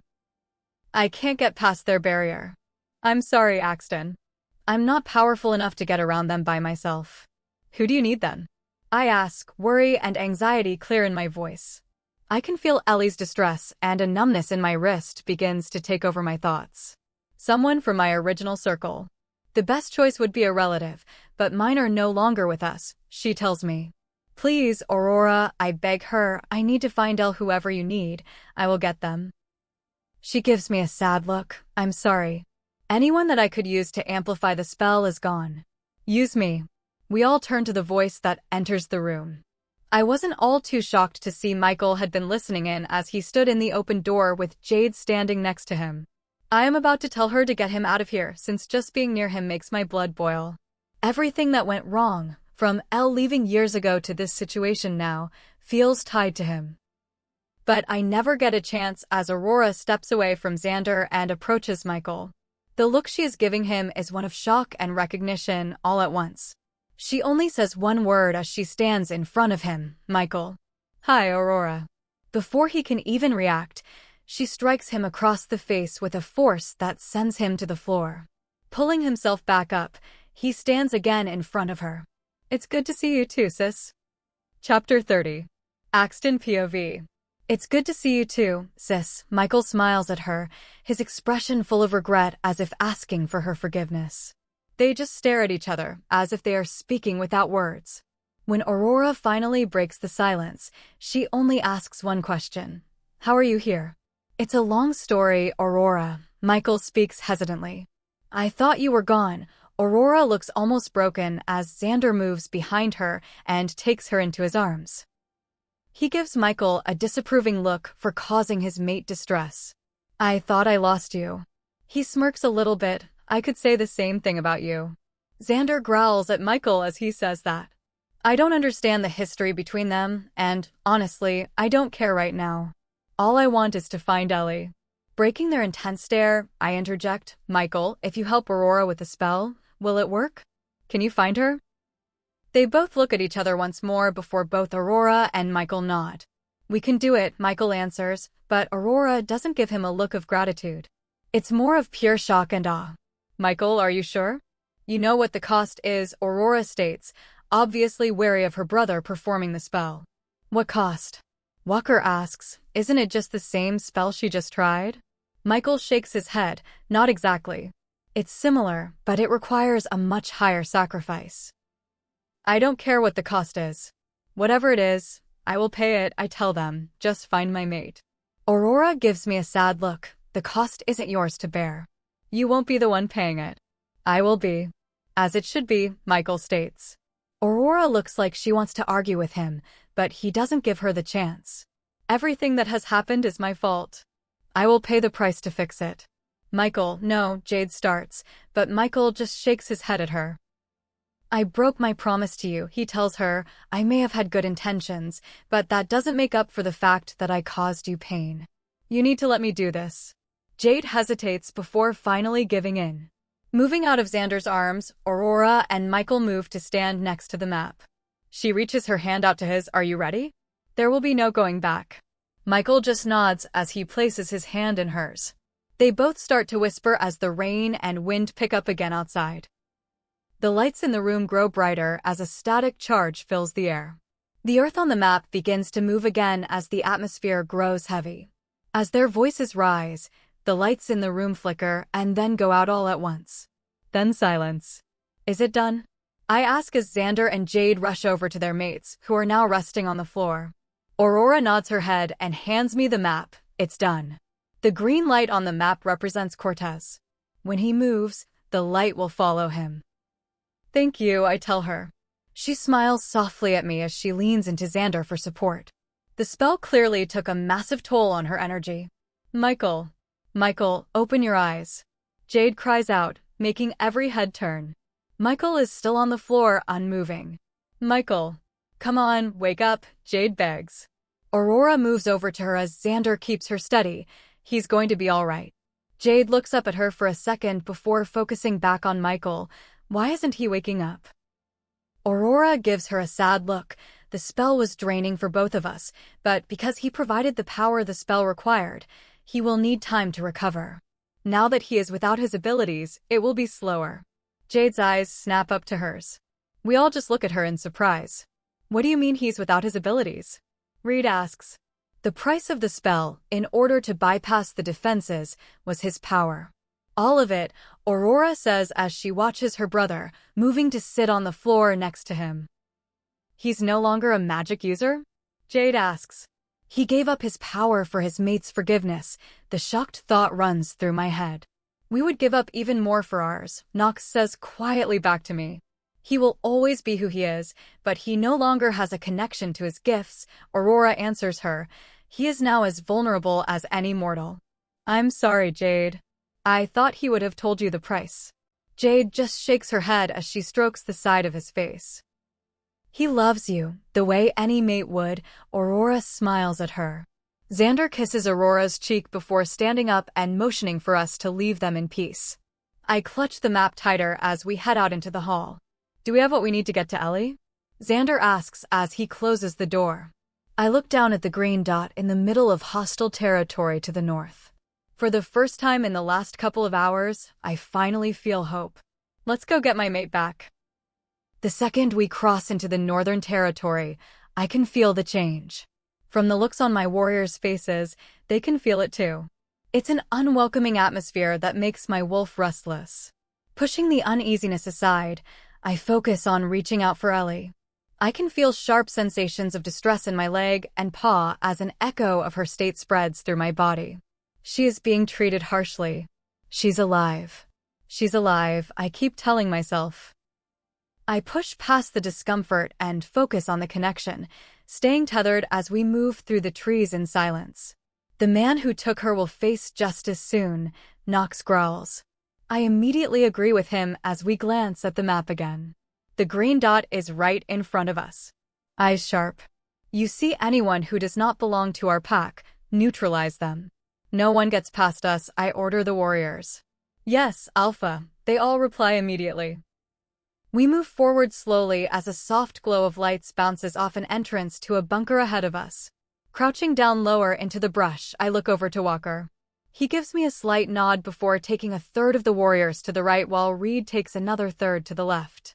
We wait for the wolves to take position as the rest of my pack surrounds them.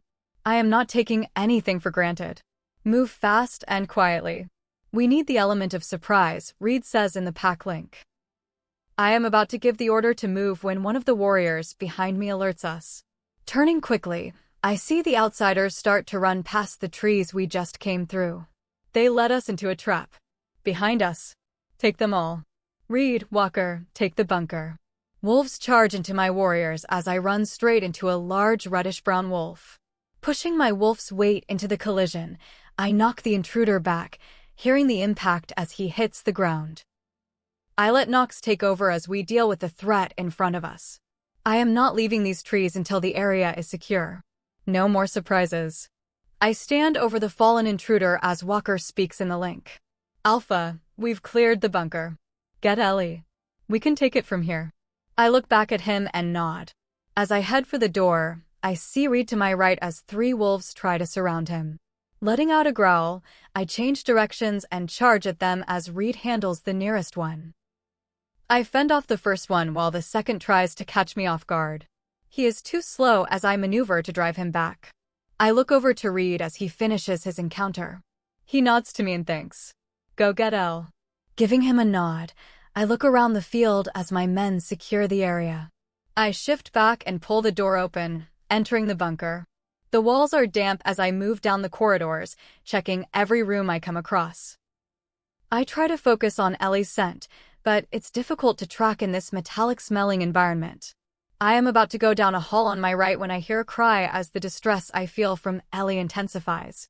I growl and charge toward the noise, bursting through the door at the end of the hall.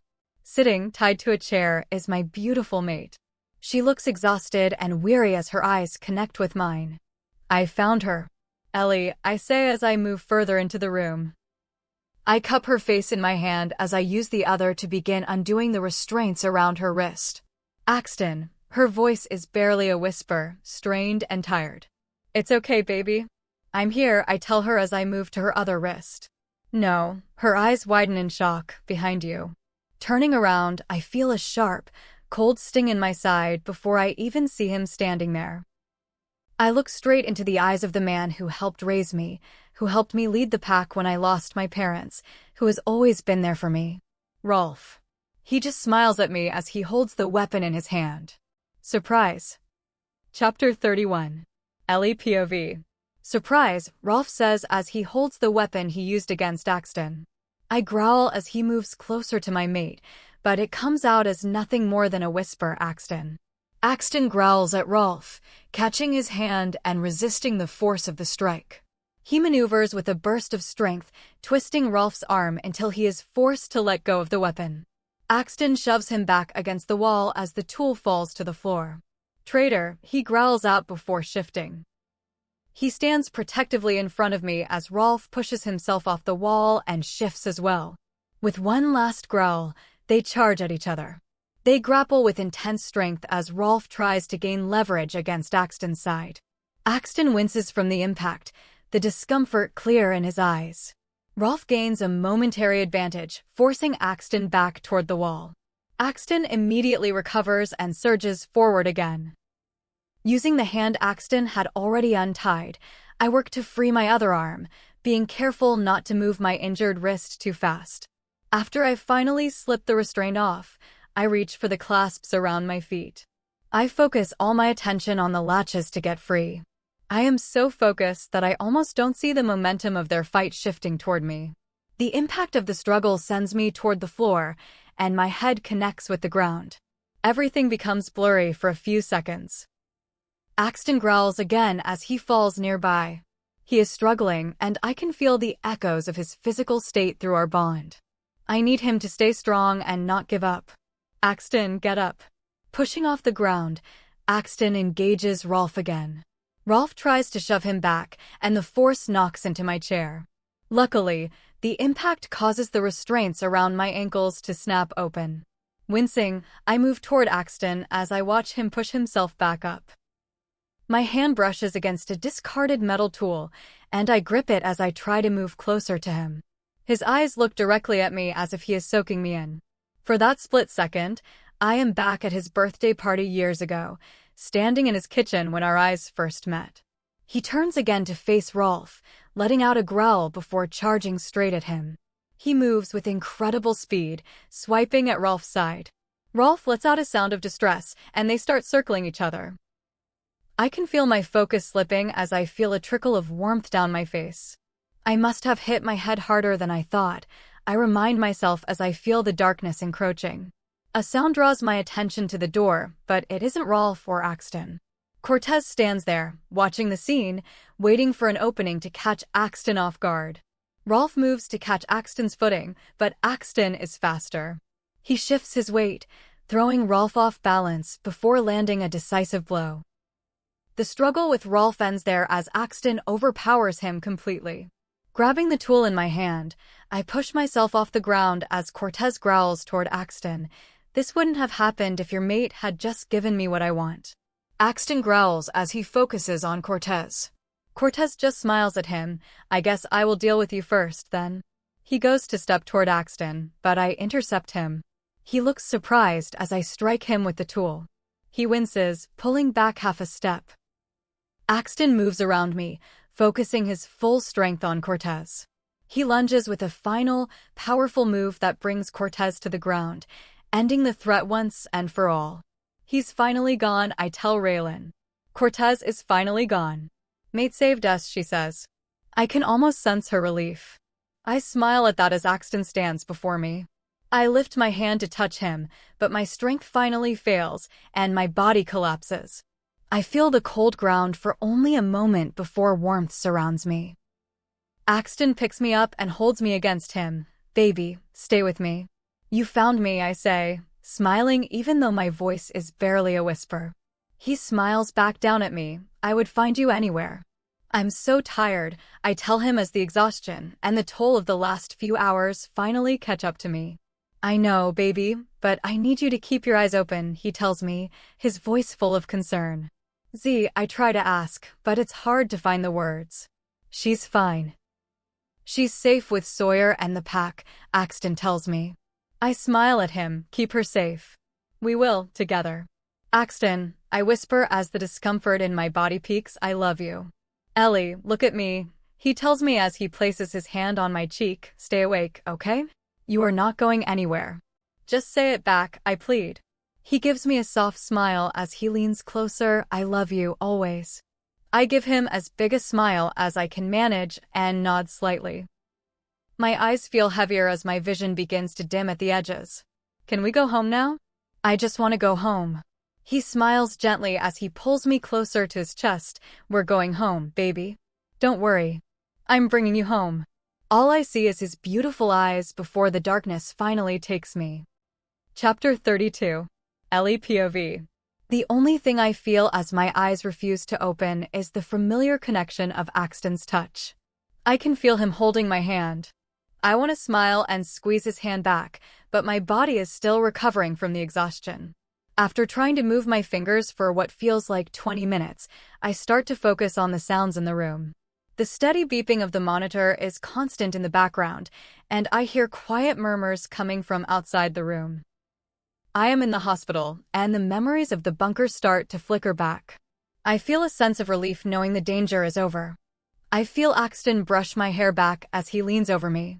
I can smell his scent of honey and woods. Please wake up, Elle. Please, his voice cracks. I need you to open your eyes, baby. I want to tell him that I am trying. I am doing everything to get my body to respond. I am focusing all my will on squeezing his hand, anything to show him I am here. I hear a sound as the door opens. Is she awake yet? Sawyer asks.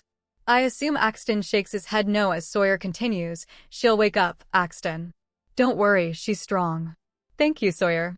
Anytime, she says. Zia's been trying to see her for almost an hour, you know. I know. I didn't want her to be overwhelmed. You can let her in now. I hear the light patter of my little girl's footsteps as she comes rushing into the room. Is Mommy awake? Not yet, sweetheart, Axton answers her. Will she wake up soon? I hope so, he says. We just have to wait for her. Can I help her? I can feel Axton's hesitation, but he gives in as I feel Z's small hand rest on my arm. I feel a sense of warmth and comfort for a few seconds before she stops. Did it work? Axton asks. It worked, I answer him before even realizing my mouth has actually opened. I peel my eyes open slightly as I stare at both of their bright blue eyes, and I give them both a small smile. Mommy, you're awake. Z says happily as she gives me a careful hug. I squeeze her back as best as I can. My entire body is still sore from the ordeal. I was so worried. I'm right here, I tell her as Axton moves to hold both of us. I melt into his embrace, focusing on the steady rhythm of his heart. When he pulls back, Z moves to sit at my side on the bed as Axton holds onto my hand. Thank you for coming back to us. How long was I asleep? I ask, noticing the dark circles under his eyes. 2 days, he tells me. I squeeze his hand. I have been out for 2 days. What happened, Axton? His eyebrows move closer together as he gives me a look of concern. How much do you remember? I tell him what I know. I remember being taken and the confrontation with Rolf. I stop as I notice she is listening. I remember the struggle. Then everything went dark. Axton nods his head slightly. I found you, Ellie. The pack and I secured the bunker and we got you home. You found me. I just got you back. Do you think I would ever let you go?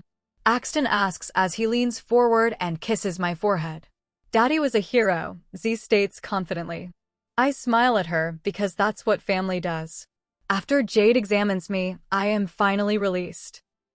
Axton stays right by my side all the way home. I watch Z run into the house, excited about the snow falling outside.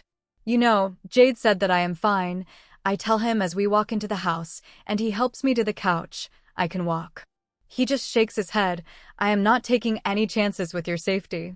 But I'm going to make you something warm. Just stay there, he says. I grab his wrist before he can get too far. Axton, I am okay, I tell him gently. He lets out a deep breath before sitting in front of me. I almost lost you, Ellie. I could feel how much you were struggling when you were gone. It was hard on both of us. So, can you please just let me take care of you? The look he gives me is so sincere that I simply nod. His smile lights up his face as he heads into the kitchen, returning a few minutes later with a cup of hot chocolate. He hands me the mug before joining me on the couch. He stays quiet for a moment in deep thought before finally asking what I know is on his mind. Ellie, you mentioned Rolf. Did he tell you why he did it? Why he turned against the pack? I give him a sad look. He acted out of a very old heartbreak, I tell him, retelling the story Rolf shared. He carried a lot of pain for a very long time. I trusted him. He was a mentor to me, Axton says quietly. I know, I tell him. We sit in silence for a few minutes before I ask how they managed to track the location. It turns out that your brother's mate and Michael are siblings. Wait, what? I'm shocked. I knew Aurora had a brother, but I had no idea it was Michael. And why is Aurora here? She and Michael performed a tracking spell. Since she had that connection to the one we were looking for, they were able to lead us right to you. He tells me as he pulls me closer, but it required a sacrifice. What do you mean? I ask him. In order for the spell to bypass the magical interference, Michael had to give up his gifts. He gave up his power? He knew the cost. He wanted to make amends for the past, Axton tells me. And he wanted to show Jade that he was committed to doing the right thing. And is he okay? I ask. I think they are going to find their way forward, he says. So, what about us? I ask him. For so long, we've been looking over our shoulders. Now he leans forward. As Z says, we start our new chapter. Is that right? I laugh. He laughs with me before giving me a gentle kiss. Mom, Dad, Z yells as she comes running down the hall. She is bundled up in every piece of winter clothing she owns, pink mittens, snow pants, and several scarves. I'm ready for the snow. I can't help but laugh. Are you sure you're going to be warm enough? Axton laughs next to me. I get up from the couch and walk over to Z, crouching down in front of her. Mommy, can we please go play outside? I pretend to think about it, I don't know. If we go outside, what will your dad do? She tilts her head before her face lights up. He can come with us. We both turn to Axton. He plays along with a thoughtful look, but I can see the happiness in his eyes. I suppose I could be persuaded. Z is practically bouncing, please, Daddy. Come outside. We both start laughing. Let's go, I tell her. Before I can even get my boots on, she is out the door, jumping into the fresh snow. She laughs as she plays. I watch from the porch, feeling a deep sense of peace. Axton comes up behind me, wrapping his arms around my waist. This is what I've always wanted. I smile as he continues, our daughter is happy, and I have you right here. I turn in his arms to face him. I love you, Axton. I love you too, Ellie, he says, pulling me closer for another kiss as the snow falls around us. Epilogue. Ellie POV. I move around the tree as I try to find an empty place for the new ornament Sawyer had bought Z. I have finally finished wrapping the decorations around the banister on the stairs. Sawyer exclaims loudly as she walks into the living room. She is finally showing with her little wobble in her step. You finished. Walker follows her in, joining her on the couch. I did all the work. She just smiles at him. It was a team effort. We both just laugh as she says that. Mommy. Z comes running into the room with Reed behind her. Uncle Reed helped me finish wrapping Daddy's present. You did. She nods her head vigorously. Thank you. You did such a good job. I smile at her as I admire the perfect wrapping with the bow on top. Where is Axton anyway? Walker asks. He's finishing a call with Xander and Aurora. He should be here in a few minutes, Reed answers as he joins them on the couch. I hear a knock on the door before someone opens it. Jade sticks her head in the doorway. Merry Christmas. Hey, I exclaim as I give her a hug, and Michael takes her coat from her. I didn't think you would make it on time. Oh, trust me, I didn't think we would either, Michael whispers to me, causing me to laugh. He hasn't changed at all, even without his old abilities. He is still caring and sweet, and from what Jade has told me, he has been a wonderful partner. She forgave him for his past mistakes once he proved his commitment after the incident with the spell, and they have been happy since. What is it about the holidays that makes everyone so busy at the clinic? I just don't get it, Jade says as she laughs. Too much excitement and family time can be overwhelming for anyone, Walker answers her as he comes into the room. We all laugh at that. Axton, everyone is here. Are you on your way? I call out in our mind link. I am right here, he whispers back to me as his arms wrap around my waist and he rests his chin on my shoulder. I turn my head to look at him. Merry Christmas. He smiles at me before looking up. I follow his gaze to the mistletoe he apparently had hung earlier. Smiling again, he turns me in his arms and pulls me into a sweet, lingering kiss. He pulls away. Merry Christmas to you too. Hey lovebirds, read jokes, grabbing our attention, present time. We laugh along with everyone else as we move to sit around the Christmas tree. Axton sits in a large chair before pulling me to sit with him. We joke around for a while as we all exchange gifts. As we pass around our gifts to each other, we have Z start to open a few of hers from the pile that had formed. I lean closer to Axton. What didn't you buy her? Nothing, he says, looking a little guilty but also smiling brightly. I wanted to make sure she had everything she wished for. I laugh at that as I lean into him. We watch our daughter as she bounces up and down at the gifts she received. Everyone is talking and opening presents as laughter fills the room. I don't think I could be any happier than I am right now. After everything that's happened these last 7 years, I have my mate back, a wonderful daughter, and my family and friends around me. Reaching down, I pick up the present Z had wrapped for Axton before handing it to him. What is this? This is your present. I smile at him. He smiles back at me before opening the paper to reveal a small white box. Opening the box, he picks up the pair of tiny blue shoes inside. He gives them a curious look before looking at me with pure joy. Ellie, are you? I bite my lip happily as I nod my head. I'm expecting. We're having another baby? Axton smiles. Yes. Axton doesn't waste any time before kissing me again. There is so much love and happiness in that one moment. I feel a rush of warmth as he pulls me closer to him. When we finally pull away, neither one of us can stop smiling. I love you so much, Ellie, Axton tells me. I love you too, Axton. The end.